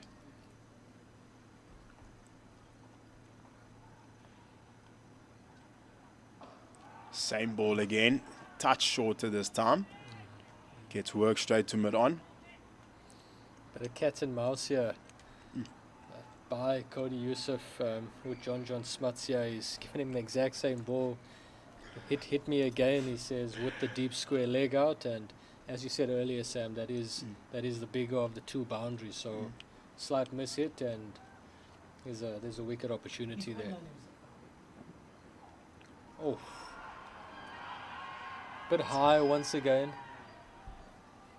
Umpire Baz and Kumar just saying not out. John is a big boy, isn't he, Sam? And that's hit him quite high up. So that's the length that you're looking for. As we see that line, especially with the surface right now, ball's just skidding on, so it comes on a touch quicker. It's very well bowled that by Cody Yusuf. Good finish after that big six onto the road. Brings an end to that over at 17 for 1 after 5 overs. Yeah, good over for the Dolphins. That's helped the rate a little bit, Sam, up to 3.4 now. As we see Fortain into Parsons. Parsons has just got to be careful here, Sam. I know we spoke about it in the last over. He's got to try and play as straight as possible here. Fortain's not going to bowl 9 on the trot. But you've got to make sure you get through this spell just with simple cricket. Great bit of fielding there by square leg. It's good from Esterhuis in there. Saved a certain probably 2 runs. There was someone behind him, so you'd have covered that. They get through for that single. Parsons gets off strike. Brings John on to face right now, and they put in a slip for him.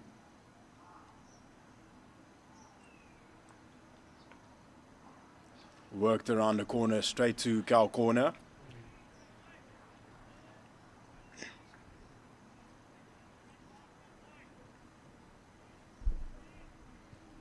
Comfortable single there, and so we're halfway through this over.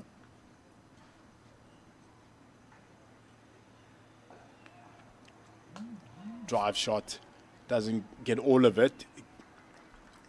Mid-off comes around to pick it up on the circle as Zubair Hamza for a single. That's all you need to do against Bjorn Fortuin. Work him around, as I said earlier, Baxi.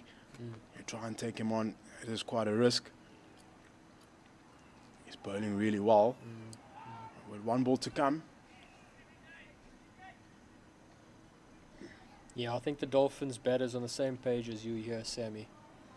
They're going to look to knock him around. He'll bowl an opening spell, and then they'll look to capitalise off a couple of the change bowlers. As we see John just knock that one out to cow corner for 1, and they'll be happy with that. 100%. It brings an end to that over. It's 21 for 1 after 6 overs.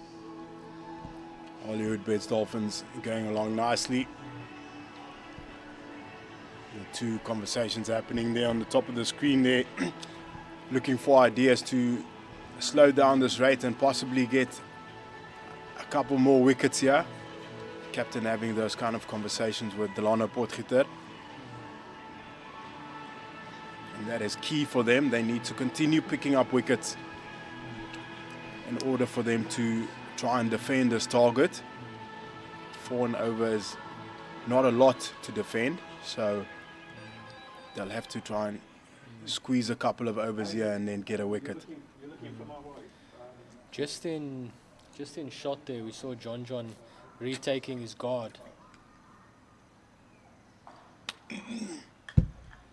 He's going 2 guards middle stump. And it looks like he's setting up with his back foot on middle, and then he's taking leg stump as well for his front foot. So the Lions batters are looking to attack the stump. He's actually getting his front foot out the way.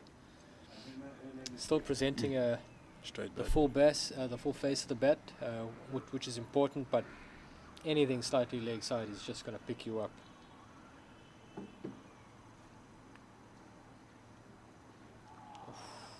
It's well bowled. Not a lot of feet movement on that occasion. It's well bowled there by Cody Yusuf. These first 2 balls, he's really been on it. He's taken slip out. He's really got to be consistent here, Sam, with his line. John showing him the stumps, but he's got to keep hitting the stumps. You've got third man out on the offside, and then everyone quite close, and we've got those 2 catchers on the offside. So just a little bit of width. You get it just wrong. John frees his hands, and he's got a boundary through the offside. So Cody Yusuf's got to be really accurate here at the stumps. Goes there again. Fielder just watches it sail over the fence for 6. That's all he's done. Waited for that bad ball. In between, anything has been really good. He's been hitting the stumps, as we've said, quite hard on that hard length. But this time he sprays onto the legs. And John helps himself with another maximum. Yeah, it's right into the hitting arc, isn't it, Sam? Those pickup shots from John are one of his strengths, and like we said earlier, his front pad's out the way. It's quite easy for him to just get his hands through the line, pick it up, and that's another 6. Straighter this time, timed exceptionally well. He's really been hitting the ball cleanly today, which has been good to see. He's not looking for one. Buxy's really looking to get that boundary against the seamers, and then against the spinner we've seen him just work his magic and try and find the one the whole time. But against Yusuf, it's been dot, boom, boom. That ball just skidding onto the bat of John Smuts here. Fuller smashed, but once again straight to the fielder. I think that's Connor Esterhuizen doing the fielding at extra cover. Really loving the intent from John. It's something that we've become accustomed to, Sam. We know he's going to play like that. It's always just so exciting to see when we're seeing it live. Slower ball at that length would really be good. John again showing his stump, Sam. Picked up once again, this time behind square leg, and that's another 4, and that brings a close to the over. 2 boundaries from it. As we watch the replay, 2 straight once again, and John, that's just his bread and butter. Yeah, not consistent enough from Cody Yusuf. Not hitting that hard length as consistent as he would have wanted to. Those 2 balls that were overpitched on his legs disappeared for a maximum, and on this occasion it went for 4 runs. It's 31 for 1 after 7. Parsons on 2 and Smuts racing away on 27. And we just want to see if Bjorn is still going to be bowling or if they've made a change. It looks like Potgieter will be bowling. Yeah, it's Delano Potgieter. That must have been what that chat was about, Sam, at the end of the last Fortuin over. We saw Bjorn Fortuin and Delano Potgieter in conversation, and probably would have been around, does Fortuin go one more? Does he just hold for now and get Potgieter on strike? And that's obviously what they've decided to do. Potgieter coming around the wicket to Bryce Parsons. I think similar sort of plan. He's going to attack the pads and he's going to look to get through, hopefully a bowled or an LBW. Interesting though is he's got a deep point out, Sam. as well as a deep square leg. Exactly that, just stumps from the start. Look, he is slower than the other bowler, than Cody Yusuf, so he has to hit the stumps, or he has to be tighter, mix up his pace as well, and he's got a short catching. We saw the ball holding up onto the wicket earlier. A couple of catching opportunities there at short catching. It's well bowled. You just look at this field, Sam, and you've got a catching mid-wicket and no one behind him. Right, deep square legs out behind square. You've got mid-off that's well off the ring, and then you've got extra cover that's, mid-wicket that's well off the ring. So I think the Lions bowlers know if they attack the stumps here, Bryce Parsons tries to clip it off the pads, there's always risk involved, and they're willing to take that chance. It's a good start here from Delano Potgieter. Great disciplines. Just shows when you're hitting the stumps, the ball will go to mid-off, extra cover, and mid-wicket. It's found those fielders the whole time. From Parsons' perspective, yeah, he's just got to play nice and straight. Knows the ball will hit his stumps. A little bit of width on offer there, and slap that off the back foot. He's hit that well in front of square for 4. That's an excellent shot, Sam. Found that gap, pierced the two fielders. A little bit of width, not a lot, just enough for him to free his hands. That's all he needed, and that's 4 runs. And that is very, very, very good placement. It's important, like you said, just to stay patient, as he's been bowling well thus far, but that slight loose delivery, Bryce Parsons pounced on it. 2 straight this time, down the leg. Umpire Dennis Chopper Smith calls that one a wide. Parsons not happy in shot there. Feels like he's missed out there. You've got the 45 up, fine leg up, so a little bit of bad on that, and he's probably got another boundary in the over. Take the wide. I think you made a good point earlier there, Sammy, just about Delano Potgieter's pace. Not as quick as Yusuf. So that back foot slap that goes through that extra cover area is sort of case in point there. But yeah, Parsons again, he's got the boundary for the over. Going well on the rate. Good over so far for the Hollywoodbets Dolphins. TP World Lions would be looking for ways to get through this partnership.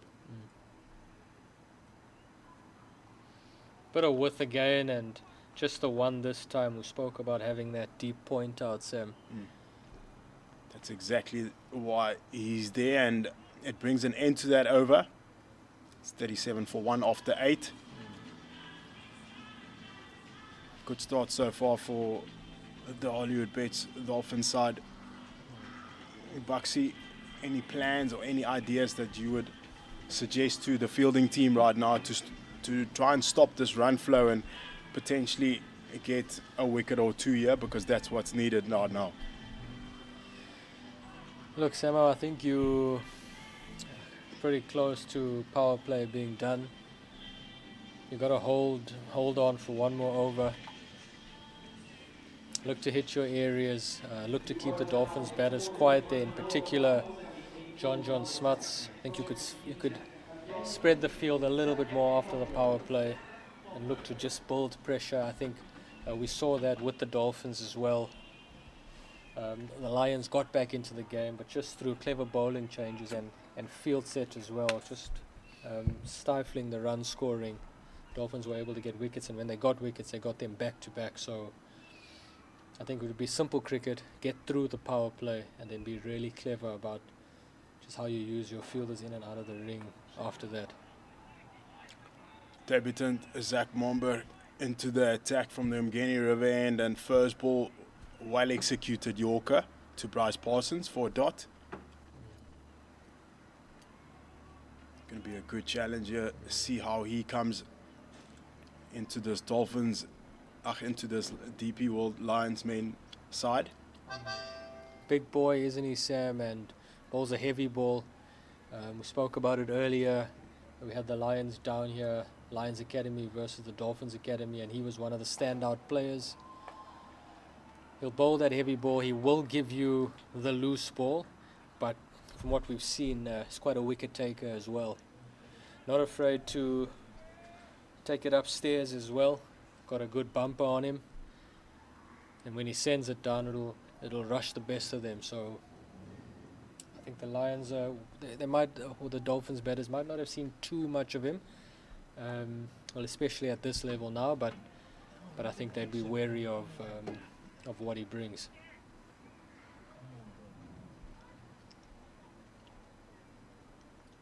Certainly agree with you. Overpitched on that occasion.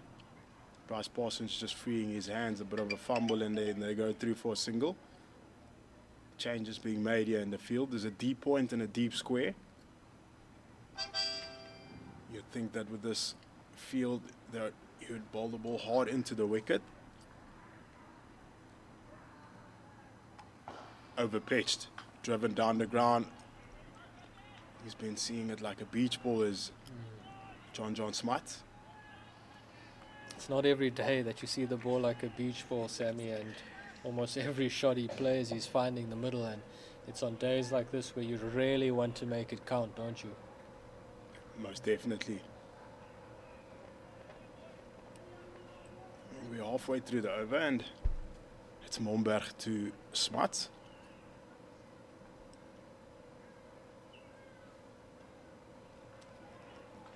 Missed out on that occasion. Too straight, too short. Got away with that one. Fortunate for Momberg, that's a dot. Yeah, most certainly got away with that one. John Smuts, like we've said, he started so well. He's just got to make sure that he resets every ball.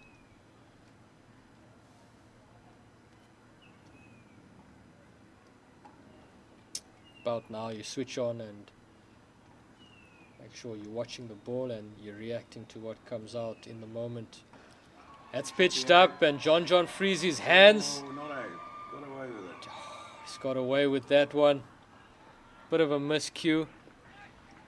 It's come back for two. Zubair Hamza putting in a proper effort there to try and get to the ball, but unfortunately it wasn't to be. Didn't get all of it as John Smart. He would have wanted to hit that much more flatter. Probably got the toe end of it, and that ball skied and stayed up in the air for quite some time as they ran through for 2 runs there. Play that shot in the high felt, Sammy. That's 10 rows back. Welcome to Durbs. 6 all day long. Full again, and the big experienced man takes on that single. Does he make it? Yes. Bab says he is safe. Turn back the years. Roll back the years, sorry. Oh, as he takes on a quick single here. Slower ball. Well executed by Zach Momberg. Great bit of fielding. 3 stumps to aim for, and he hit one of them, but umpire says he's safe there, and it brings an end to that over, and it's 41 for 9 after the first power play. I've got the legendary commentator Andy Capistano with me. Andy, good start so far for the Hollywoodbets Dolphins. Not so much of the legendary, please. People will think I'm about to shuffle off. I should just correct you. You said 41 for 9. You meant 41 off 9. 41 off 9. Don't want to worry Dolphins fans out there. Yeah, remember they're chasing a modest total of 183 for 9. The Lions were put into bat. Good half century from Delano Potgieter, the man who's bowling now. And if it had not been for him, they really would have battled. Whew, beaten for a bit of pace there by the looks of things. So that 9 overs is significant. That's the end of the power play. And then I think we've got another 26 overs, and then the last 8 will be the traditional 5 men on the boundary power play. I think the Dolphins will be hoping that it doesn't go quite that deep. I think they're playing an early card here. They're trying to win this game easily. Or quickly is the word I should have used. Yeah, definitely agree with you. Flicked off the legs. Man on the deep gets around as they run for 2 runs there. Definitely agree with you, Andy. Looks like they're trying to get ahead of that rate. There's potential that they could be probably chasing the bonus point, but for now, probably thinking just to get that win.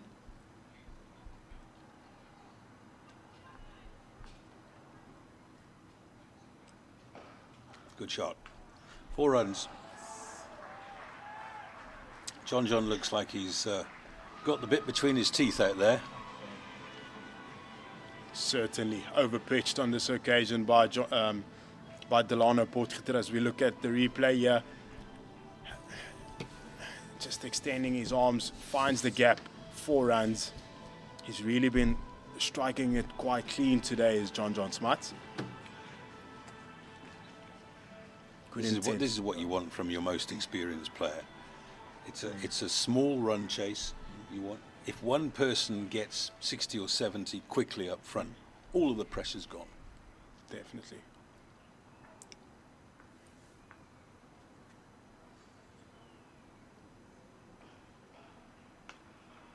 Good bit of cricket that. After the boundary, finding that single, work to sweeper.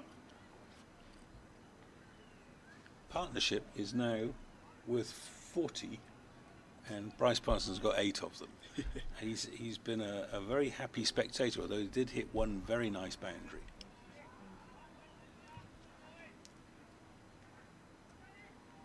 As we see deep point this time going to sweeper, and they have a conventional point.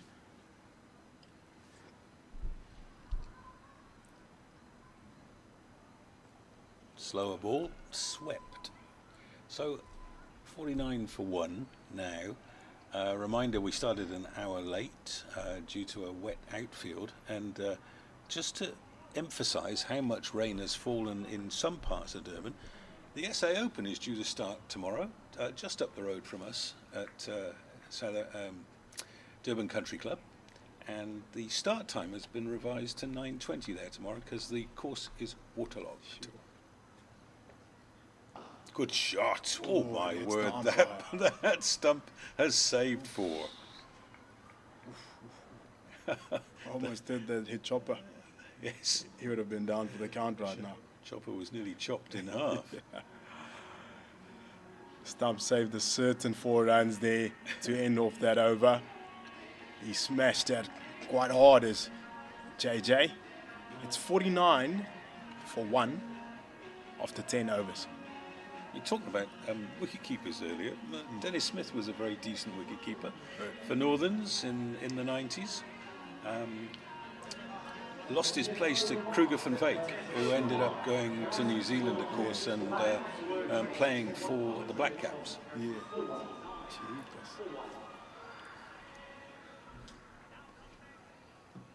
So yeah, those golf fans out there, 9:20 first ball will be struck, and they'll be hoping there's no more rain tonight, but I believe there is some predicted. Momberg around the wicket, slightly straight on that occasion. Worked around by Bryce Parsons, and that brings up the 50 for the Hollywoodbets Dolphins. From 62 balls after 45 minutes, 3 4s and 2 6s. So did I hear you say it's Zach Lombard's debut today? Zach Well, Lombard. congratulations to him.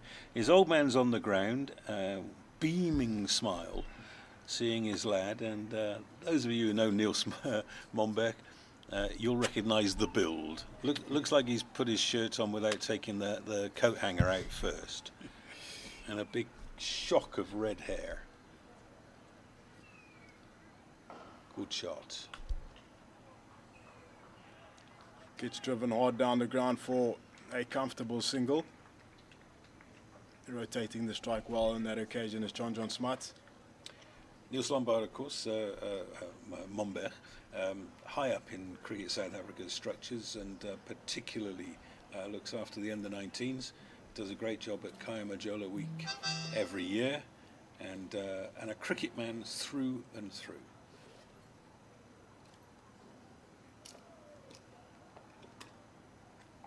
for bowled. Slight movement away there as we see Bryce Parsons getting squared up just a bit. Good hard length. Two different games of cricket going on, aren't there, depending on who's facing, because everything is coming out of the middle of John Smuts' bat.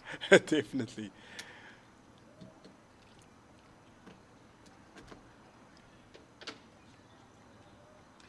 .133 to win now. 4 and over.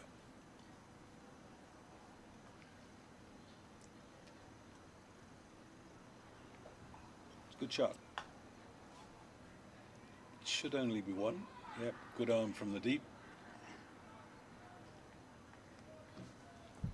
We've been fortunate after that slight break of rain in the beginning that we've been able to watch some cricket, and not just watch some cricket but some good cricket on top of that.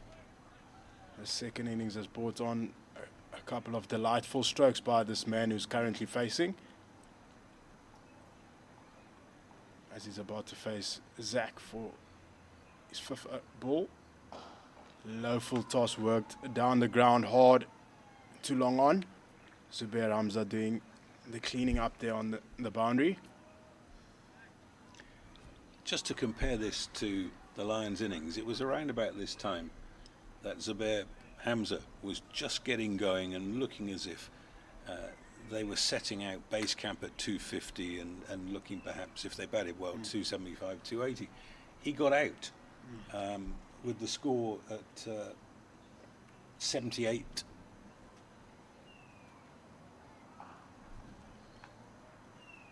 It's a good length, that. Punch down the ground comfortably for a single. And it all went pear-shaped during that period. It was 73 for 1 at the beginning of the 20th over, and 5 overs later it was 87 for 5, and eventually 102 for 6 before a little bit of a repair came. But it just goes to show, I think, Sam, that as comfortable as it looks now, you take John Smuts out of the equation, maybe he plays a bad shot, maybe there's a good ball, it's a different game. Certainly, without a doubt. If that partnership of Makwetu and Hamza just extended for a while, it definitely could have been a different total, 200 plus, without a doubt. And we've got Ngaba Peter into the attack, the youngster from the Eastern Cape, recently started playing for the Proteas. Good control he has, ball's quite quick, flat through the air. They'll have a job to do here against Bryce Parsons. It's a big moment in the game, because if there's one man who might be able to break through, not just once but twice or thrice, this is him. Certainly, Andy. He's got a deep square long on and cow corner. Well worked down the ground by Bryce Parsons. This will concentrate Ngaba Peter's mind now. He's up against a bloke in John Smuts who's not scared of wrist spin, who's 39 not out and looking to attack.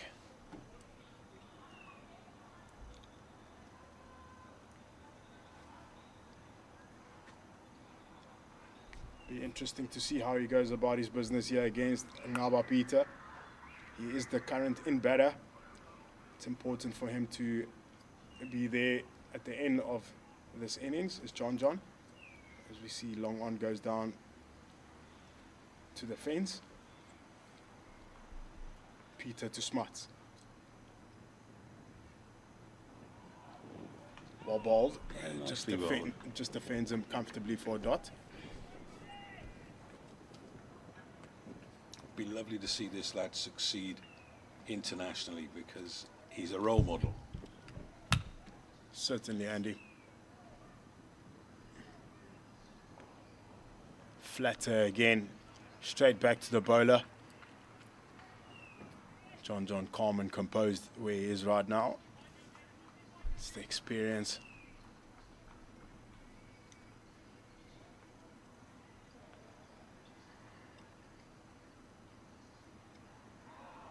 Play and miss. That's what he does best. Ngaba. The stuff of life for a leg spinner. beats the outside edge of a flailing bat.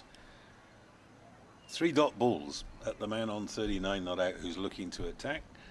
Let's see if he can close out the over. Let's see if he forces John to make an injudicious stroke. Tactical change being made here as we see slip comes into place. Nicely done. I applaud that. Bjorn Fortuin.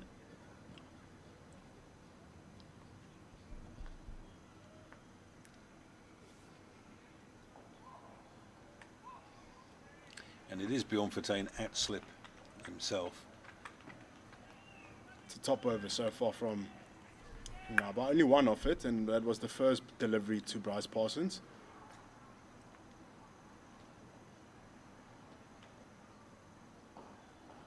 Down the ground for a single, and he'd be happy with that over. Only 2 from it. It's a great start by the leg spinner. Yeah, job done. I mean, what was impressive was the control. I mean, everything was on off stump. He beat the bat with 1 and gave up 2 hits down the ground. And that's the stuff of a finger spinner rather than a wrist spinner.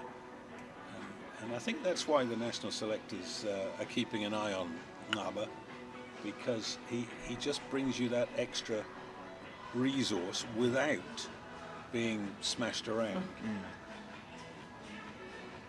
And ultimately, you know, we're going to have to replace our left arm wrist spinner, who is now, I think, 34. So maybe Ngaba's the man.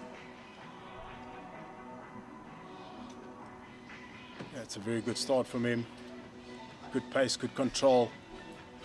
Only getting hit for 2 of that over, as we see him there at the bottom of the picture. Number 16. Love that number.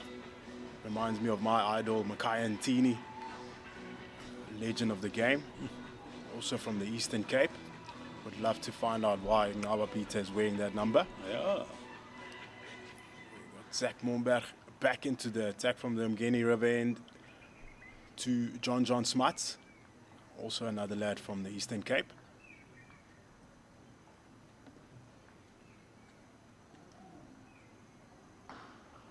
Good shot for 1. The Mdingi Express. Yeah. I'll tell you a story. Many years ago, Ali Bacher invited a few of us press guys to go down to the old Ciskei, where PPC Cement had installed some concrete pitches. And we ended up the day, after visiting a few small villages, we ended up at King Williamstown. And a net had been set up, and a load of promising kids from the area were invited. Good shot. 1 bounce 4.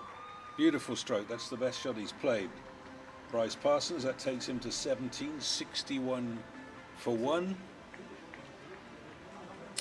And amongst those lads from the area was a 17-year-old Makhaya Ntini.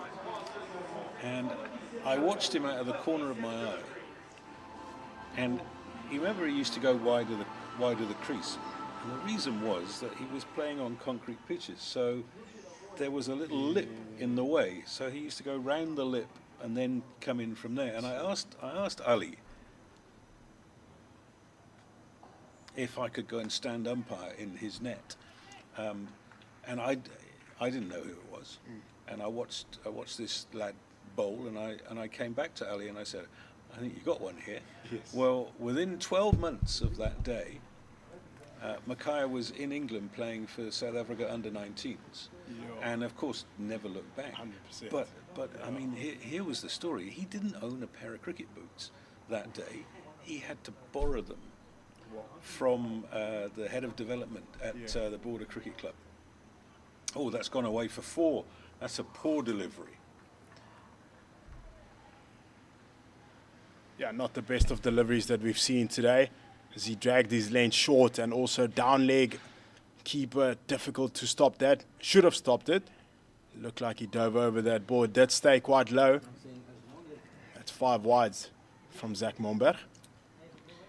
Greg Hayes was the man who bought a pair of boots for Makhaya, especially for that day. And He told me the story. He said to Makaya, "You are not going back to Mdingi and herding cattle in those boots."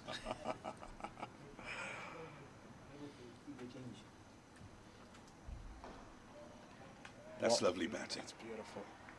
Well defended for one full face of the bat, and I'm pretty sure those spikes brought him quite a lot of success into becoming the legendary bowler that he is. Sorry, a true icon. He really inspired the future generation, especially myself. Looked up to him.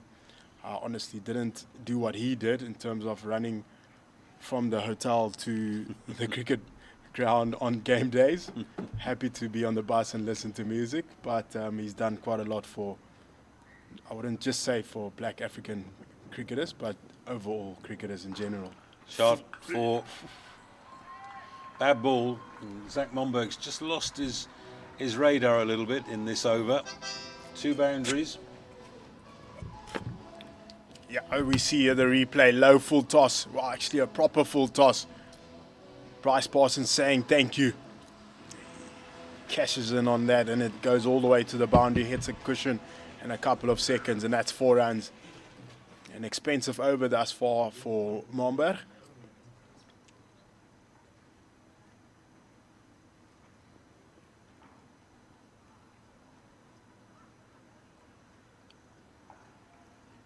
Finishes with a good one.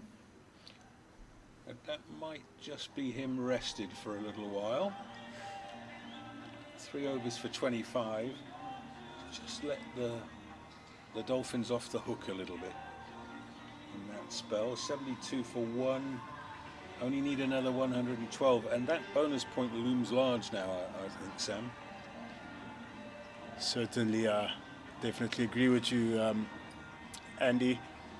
The intent has really been good from the start, and they're continuing with that momentum. And yeah, the way they're going, like I said, the first thing you'd want to think and look at is to get the win. But if there's an opportunity to get that bonus point, they'll certainly take it with both hands, given where they are on the log. As we see Ngaba Peter again into the attack to John Smuts.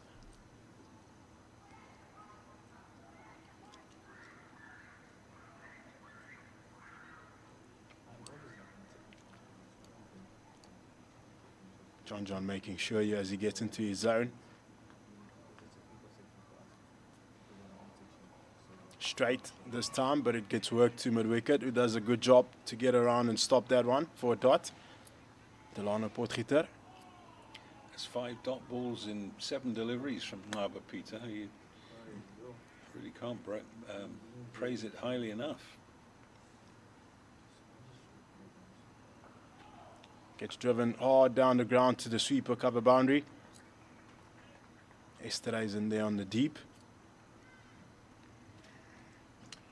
Partnership's worth 65 now, and Bryce Parsons has got going in the last couple of overs, which has taken a little bit of pressure off John to be the only scorer. And now the Lions are in that position where they have to get a wicket, because if these two stay together for 10 overs, game's gone. Certainly agree with you, Andy. They need a breakthrough, yeah? And they need it now. It's well played. Chance of 2, but John's not interested. John was on his unicycle there, yeah. Whereas Bryce Parsons was on the motorbike. Well played there by Bryce Parsons, just punching it down the ground off the back foot.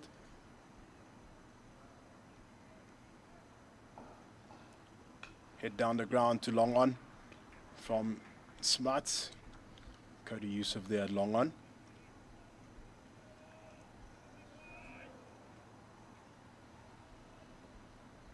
Still very good control here from Ngaba Peter.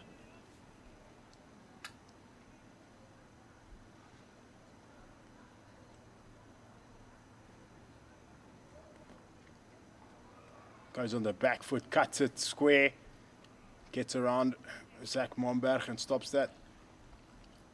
There was cover behind him, but certainly probably saved 2 runs there. as Parsons gets off strike again.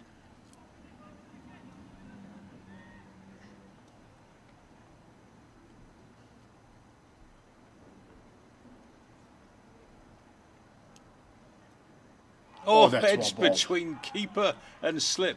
Keeper's actually gone up for LBW. Be interesting to see. Yeah, there is no leg by there. That's off the edge. That's such a good delivery. Oh, he nicked him off, and it came at pace. Delano Potgieter is way too high there at slip. Yeah, I'd agree with that. And probably a get little lower. bit too wide. Yeah, we've got a drinks break now, so just to put things in perspective, 183 for 9 was the Lions' total. They were put into bat, and in response, the Dolphins 80 for 1 from 14, cruising and looking at the possibility of a bonus point. They haven't won a single game so far, and this is game number 4.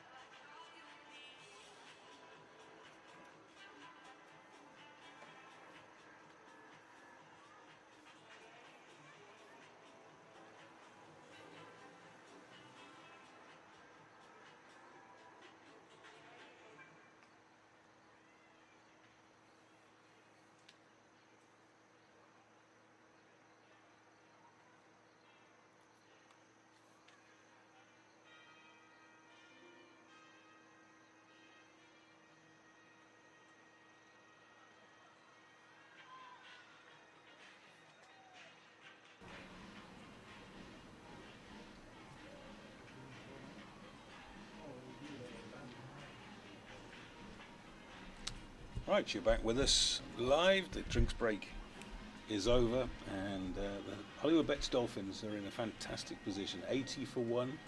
Bjorn Fortuin is coming on to bowl from the pavilion end. His first 3 overs for 7 runs from the old fort end. He'll be bowling to the left-handed Bryce Parsons, who's on 24. Man at the non-striker's end is within 2 of a very good 50, John Smuts.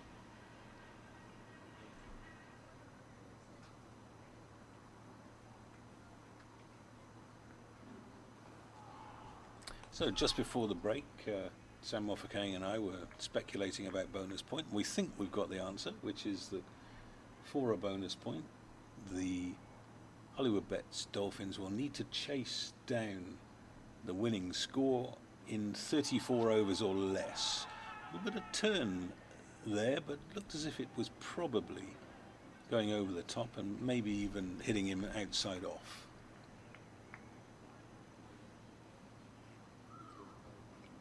So that would mean they need 104 in 20 overs.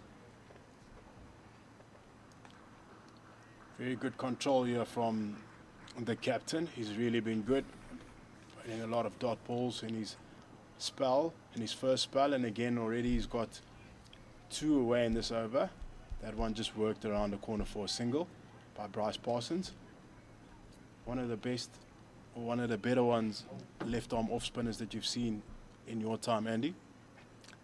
Yeah, particularly good in one-day cricket, isn't he, Bjorn Fortuin? The greatest that I ever saw from a one-day perspective died last year, the great Derek Underwood. Deadly, he was known. And we've been talking about Ngaba Peter being quicker than your average leg spinner. Well, Derek Underwood was probably twice as quick through the air as Ngaba, and turned the ball and bounced it. Sure. And in the days of uncovered pitches, if it rained and you had to come out and bat on an old sticky dog, well, you didn't want to be facing Derek Underwood. But from a classical perspective, the guy who really got my attention and made me a fan of spin bowling was Bishan Bedi, the Indian slow left armour of the 1970s and early 1980s. He carried on playing Ranji Trophy cricket until he was nearly 50. Yes.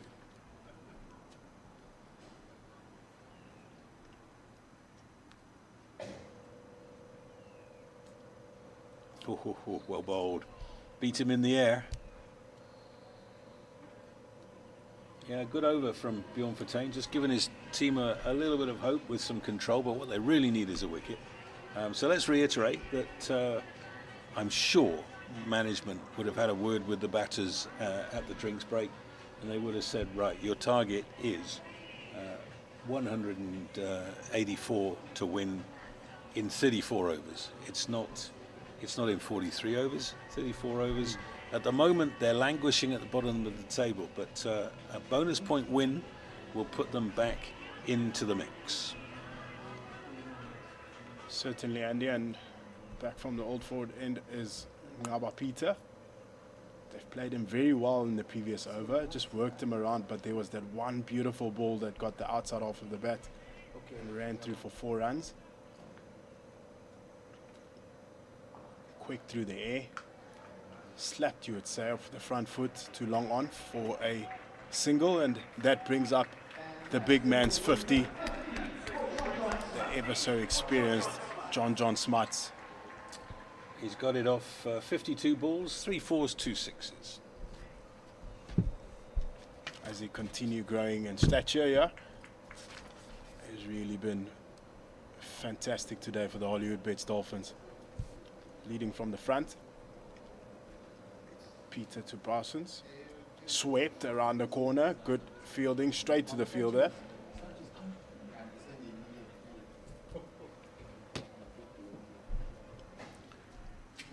It's ironic what 20 over cricket has done to our expectations, but we've been praising John Smuts for really taking it to the bowlers. He's only scoring a runner ball.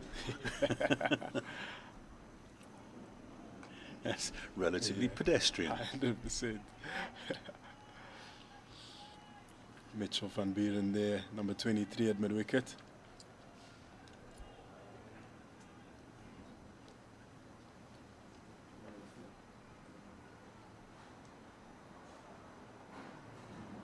About slight fumble, but it comes to nothing. It's clear to me that once Ngaba Peter gets into a spell, he slows down a little bit, gives himself a better chance of getting the batter out with a little bit of deception rather than deviation at pace. There's that quicker one. That's the stock ball, and the great spinners always used to say, develop a stock ball and say they won't score off that. If they do, well done. But your stock ball is, that's all I'm going to bowl until I'm confident.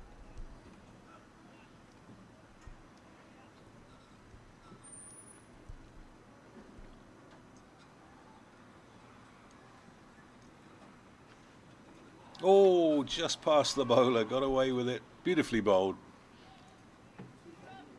No doubt, a little bit of a loop there. Was in the air for some time, and luckily got away with it. Brings it into that over. Peter really showing his class. 3 overs for 13 now, 85 for 1. And the target is below 3 figures, 99 to win for the Hollywoodbets Dolphins.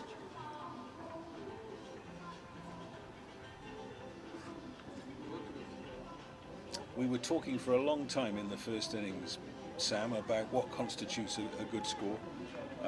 And we kept revising it because wickets kept falling. But if we went back to the start of the day, we were talking 250. True. And it seems to me that 250 would not necessarily have been a winning score, but it would have been a testing one. Without a doubt, Andy. That partnership of Makwetu and Hamza, if that kept on growing, you just never know. Nonetheless, we got a different partnership here who's building very nicely as John Smuts and Bryce Parson.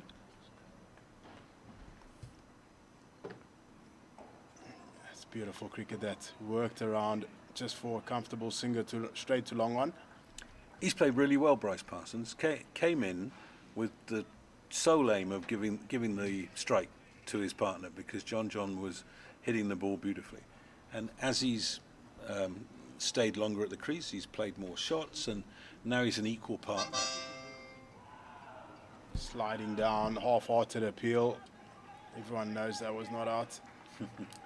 And he's batted properly. He's hit the bad ball, and generally he's played well in defence and kept the scoreboard ticking over. Sweep shot comes out from the big man, John Smuts. Bowler got away with that.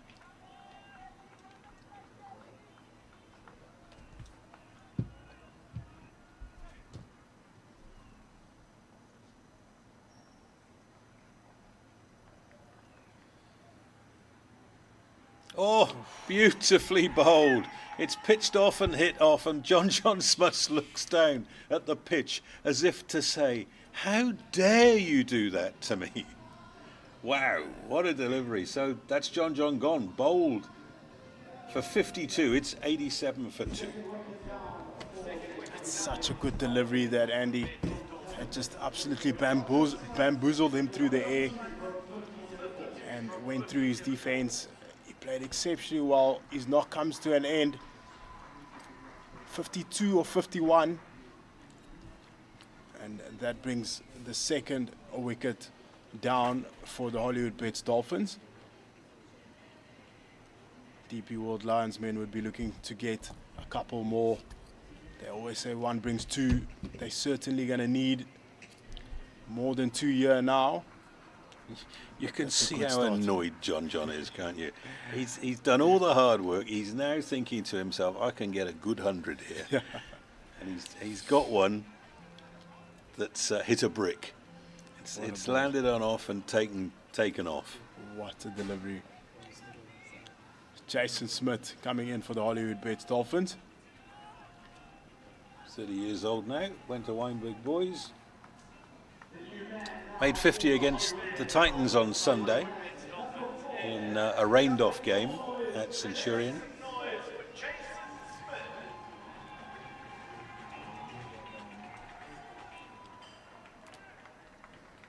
And I suppose in his own mind he'll be a little bit disappointed he's not with the Proteas right now. Big game coming up for them against England. I don't know whether you're up to date with England-Afghanistan. I know Afghanistan got 325, and there was a big 100 at the top of the order, but not sure where England stand in reply, because that's very germane to what happens next for South Africa. Spot on, Andy. We'll keep you up to date soon. Jason Smith, a massive figure in this Hollywoodbets Dolphins lineup. Important role to play here today. Oh, very nearly hit it straight back to the bowler. Jason Smith is an example of of what first-class cricket can do to you. He'd been a fairly average performer through his mid-20s and then found something, understood his game and stepped up a level, and it forced the national selectors to take notice.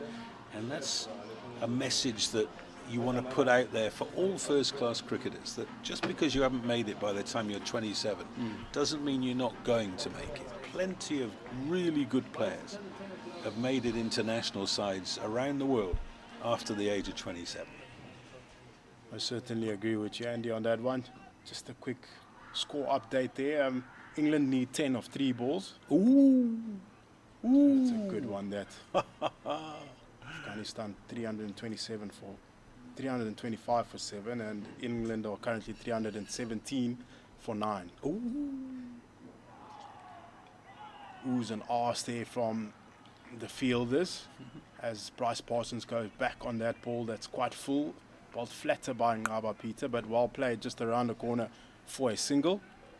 So I have a suspicion that with a rain out against Pakistan, and having won their game against Afghanistan, that if Afghanistan win this game, that South Africa are through. Yes. England needed to win this game and against us in order for them to go through. They currently need 9 of 2 balls. No. Meanwhile here, good shot from the new man, Jason Smith. He's off the mark. Afghanistan won by 8 runs. Well, all you can say is well done. There are many people who wouldn't have accepted them being there in the first place, but you can't blame the players for politics. All you can do is say, well, you made it now, go and play. And while they were a little bit overawed against South Africa, they've gone out and put scoreboard pressure on England, and they've wrapped it up. And this is an England side that a couple of years ago was regarded as the best 50 over side in the world, and Afghanistan have just done them. Well done, and well done to the Proteas. If we're right, they're now into the semi-finals with a game in hand. Well done to Afghanistan, also scoring 325, Andy. Yes. Lost a couple of early wickets, but the opener got 177 and played really well. It's a massive score, that. Nonetheless, we're back here at the Hollywoodbets Kingsmead Stadium, and Ngaba Peter is still in the attack, bowling to Bryce Parsons, 91 for 2 after 17.4. Looks like they're playing him with ease now, just working him for those singles. So 92 for 2 means they're halfway. They need 92 more, and we're about to finish the 18th over, so they've got another 18 overs. Is that right? No, another 16 overs. Maths never was my strong point. Another 16 overs to try and get the bonus point. But as ever, as Sam leaves me and Zane Bucks comes in alongside me, as ever, I think the Dolphins will trade the bonus point for winning a game. 100%, Andy, and yeah, it looks like you and Sam have had quite a fruitful session there for the Dolphins. 92 for 2 after the 18 overs, and going at quite a good rate, Andy, but also haven't really looked at getting out of second gear. Yeah, just to put that into perspective, they're going along at 5.1 and they only actually need 3.7. We've got a little bit of a problem behind the bowler's arm, have we? Been impressed with Bryce Parsons. He's 30 not out off 42 deliveries, and played himself in and started to play some shots.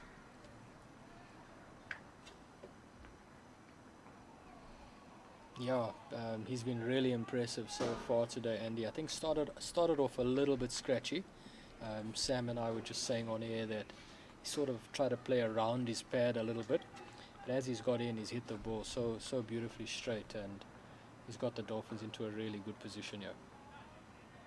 He'll be a bit annoyed that he didn't get that one away for runs. It was just short of a length and hit it straight to the man at short mid-wicket. Yeah, just needed to just drop it, a little bit of bat on it, drop it square, and would have been able to rotate strike there, but Fortain over pitches this time. He's got the deep point out, so Parsons manages to get that away for one. As Fortain here, and looking at this matchup, Andy, do you think Fortain would want to be bowling at Jason Smith right now as the right-hander? He is the international cricketer, but he is the big wicket, and would Fortain be fancying himself here? Well, Jason Smith doesn't often spend a lot of time playing himself in, and the skipper's given himself a slip, so game on. Too short, and Jason Smith has missed out there. He's got it away for a single, but he would have expected to have hit that for 4 or 6. Yeah, definitely. I think he feels like he's missed out there. You see it in his body language. Fortain's got away with that.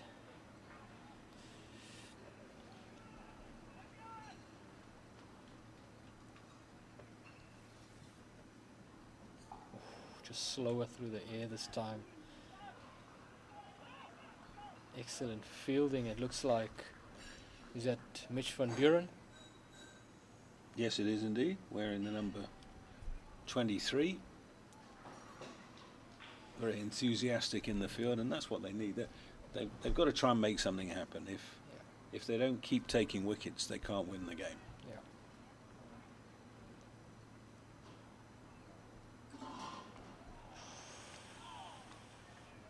Jason Smith, good on defence there. Fortain feels like he's had an opportunity to get through there. 19 gone, 95 for 2. Bonus point is in 34 overs, so 89 still required of 15. What's the chat out in the middle there, Andy, between Jason Smith and Bryce Parsons? You mentioned it earlier, but would they be talking about the bonus point now, or let's get close and see where we are from there? I think it'll be in the back of their minds, and the conversation ought to be, Bryce, you play your game. I'm gonna go for it. And if Bryce Parsons can bat through the innings from here, then the Dolphins win easily. Peter coming in for his 5th over. Nicely played. It's a long chase around the boundary. They should get back for 2, and they do. It's a lovely cricket shot by Parsons. You and Sam, Andy, have spoken about the pace of Peter through the air, and Bryce Parsons, we know he's a good sweeper of the ball, but just because of that pace, I think he's looking to rather just paddle it. It's a lap, isn't it, rather than a sweep? Yeah. Yeah. He's actually bowling with a fine leg here, Andy. Yes, I see.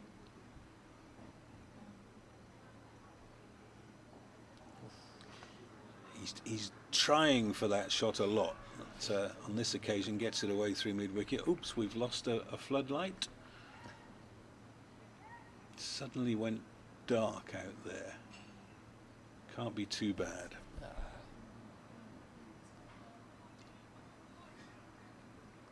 Slip into Jason Smith. The Lions have been intent on attacking throughout this innings, Andy.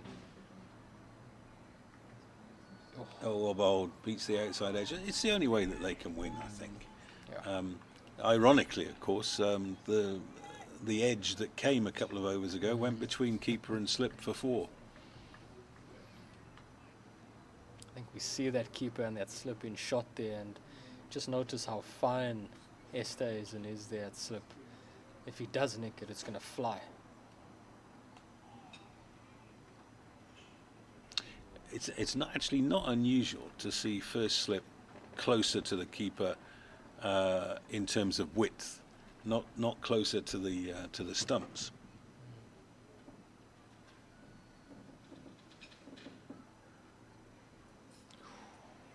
One more. Diving effort by Richard Selatswane there at point, and Dolphins have still managed to get through for one. Jason Smith just taking his time up front here. I think you hit the nail on the head earlier, Andy, where Bryce Parsons has got to be the guy that bats through the innings. Smith will probably give himself a few balls up front, but we know how destructive he can be once he's in.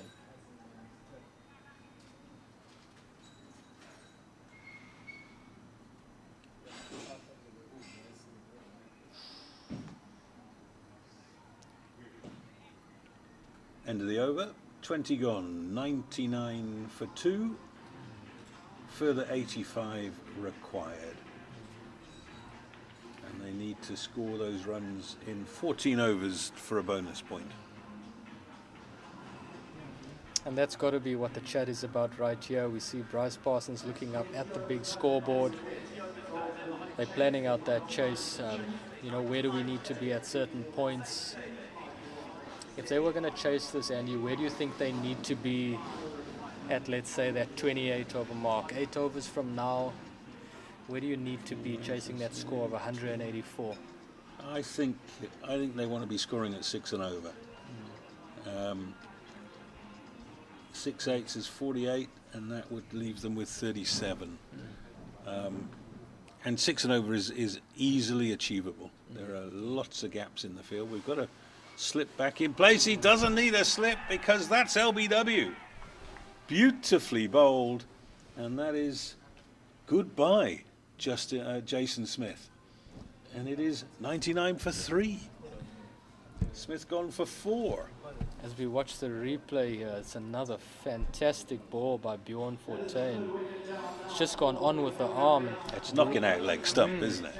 Looked like Jason Smith was playing for a bit of turn there, but that's just gone on. And Bjorn Fortuin, the senior man and the skipper, has taken 2 big wickets for the DP World Lions here.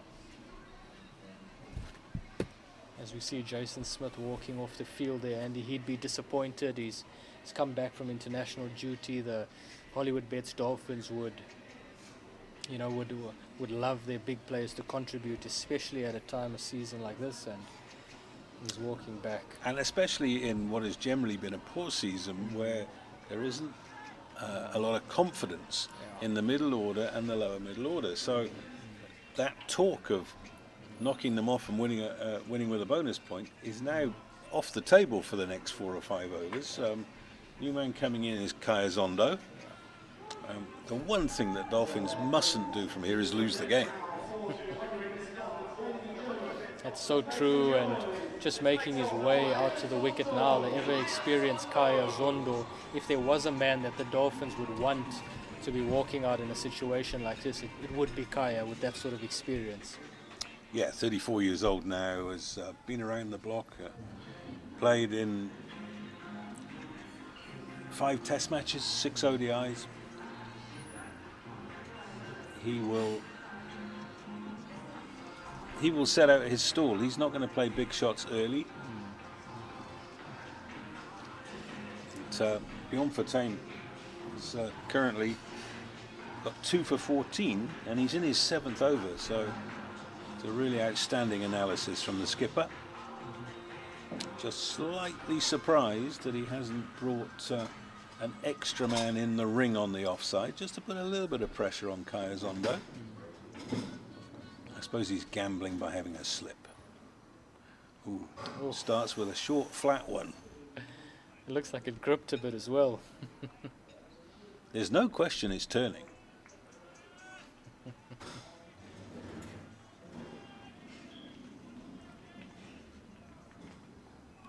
As you said, Andy, he's got that slip in, and then he's got a shortish type point that's well behind square. So he's left a big space open in the field there between extra cover and that really backward point. So trying to get Kaya Zondo to play quite square early on in his innings, which might not be the best thing. Well, he's done well to get off the mark and bring up 3 figures. 100 for 3. We've got 2 deliveries left in the 21st over. And Fortuin goes back over the wicket for the left-handed Bryce Parsons. 100 coming up in 126 balls. real solid on defence there from Bryce Parsons. Confidence is such a fragile thing. When you've had it knocked out of you time and time again, it's so easy for wounds to open up. Done well though to steal the strike at the end of the 21st over. 101 for 3. Parsons goes to 35 off 50 deliveries. The wickets to fall. Irvir and bowled by Yusuf for 2. Smuts bowled by Fortain for 52 off 51 balls, 3 fours, 2 sixes, and Jason Smith LBW2 Fortain for 4. That was 99 for 3, and the target is 184. Duckworth Lewis score is always up on the board these days, but the weather gods are smiling on us after the late start this morning. Doesn't look like we're going to get another interruption. But Peter to continue to Parsons. That's nicely played. Just picks up one to the left of mid-wicket. Just to get back onto that point about confidence, Andy, you're so right, and I think in the Dolphins camp right now, they'd probably be a little bit low on confidence after that T20 campaign and then the start of the 50-over campaign here as well. And like you said, it sort of comes and goes, can sometimes be fleeting. And it's lovely when it's there, isn't it? It's lovely when it's there, but is it a requirement to perform at your best? I don't think so. I think these guys would have played enough cricket to know that you can still put a good performance even when the confidence isn't there, and they'd be relying on that competence, as we see Kaya Zondo just knocking that too wide of long off. Very well placed shot from Kaya Zondo there. Noticeable to me that as he's got older, he's opened that stance further and further. He was never side on, but he's getting old. He's almost fully two-eyed now. For some people it works. For other people it just feels all wrong. He really has evolved his game over the years, hasn't he? And I love the way he's adapted to the shorter format in 2020 cricket. He's actually been so effective up front for the Dolphins. But yeah, having that open stance, I guess, allows for things like that. You've got your front pad out the way, and you create a little bit of width for yourself to hit that ball square. Often you'll find people who open their stance as the ball is bowled, they're actually coming around to more side on, but it doesn't look that way with Zondo. Oh, the little nick is going to be 4. That's beautifully bowled by Ngaba Peter, and it's given up 4 runs against him. Yeah, when you bowl that pace, Andy, any little touch on it and it flies away.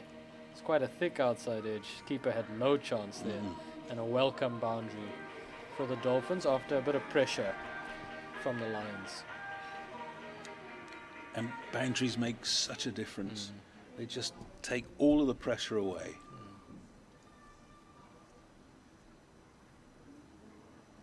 One ball to go. Parsons happy to just knock that one out and take the 8 runs for the over. Good over for the Dolphins. Still up there with the rate. 109 for 3. Ngaba Peter 6 overs for 30 now. 75 to win. For a bonus point, they need to do it in the next 12 overs. It's almost a run a ball. It is, yeah.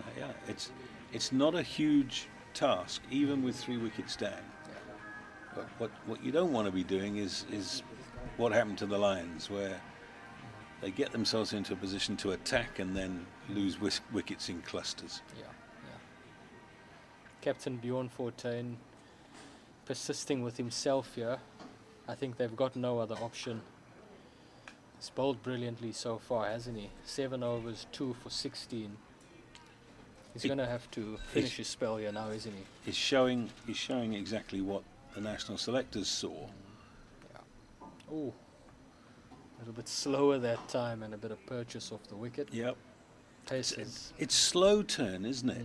If this was a 4-day game, you'd be saying, well, it is turning, but it's not really going to affect things because it's slow. Yeah. Well bowled. I think Kaya Zondo would be aware of this now as well. Bjorn Fortuin has 9 balls left in the game effectively. He's going to look to see him out, and they're quite easily picking up runs off the other Lions bowlers. So, oh, that's skid on. Good shout. Not given. Might have missed leg. Oof. But I'd like to see that again. See how much it turned, and this is the ball that we're talking about. That it's back leg. It's really close. Let's have a look. No, that's missing leg. That's missing leg.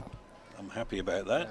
Yeah, that front foot is opened, as you said, Andy, and that's going miles down leg. Van Buren putting Babs and Kuma under a bit of pressure there. It's amazing how the people who are square of the wicket always know that it's straight.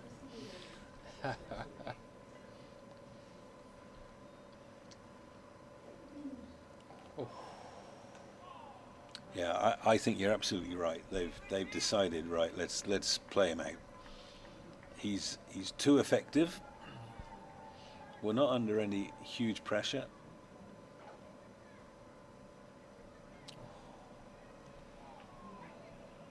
It's good fielding there at the short third man, but there's that slow turn that you spoke of, Andy, and it just allows the batter that time. Watch it allow it to turn and just work it away. So good over, maiden over. Score is 109 for 3 after 23, and the Dolphins still in quite a comfortable position, Andy. Yeah, Bjorn Fortuin 8 overs, 2 for 16, so he's only got 2 more to bowl. And as you say, I think he's going to have to bowl through because it's the only way that it looks like they're going to get wickets. As well as Peter has bowled in spells. Cody Yusuf's coming back into the attack. He picked up the early wicket of Sarul Irvia with a big hooping in-swinger. I really like the look of Cody Yusuf. Seen him for a few seasons now, Andy, and really runs in, really gives his 100% on every ball, and that's what you want from a big fast bowler, don't you?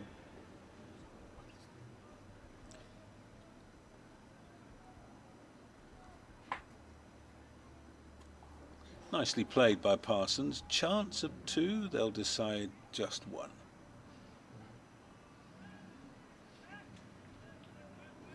It's been nice to see some decent quick bowling in this game. To know that, as ever, South Africa's stocks are high. So much of it is what they see on TV. They grow up watching Dale Steyn and say, "Dad, I'm going to do that one day." And it's not just the men, it's the girls as well. A little bit uncommon for Kingsmead in recent years, seeing the seamers dominate as they have, and it's been a refreshing change. Yeah, you didn't want to bat here in the 80s, did you? You would have seen some excellent bowlers come through here, Andy, playing for the Dolphins in the past. I'm thinking of Polly, Malcolm Marshall, Lance Kloosner. Some of the others, Andy, that come to mind? Yeah, those are a good 3 that you've mentioned there. Of course, Polly, sent back early enough. Polly always talks about Malcolm Marshall as being the most important person in his cricketing life. Because Macca came here at the end of his career. He wasn't a quick bowler anymore. He was a fast medium swing bowler, and he swung it miles. And he taught Polly really everything he knew. And what an effect it had on him as he went through his Test career, and did the same transition from tearaway quick bowler to medium pace bowler. Towards the end of Polly's career, you know, he was 128, 130, but he had it on a string. Yeah. And Lance Klusner was a funny one, you know. Lance always had a problem getting close to the stumps. Psychologically, he used to jump out wide, and it meant he had to do a lot with the ball to beat the outside edge. But he was never shy. If you threw him the ball, he'd run in, and that's what you always wanted. I mean, the story goes that the opposite was the case with Jacques Callis. That if you could get him to bowl, he'd get you a fifer, but he didn't want to bowl. So true. Some of the others that come to mind, some of the overseas pros, or at least one of them, Nixon McLean, spent some time here playing for the Dolphins. Quinton Friend, the Dolphins bowling coach, played a bit of cricket here. Johan van der Vat, Andy. Swung the ball away at pace. 111 for 3 after 24. So probably though, when many years from now your hand shuffles off, they'll put on his gravestone that he played in the 4-3-5 game, and he was the one who got the target back achievable, because he came and he smashed, I think, about 36 in no time at all, and suddenly it was on again. You know, I always used to think of him as an old-fashioned blacksmith. He just wanted to hit you back over the sight screen. But if I go back a generation before that, of course, the great Vince van der Bijl, who came up on my timeline this week. That Vince played one season in England, and I saw that one season. It was 1980. And under Mike Brayley's captaincy, Middlesex won the county championship. And Vince van der Bijl took 83 wickets at 17, which was just unheard of. And he was probably past his prime in 1980. Jeepers. And his figures, when you look at Vince's figures over a long career, there was never a moment in that long career when anybody ever got hold of him. Sure. It's absolutely unbelievable. 14 in his last over here. Rain affected game, and the overs have been further limited, so he's just going to bowl the 9. Yeah, 3 players can bowl 9.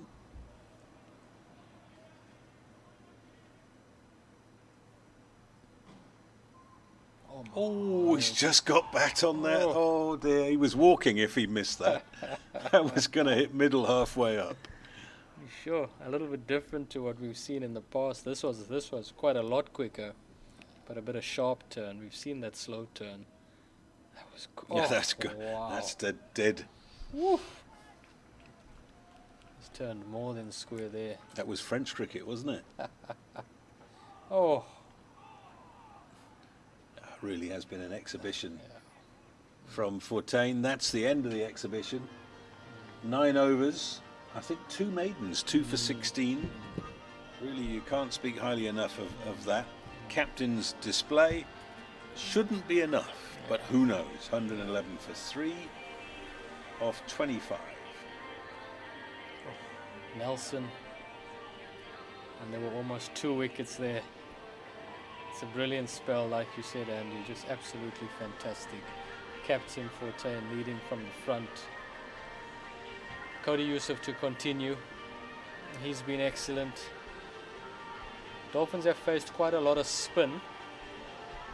They're going to have to do well here just to recalibrate themselves. They did face the last over of Cody Yusuf, but I'm pretty sure we're going to see seam on both ends moving forward. Nicely played. Bryce Parsons into the 40s now.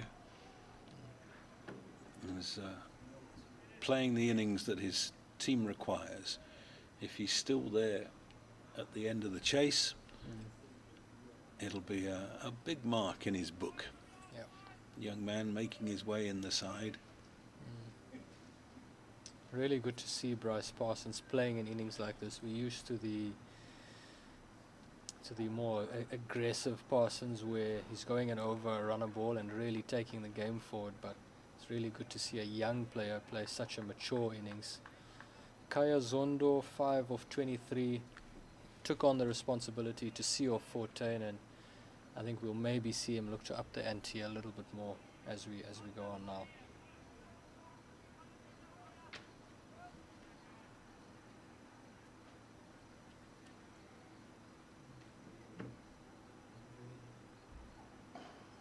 Well fielded.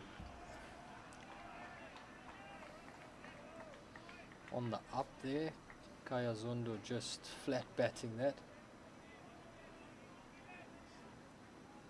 With all of these guys, Andy, that have been around for quite a while, you've got Ervia, you've got Smuts, you've got Kaya Zondo, all in the Dolphins team. You always ask the question, when will be the last one? And they somehow keep turning up and performing well.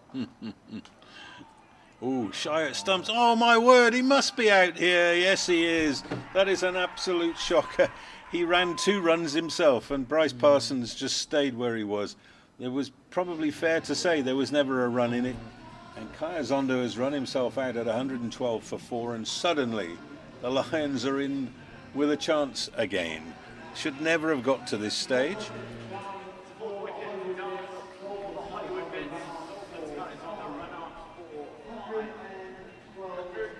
The Lions have bought themselves a wicket there. And you've just been talking about experienced players. There's an example. He's run on the shot. He hasn't called, or he hasn't heard the non-striker say no. And because of where the ball went, the non-striker would have been looking behind him. So Kaya is at fault there. And he'll say, well, I ran 2 runs, so there must have been 1 in it. I think it's exactly that, and he's hit the ball really well and he's run on it. I think he would have been safe at the non-striker's end, but Parsons naturally would turn back, and yeah, that's the confusion. New batter though, Tepang Dutsole, another one of the experienced guys, journeyman cricketer, has been around, hasn't he? Yeah, they call him Alvin, don't they? And born in Krugersdorp.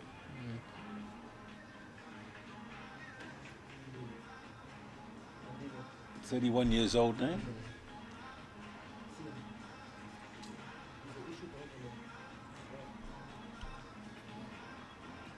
And you've got to feel for Bryce Parsons, because he's done nothing wrong. And now he's got a new partner, and he's got more weight upon his shoulders that shouldn't be there, really. Tepang Dutsole, like you said, 31 years old. He's been around the block.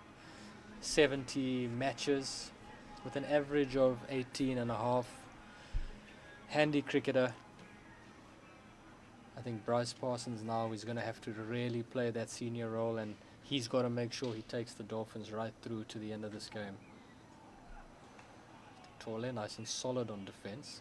So, given those stats a little bit high in the order at 6, is there a reason he's come in ahead of, say, Similani? Oh, I think the Dolphins would have their plans there, Andy, and yeah, I think that average at 18.5 doesn't really reflect the potential of the player. I think in recent seasons as well, Tepang Dutsole has really shown what he's about. So I think Quinny Friend would be backing him here to bat with Bryce Parsons. Strike rate at 65, so nothing much to speak of there in one-day cricket, but he's really just got to hang around here with Bryce Parsons, who seems to be going really well.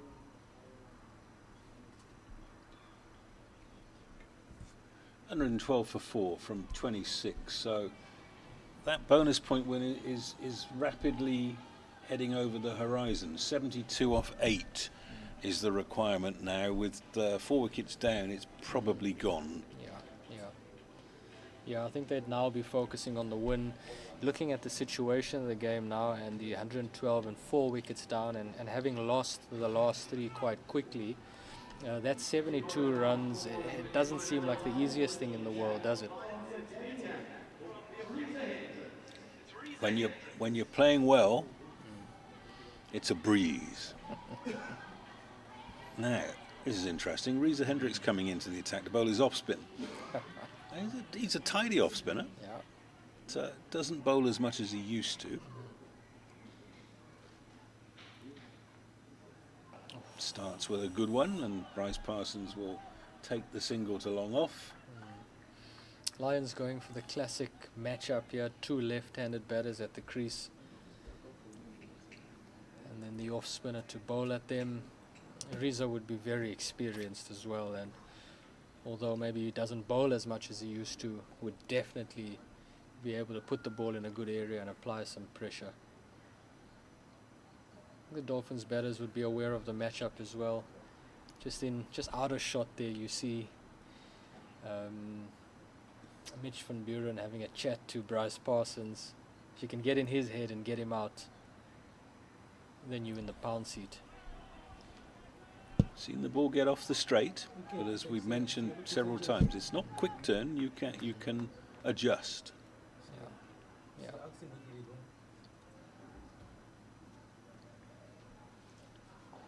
That's well done. De Tole's away. Excellent fielding by Zach Momberg on the cover boundary. Got a heavy arm out there, hasn't he? He's a big boy, bowls a heavy ball and looks to be really good in the field as well. Bryce Parsons is actually a Joburg boy, isn't he, Andy? King Edwards. Yep, quite right. We're very grateful to Kes for a number of top-class cricketers.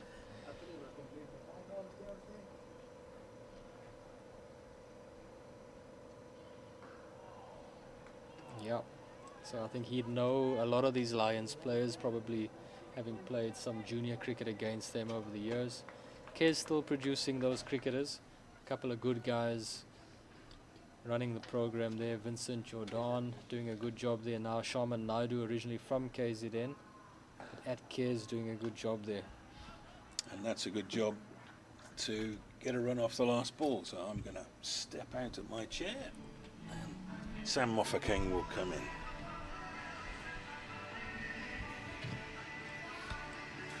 Sammy, welcome. When I took over just a few overs ago with Andy, took over from you, of course. Dolphins were doing well. 92 for 2, was it? Just having lost John Smuts, but looking really comfortable, going at a rate well over 5 to the over. The Lions have clawed their way back into the game. 117 for 4 with the current rate at 4.3, so that rate's dropped drastically, as often a loss of wickets does. And yeah, what do you make of the situation of the game here, Sam?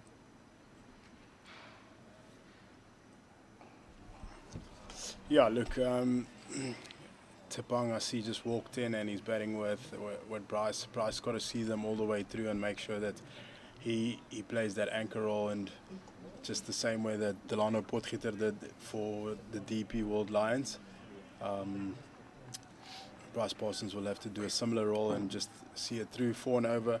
It looks like they're getting it quite comfortably, just losing too many wickets. But yeah, I think the Dolphins should be still in control here. Cody Yusuf still running in here, Sam. I really like what we see from him. Yeah, it's really good energies from him. Nothing has changed from his first spell to this spell right now as well. Running with purpose, with a lot of intent, hitting the wicket quite hard. I think he'll be happy that he's not bowling to John Smuts right now.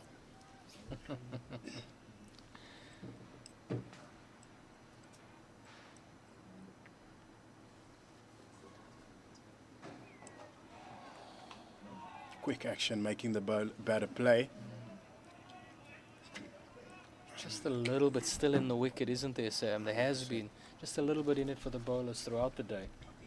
If there's something in the wicket, Yusuf will definitely find it. He's running in with, as I said, with a lot of purpose and hitting that surface quite hard, which is good to see as he's about to bowl to Tshepang Ditole.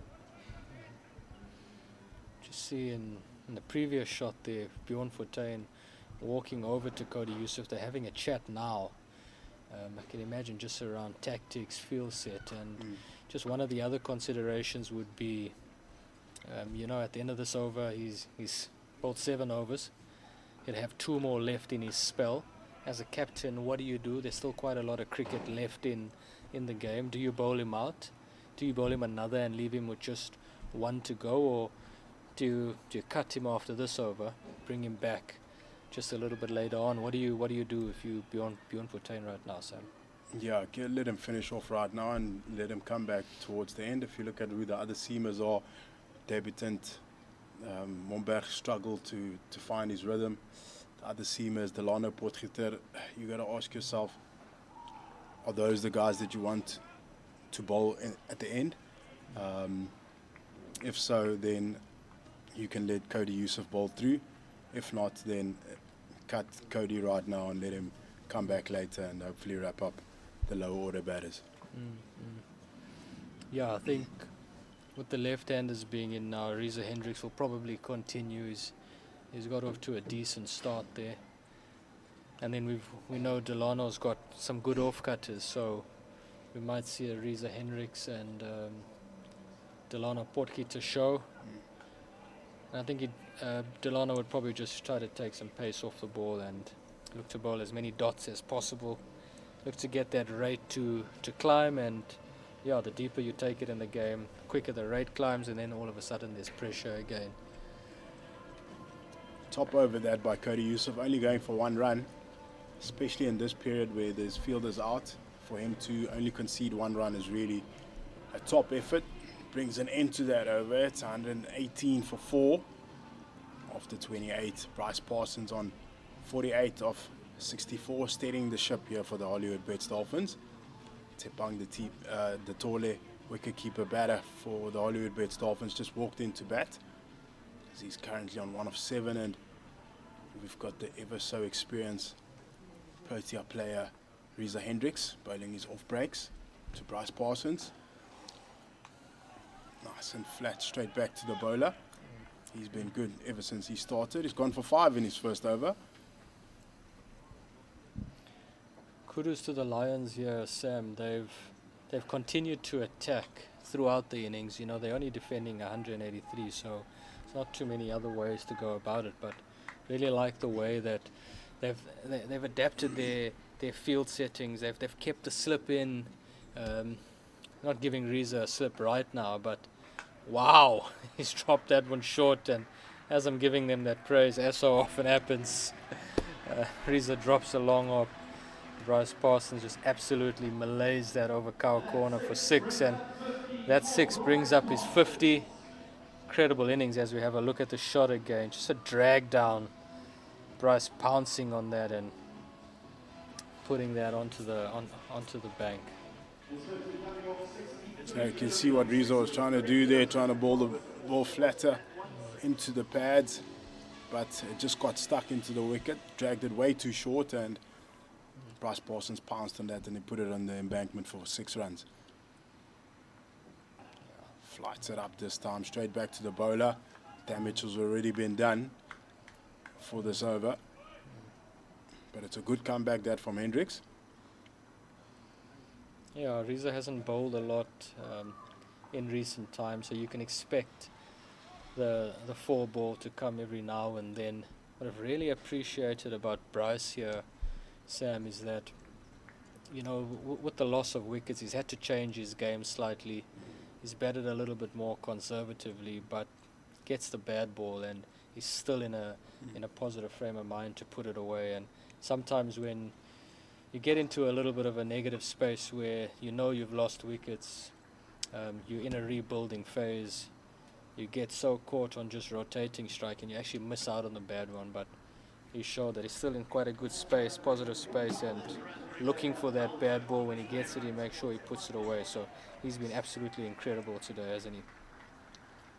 Congratulations to Tepang Ditole on reaching his 1,000 List A runs. Yeah, spot on, Buxy. It's key to stay in the moment when you're seeing your partners falling left, right, and centre, to stay calm and continue batting the way that you've been batting. And he's done a phenomenal job thus far for the Hollywoodbets Dolphins. And yeah, like I said, if he continues batting the way that he does, it'll bring the team closer to that score that they need to get, as we take a short break, as we see the players, the umpires taking a drink. Parsons currently on 56 of 69, and John Smuts there starting off exceptionally well, 52 of 57. Kazondo was here for quite some time, not a lot of runs, but got 5 and got run out, and then Jason Smith 4 of 10. Top bowler currently is Bjorn Fortuin with his skill and control, 2 for 16 in his 9. Cody Yusuf running in with that purposeful intent. He's currently on 1 for 28 in his 7. Myself and Zane Bucks is also going to take a short break, have a couple of drinks, and we shall see you shortly.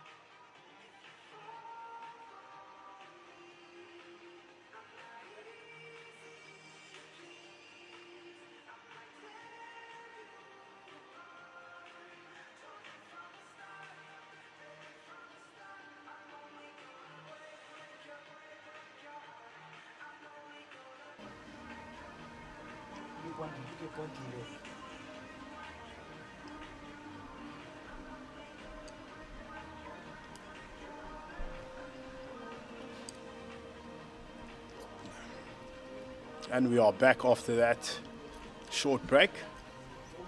Pretty sure messages came from the dugout from the separate coaches, tactical changes being made, and discussions have about how to go about the rest of this innings from both sides. As we see Cody Yusuf still into the attack, he'll stay on for one purpose and one purpose only, to try and get this breakthrough.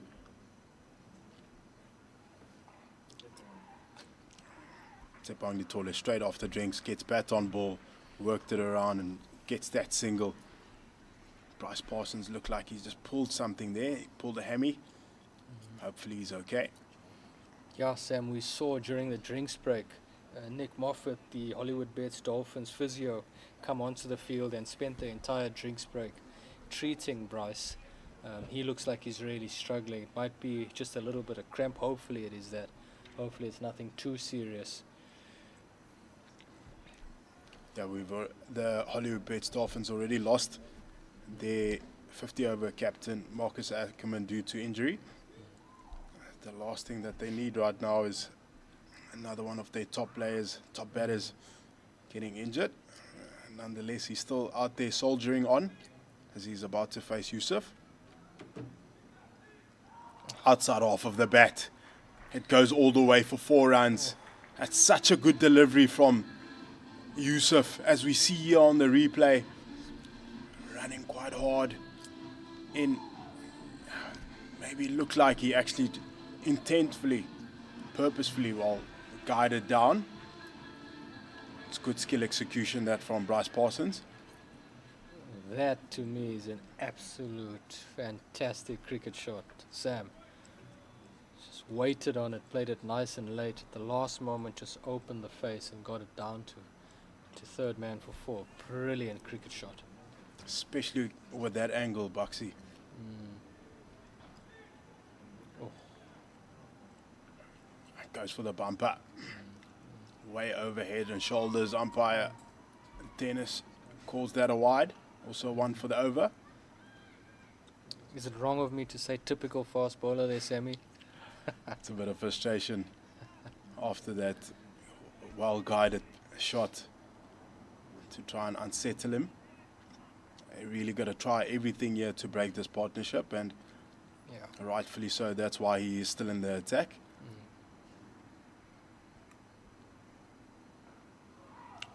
Bryce just looking to open the face on that one again.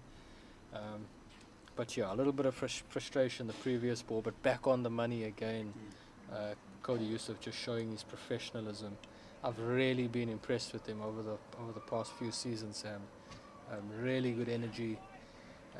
Has led this Lion attack so well, and I really do hope that there's higher honours in store for Cody Yusuf. Most certainly. We really enjoy and appreciate bowlers who run in with such authority.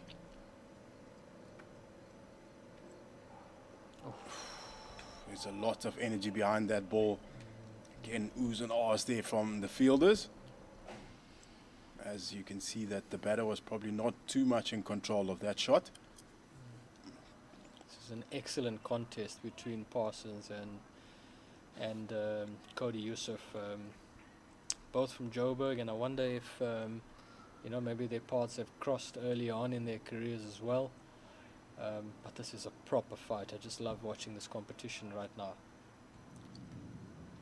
Yusuf not backing down after that boundary. He's been on it ever since. Again, if you take away that emotional bouncer of his, it's probably only 5 of this over so far. But he's trying. He really is trying. Yeah, I think he's got a ball left here, Sam, and then he's got an over left. Seven balls left in the game for him, and he's really got to try and make a difference here. Bjorn Fortuin in shot there would be saying to him, like, Cody, you got to get me 1 or 2 here. It's the only way the Lions are going to stay in this game, and Cody's trying his heart out. Oh, is that a drop catch, Sam? Judging by the reactions of everyone, that is certainly a drop catch. As we look here on the replay, really runs in hard. He steams in for his team. Heart on his sleeves. Ball in the air. Certain drop catch that, yes. That drop catch brings an end to that over. It's 132 for 4 after 30 overs, and the Hollywoodbets Dolphins requiring another 51 runs, and the DP World Lions men needing another 6 wickets for victory here. Yeah, you just see the smile, wry smile on Bryce Parsons' face there. He knows he's got away with 1.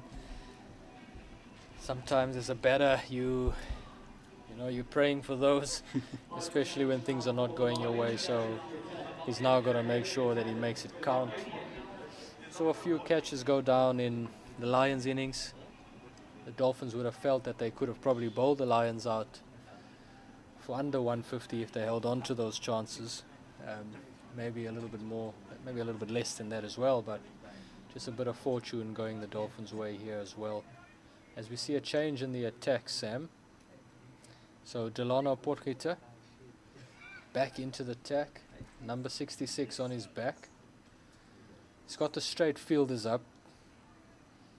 He's got his deep square leg out. He's got sweeper out on the offside, and then fine leg and third man back. So we'd expect him to be hitting that hard length. I'd also expect a little bit of change of pace here as well. Good start from Potgieter around the wicket to De Tole. Definitely seeing a couple of change-ups from him, and certainly that length that he just hit right now, maybe also a touch shorter. And Tole likes the ball coming onto the bat on the front foot, and anything short, he'll definitely pounce on it. So you got to stay disciplined. Too full, crunched, as I said, he loves it full, and he bangs that all the way. Great bit of fielding. Certainly saved the 4. Good arm that. Zach Momberg looks like he's injured himself there on the boundary. Yeah, that's great fielding. That's definitely saved a certain 4 there. As he fixes the cushions there. On debut, doing a great job there out in the deep. That's a phenomenal stop by Zach Momberg. He's a big boy, but very athletic, isn't he, Sam? And he's made some good ground there. Moved across the field there quite quickly. Porquito to Parsons. With again, and Parsons on the drive. Wide of mid-off. That's a fantastic shot from a man in form. 4 runs. 2 full, 2 wide. It's the second one. The first one went for 3 runs. The second one goes for 4 runs. At 7 and 2. Letting it go here is the DP World Lions men. Not straight enough. Anything that's got width on offer, these batters will definitely capitalize on it, as we've seen so far in this over. And congratulations to Bryce Parsons, to his new List A highest score, as he's currently on 63. If it was against anyone, he was always going to score it, most probably against his former teammates. Always how things happen. Luyanda Nzuza, you should know her very well. She scored a phenomenal bunch of runs this past weekend to help the Knights get that victory over the Dolphins ladies on Saturday in that 50 over. And we got Bryce Parsons doing exactly the same here against his fellow teammates. Much better line and length from Delano Potgieter on that occasion. Just gets defended straight to point, and looks like Bryce Parsons is in a bit of discomfort, Buxy. Yeah, Bryce looks like he's really struggling here once again, Sam. I just hope it's a bit of cramp and nothing too serious. Luyanda and Nzuza, excellent cricketer, excellent person, such a hard worker, and deserves all the good that comes to her. Actually sent me a video the other day of her just running the ball down, ball on a round off foot stump, and just running it down to third man. So you wouldn't think too much of that, but it's a shot that she spent so much time in the winter working on, and then she does it in a live game like that. So she just knocked it down wide of third man for 4, and yeah, excellent cricketer, excellent to see her doing well. Bryce Parsons in shot there, you see him struggling. He's obviously going to push through here for as long as he can. I just hope that he doesn't do too much more damage. As you've said, Marcus Ackerman out injured, captain of the team in this competition, and the Dolphins can't afford to lose another player through injury. But he looks like he's prepared to soldier on, Sam. He's a tough guy. You know Bryce a little bit. He's been in your space a little bit as well. And yeah, genuine guy, wears his heart on his sleeves, and yeah, he's a proper cricketer. Yeah, 100%, a true fighter. Picked up a 4 for when he played for us in the 3-day fixture, and also batted exceptionally well, helped the team over the line, doing exactly what he's doing right now. So definitely one that you would like to have in your team. He'll fight tooth and nail for you and his teammates. Shot. What a stop by Connor Esterhuizen at point, Sam. That ball was flying. It came off the bat quite quickly, and it's a great bit of fielding there. And as we see a tap on the shoulder there from his fielder close by to him, and really was a great stop. But again, too much width from Cody on that occasion. I'm saying too much width, but he's like on fourth stump. But you got to get even tighter bowling to these two batters. Right there. Bit of pace off on that occasion. Yeah, that's a better line, Sam.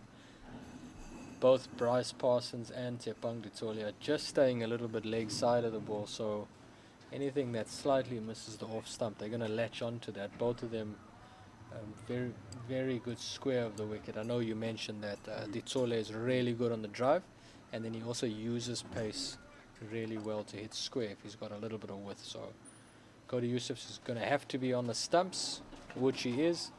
Again, once again, just excellent execution from Cody Yusuf. Hands on the hip there. As you can see, he's really trying hard for his team. He knows he's only got 2 balls left in him before the end of his spell. He's only gone for 1 this over. It's been tight. He's really been running in with some good purpose. Ditole just looking up to wear him out here.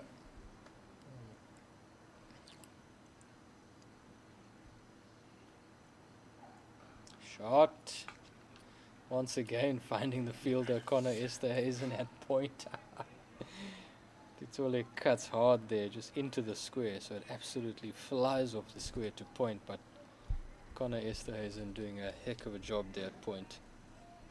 They had 2 points. The one goes to deep in the on the ring, on the boundary. Sorry, it's well bowled. It's well bowled, and not just that ball, but it's a very good spell that comes to an end. 1 for 35 in his 9. Cody Yusuf can be exceptionally proud of himself. The way he ran in the first spell, even though he fed the big man John Smuts on his legs, but he really came in every ball with a lot of purpose and energy behind the ball. And his second spell, nothing different. Unfortunate for him not to pick up a few more for his captain. His night comes to an end with ball in hand. Got a job to do now in the field, as we see Delano Potgieter still into the attack here from the Mgeni River end. It's 141 for 4 after 32. Required run rate is 3.8. Full driven down the ground for a comfortable single. Yeah, Sam, we were on air when Bryce Parsons came to the crease, and he was just playing a little bit around the front pad, wasn't he? And as he's got in, he's actually held his shape so much better, and that's just a classic example of that. Again, just spending time at the crease. The longer you're here, the easier it becomes, as we see. Potgieter wide, missed out. Ditole would feel on that occasion, as there was definitely runs on offer on that occasion. Unfortunate for him, as he didn't get bat on that. But yeah, Buxy was just going through his paces up front, getting bat on ball, and like you said, playing around. But as he settled into his innings, he's looked much more comfortable now. 66 of 81 he's got. Driven hard by Ditole. Down the ground, Zach Momberg there. Deep cover. Field sets are slightly different here, Sam, to Parsons and Ditole. Just backtrack a couple of balls. We see Ditole really throwing his hands at that ball with a little bit of width. The Lions fielders in the ring are just really tight to him. So he knows that if he gets any bat on that, it beats the fielder. He's got runs. But I think the Lions fielders are aware that Tepang is really just looking to drop it when it's on the stumps and get Parsons on strike. So they're cramping him for room and not allowing that.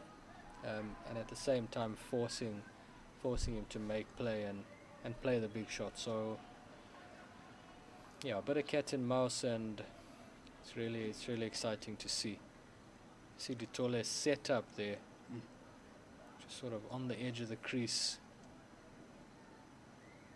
Oh, cutter.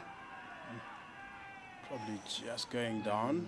Could be the only thing that I'm thinking. As we see the replay here from the front camera. Just sort of set up front foot on leg stump just outside. A little bit of shuffle across, but missing leg. Yeah, certainly. Ditole also a Joburg boy. Playing against his old fellow teammates. Yeah. Another 9 runs more required.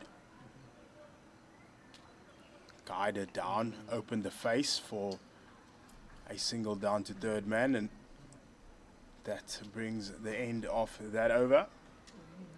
145 for 4 of the 33. 146, sorry.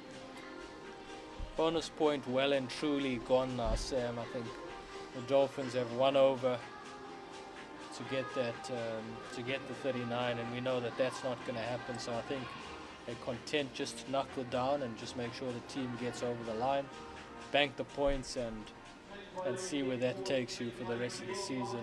Desperate for the points, I think. It's been a tough season so far, but we know the guys are really working hard to, to get back to winning ways. Yeah, certainly. That cluster of wickets there in the middle has probably stopped them from going to chase this bonus point win.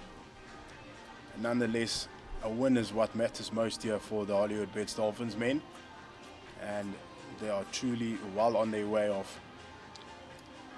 trying to achieve that. I know cricket is a funny game, but it almost looked like it is set in stone. It's almost done, but we got Ngaba Peter into the attack to try and stop this partnership as he's bowling to Tepang Ditole. Captain Bjorn Fortuin calling on his Protea. Young, but he's made a big impact already.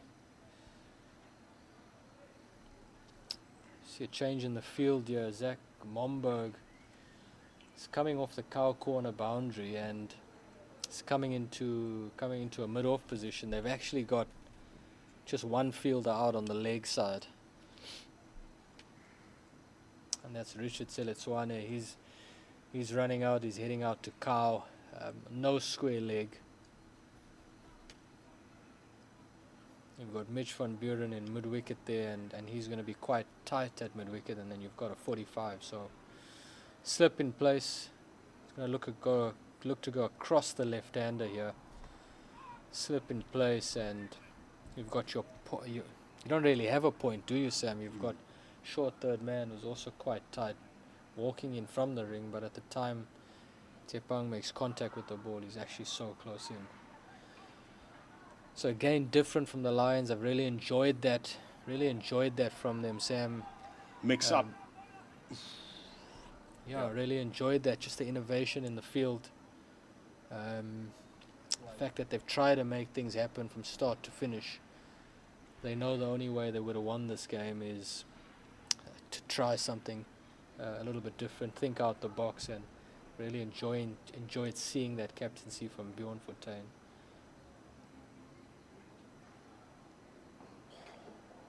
Yeah, certainly agree with you, Buxy. In the 34th over, to still have a slip in. Not something that you see quite often, but they have to attack. And they are putting fielders in attacking positions to try and take a wicket or two here. And there's an element of risk that they keep on taking with the fielders. Only one on the leg side. That's out. For Parsons, however, there is two. There's a deep square there, as we see him on the screen there. So that's one. Yeah, just playing with the slip between Parsons and Ditole. Slip in for Ditole. And just the one fielder out, and then for Parsons, they're a little bit more defensive. Yeah.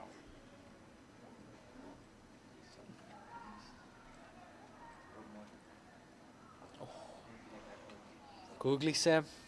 Well bowled, well played. Ditole just seeing that one out. Yeah, good cricket. 36 runs to go here. That camp there at the top will be slowly but surely getting quite happier.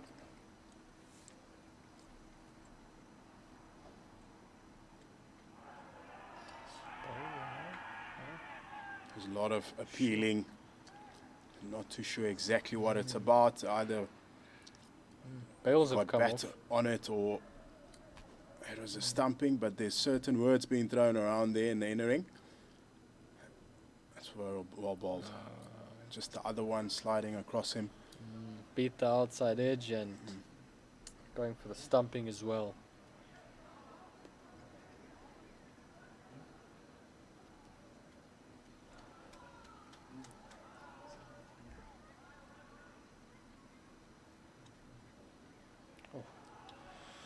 Reverse sweep this time by Tepang Detsole. Not out, and end of the over, 148 for 4. Good Naba Peter over comes to an end. He's bowled 7 overs, none for 32. He's been a bit unlucky at times, but that's cricket for you. Dolphin Sam going at a rate of 4.4 and 4 runs required. So pretty much as things were from the start of the innings. They've paced themselves quite nicely and just making sure they do the work to get over the line. Yeah, certainly. I think they'll be happy with this chase, the way they've gone about it thus far. Maybe 2 wickets too many, but other than that, it's a top knock so far from the young Bryce Parsons. Very mature knocks from him so far, and yeah, it's important for him to make it through all the way.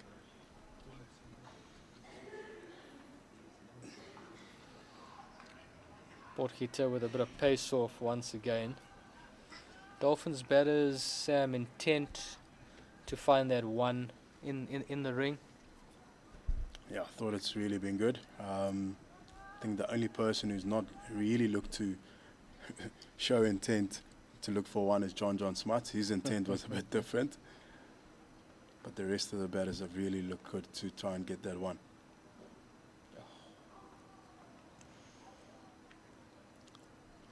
Umpire calls that wide.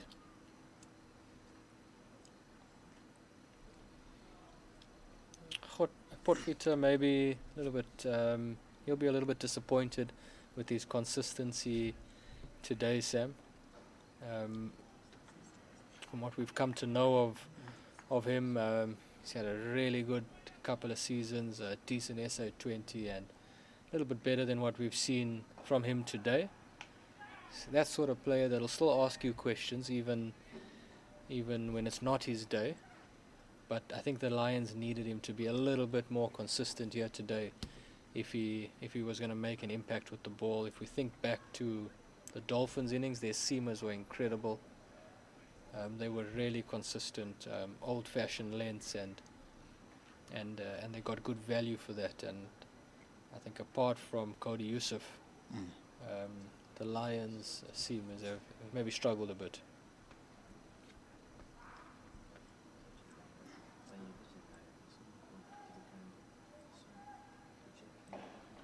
Driven hard this time, finds the fielder, but they get through for a single. Yeah, certainly, Bucks, if you probably have to put them in the same category. It's the 150 there for the Hollywoodbets Dolphins, partnership of 39.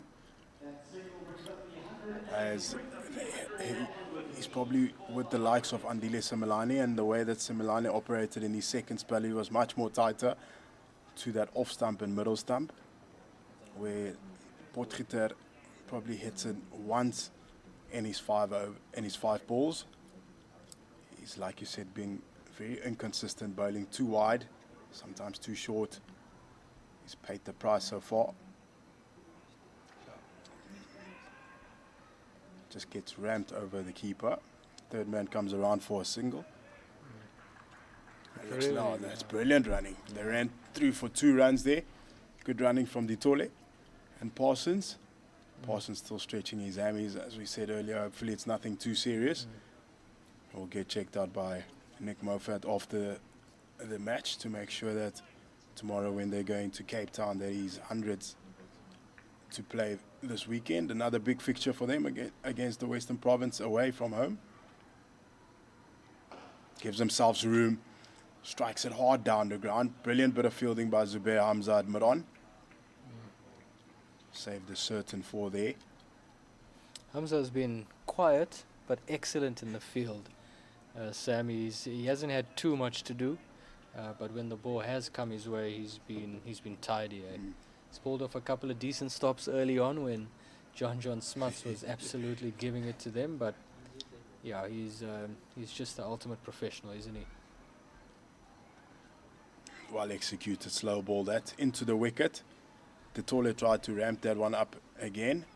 Probably not the right shot, and as we end off that over, that's the end of Zane Bucks, and we've got Andy back into the commentary. Andy, Hollywoodbets Dolphins going along nicely here. 152 for 4, 35 gone. They need 32 to win off 8 overs, isn't it? And unfortunately, no bonus point for them tonight. And I think we saw the soft white underbelly of this Dolphins side. When John Smuts was going well and Parsons was with him, we were talking confidently about bonus point, and they've come nowhere near, to be honest. 3 players in double figures, 2 of them have got half centuries. De Tole has just gone into double figures on 11 and has been there for quite some time, and has done a very good job in supporting Bryce Parsons. But what you're seeing is a Dolphin side that lacks confidence in its ability to put games to bed. Hopefully, with a win here under their belts, that confidence will start to grow, and there's enough young players in the side to take this combination forward. Albert Peter bowling his 8th over now. Final power play. Works around the corner just for a single. Yeah, you mentioned that final power play. I mean, if there's any chance for the Lions to win here, they can't afford to just have 5 players on the boundary. They've got to make something happen, and to that end, they've got to slip in place. Peter to De Tole.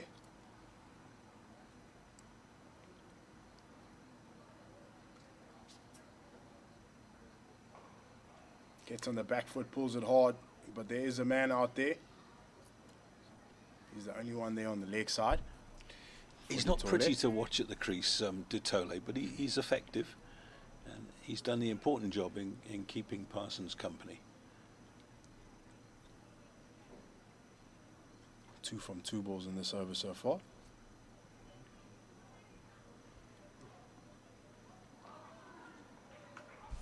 There's that first dot of the over. Parsons moving along nicely. 70 of 87.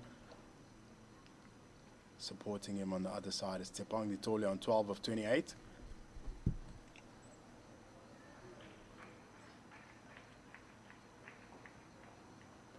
Good bit of fielding off his own bowling.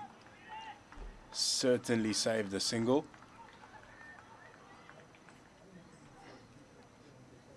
Two singles and 2 dots. Some good news for the province is that the Tuskers beat the Inyati today. They've got a game against the Garden Route Badgers on Saturday in Pietermaritzburg, if you're in the area.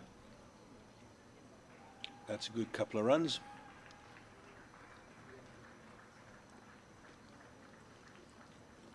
Good bit of running there. You can see the body language of the fielders just shows that, yeah, it's written on the wall now. It's just a matter of the Hollywoodbets Dolphins just ticking over these runs. They've really tried hard and fought hard in this contest.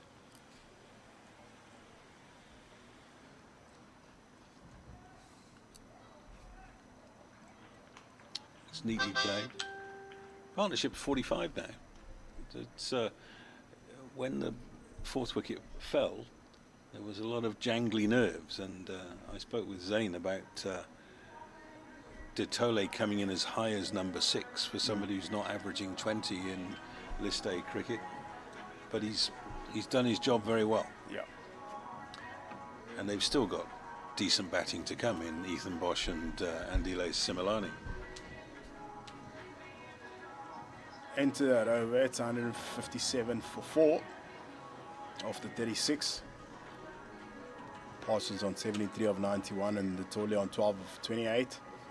Required rate is 3.9 and the rate attached is currently 4.4.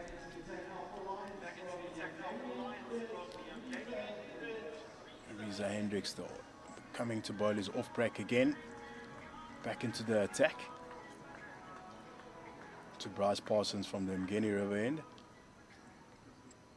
I think it's fair to say the difference between the two sides has been the quality of the seam bowling today. The Dolphins really impressed me. Young Tristan Luce in particular, bowled with real gas. But Akutle Kele with the new ball I thought was excellent from the Old Fort end.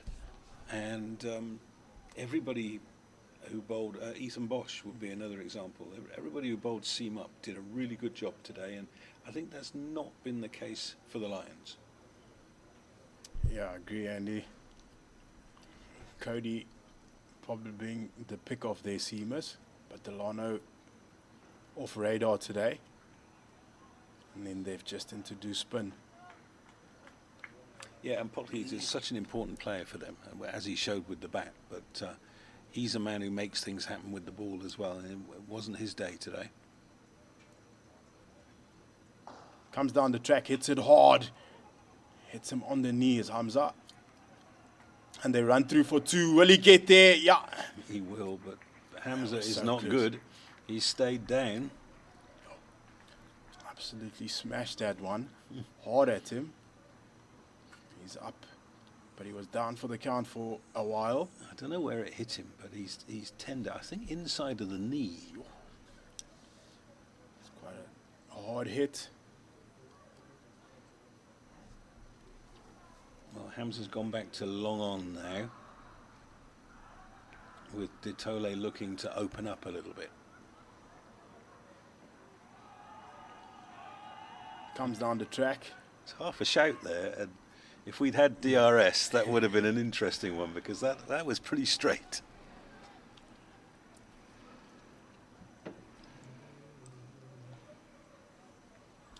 Conversation between umpire and player. Slight delay, but we're back on it. Gets driven through square. Sweeper picks that up for a single. As you'd expect with a wicketkeeper, De Tole's got good hands. Very good hands. He doesn't necessarily get himself into classical positions, but the hands get him out of trouble.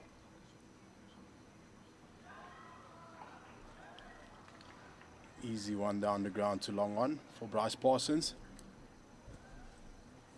Too easy, really, wasn't it? No pressure at all from the bowling side. 22 to win off the last 6 overs. 162 for 4. So, as much as we're looking upon it as a disappointment that they didn't get a bonus point, the partnership coming up with 50 means that the Dolphins are going to get off the foot of the table tonight. Their first win in their 4th match, and the Lions will drop into sort of mid-table area.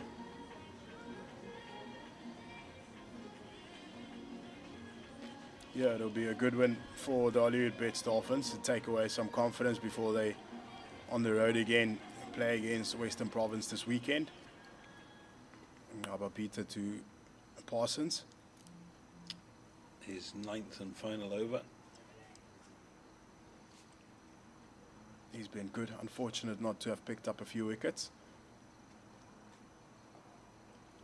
But he's kept the Hollywoodbets Dolphins batters quiet. Beat the bat a few times and got the nick between keeper and slip once. Yeah. Real good skill, good control, good pace.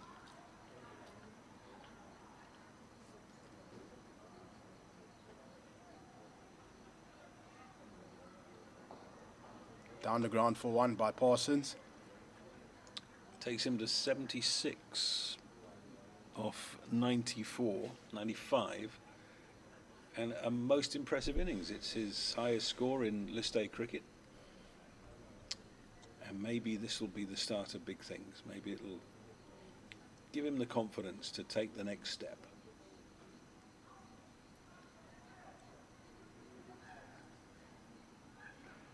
Big hit. Into space. Is it going to carry? No, it comes down like a wedge. Got the lob wedge out there. Tepang Ditole. The ball hanged in the air for quite some time. As we see that replay there, as he struck it, you would have thought it's going for 6. As we see, it just plugs into the surface. Didn't even go for 4. Didn't come close to going for 4. Well played. That's good finesse, that. Just opened the face, used the pace, and it runs all the way through to the boundary for 4 runs. Well played there by Tepang Ditole. As we see on the replay, just opened the face, pass slip. No chance for the fielder to get that. That's those hands I was talking about. The late cut. What a glorious shot that is. 15 to win, 169 for 4. And almost for the first time, I think Dolphins supporters around the field are starting to relax.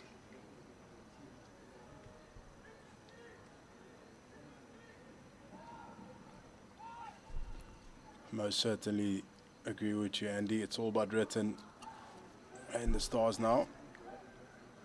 With only a few more runs to get for them to get their first victory of this Momentum One Day Cup.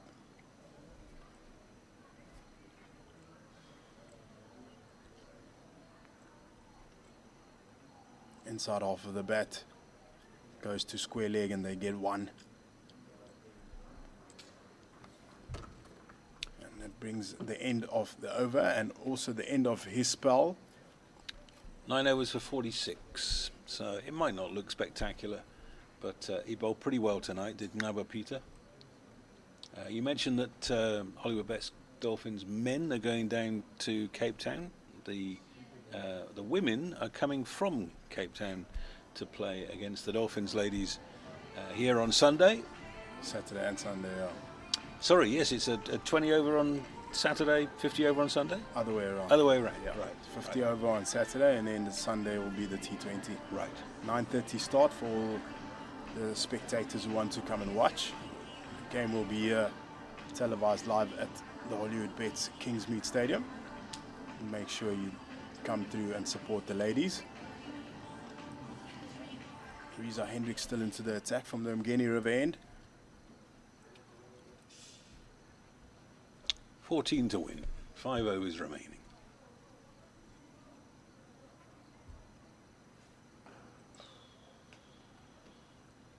It's well bowled, defended well with a straight back to the fielder. It hit Bryce Parsons on the way, that's why they didn't run that one.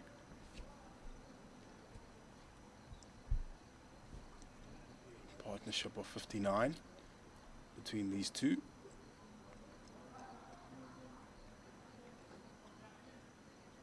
Comes down the track, mistimed it, straight back to the bowler for a dot.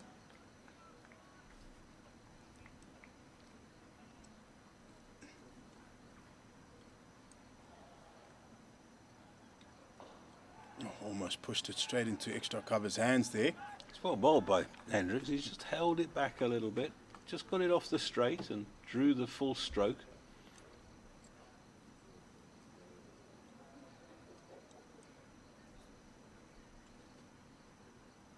Comes down the track, straight down the ground, and that's out. 6 runs. Top shot that from Tepang Ditole. He's been using his feet well against Reza Hendricks. Mistimed the one earlier on in the over, but this time gets to the pitch of the ball, under it, and boom, bang, 6 runs. That's what threw me, was the previous miss hit, and that was out of the screws. There was a man that long off who was interested for quite a long time and then realised that the ball was sailing over the boundary. Good hit. Single figures now. Partnership goes to 65. Drives it hard down the ground. Ditole happy to take 1 there. He's got better and better, hasn't he? He's playing cricket shots now. Parsons back on strike again. Goes back on the back foot, cuts it. pass point, and he goes back for 2, and he's making it comfortably. Brilliant bit of running there by the 2 batters, especially Bryce coming to the danger end there, and brings an end to that over. It's 179 for 4 after 39. Parsons taking a breather there on his knee. Continue stretching out those hamstrings of his. We've got the debutant back into the attack, Zach Momberg. 5 to win, so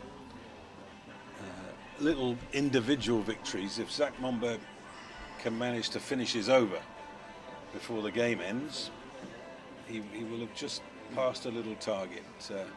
He got hit around in his opening spell, decent first over, and then second over he just lost the radar a little bit, and John Smuts took full toll.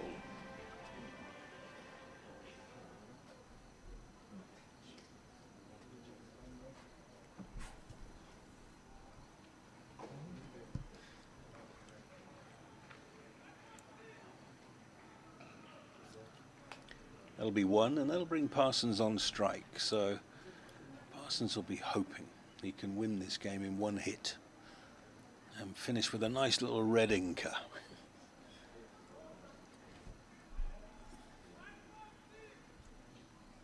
It's been a top knock from him, really mature, nice and easy for him as he's just worked through this whole innings.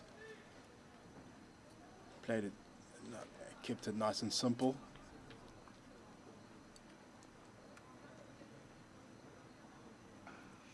Oh, it's a beautiful stroke. It's not going to be 4. They will come back for 2. It's good running. Very good running that. As they get through for 2 runs. Exceptional knock here from Bryce Parsons, as I said earlier. As he's currently on his highest list A score as well.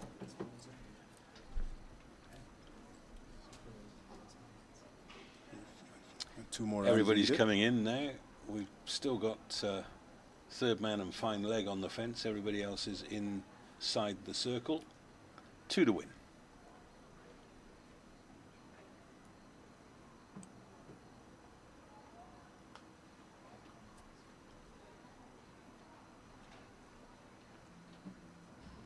So Zach Momberg is halfway to his target of finishing the over. 3 deliveries gone.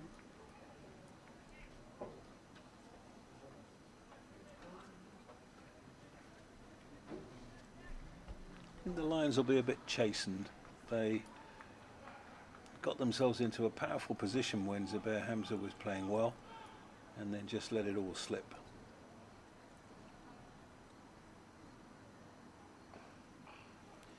Quick single.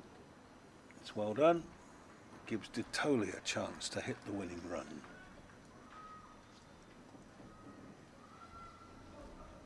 Those little things that you put away in the locker inside your brain. Hitting a winning run. Oh. They can't take that away from you. Spot on, Andy. Partnership of 71. It's really been a match-winning partnership by these two. As Momberg goes to Ditoli. And he gets it away for 4. That's a glorious way to finish the game. Ditoli finishes on 34 not out. Parsons finishes on 81 not out. The partnership 75. And the Dolphins win the game by 6 wickets. 187 for 4.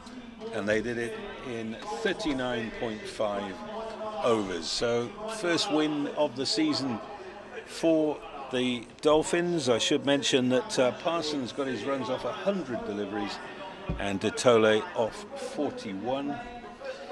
And they came together when the Dolphins were just looking a little bit shaky at 112 for 4, when Kaya Zondo effectively ran himself out for 5. Earlier on, John Smuts hit a very good 52 at a run a ball, and that got the Dolphins into a position where they could think about a bonus point win. It didn't happen in the end, but they'll look back on the game with satisfaction. The match was reduced to 43 overs aside, and the Dolphins won the toss, put the Lions into bat. They were 183 for 9 at the end of their 43 overs, with a good not-out half-century from Delano Pocky, 36 off 51 deliveries from Zubair Hamza, and 33 off 65 from the opening batter, Makwetu. But other than that, not too much to write home about. We felt that they were probably 40 or 50 runs short of a good score, and that's the way that it ended up. So let me just say, on behalf of Sam Moffat-Gang and of Zane Bucks, thank you very much for joining us. Sam and Zane, I think, are back at the weekend here. I shall be at the Tuskers game on Saturday. Looking forward to that one. Thank you very much to all of our production crew, to Pitch Vision, and we hope you've enjoyed the broadcast. We'll see you again soon.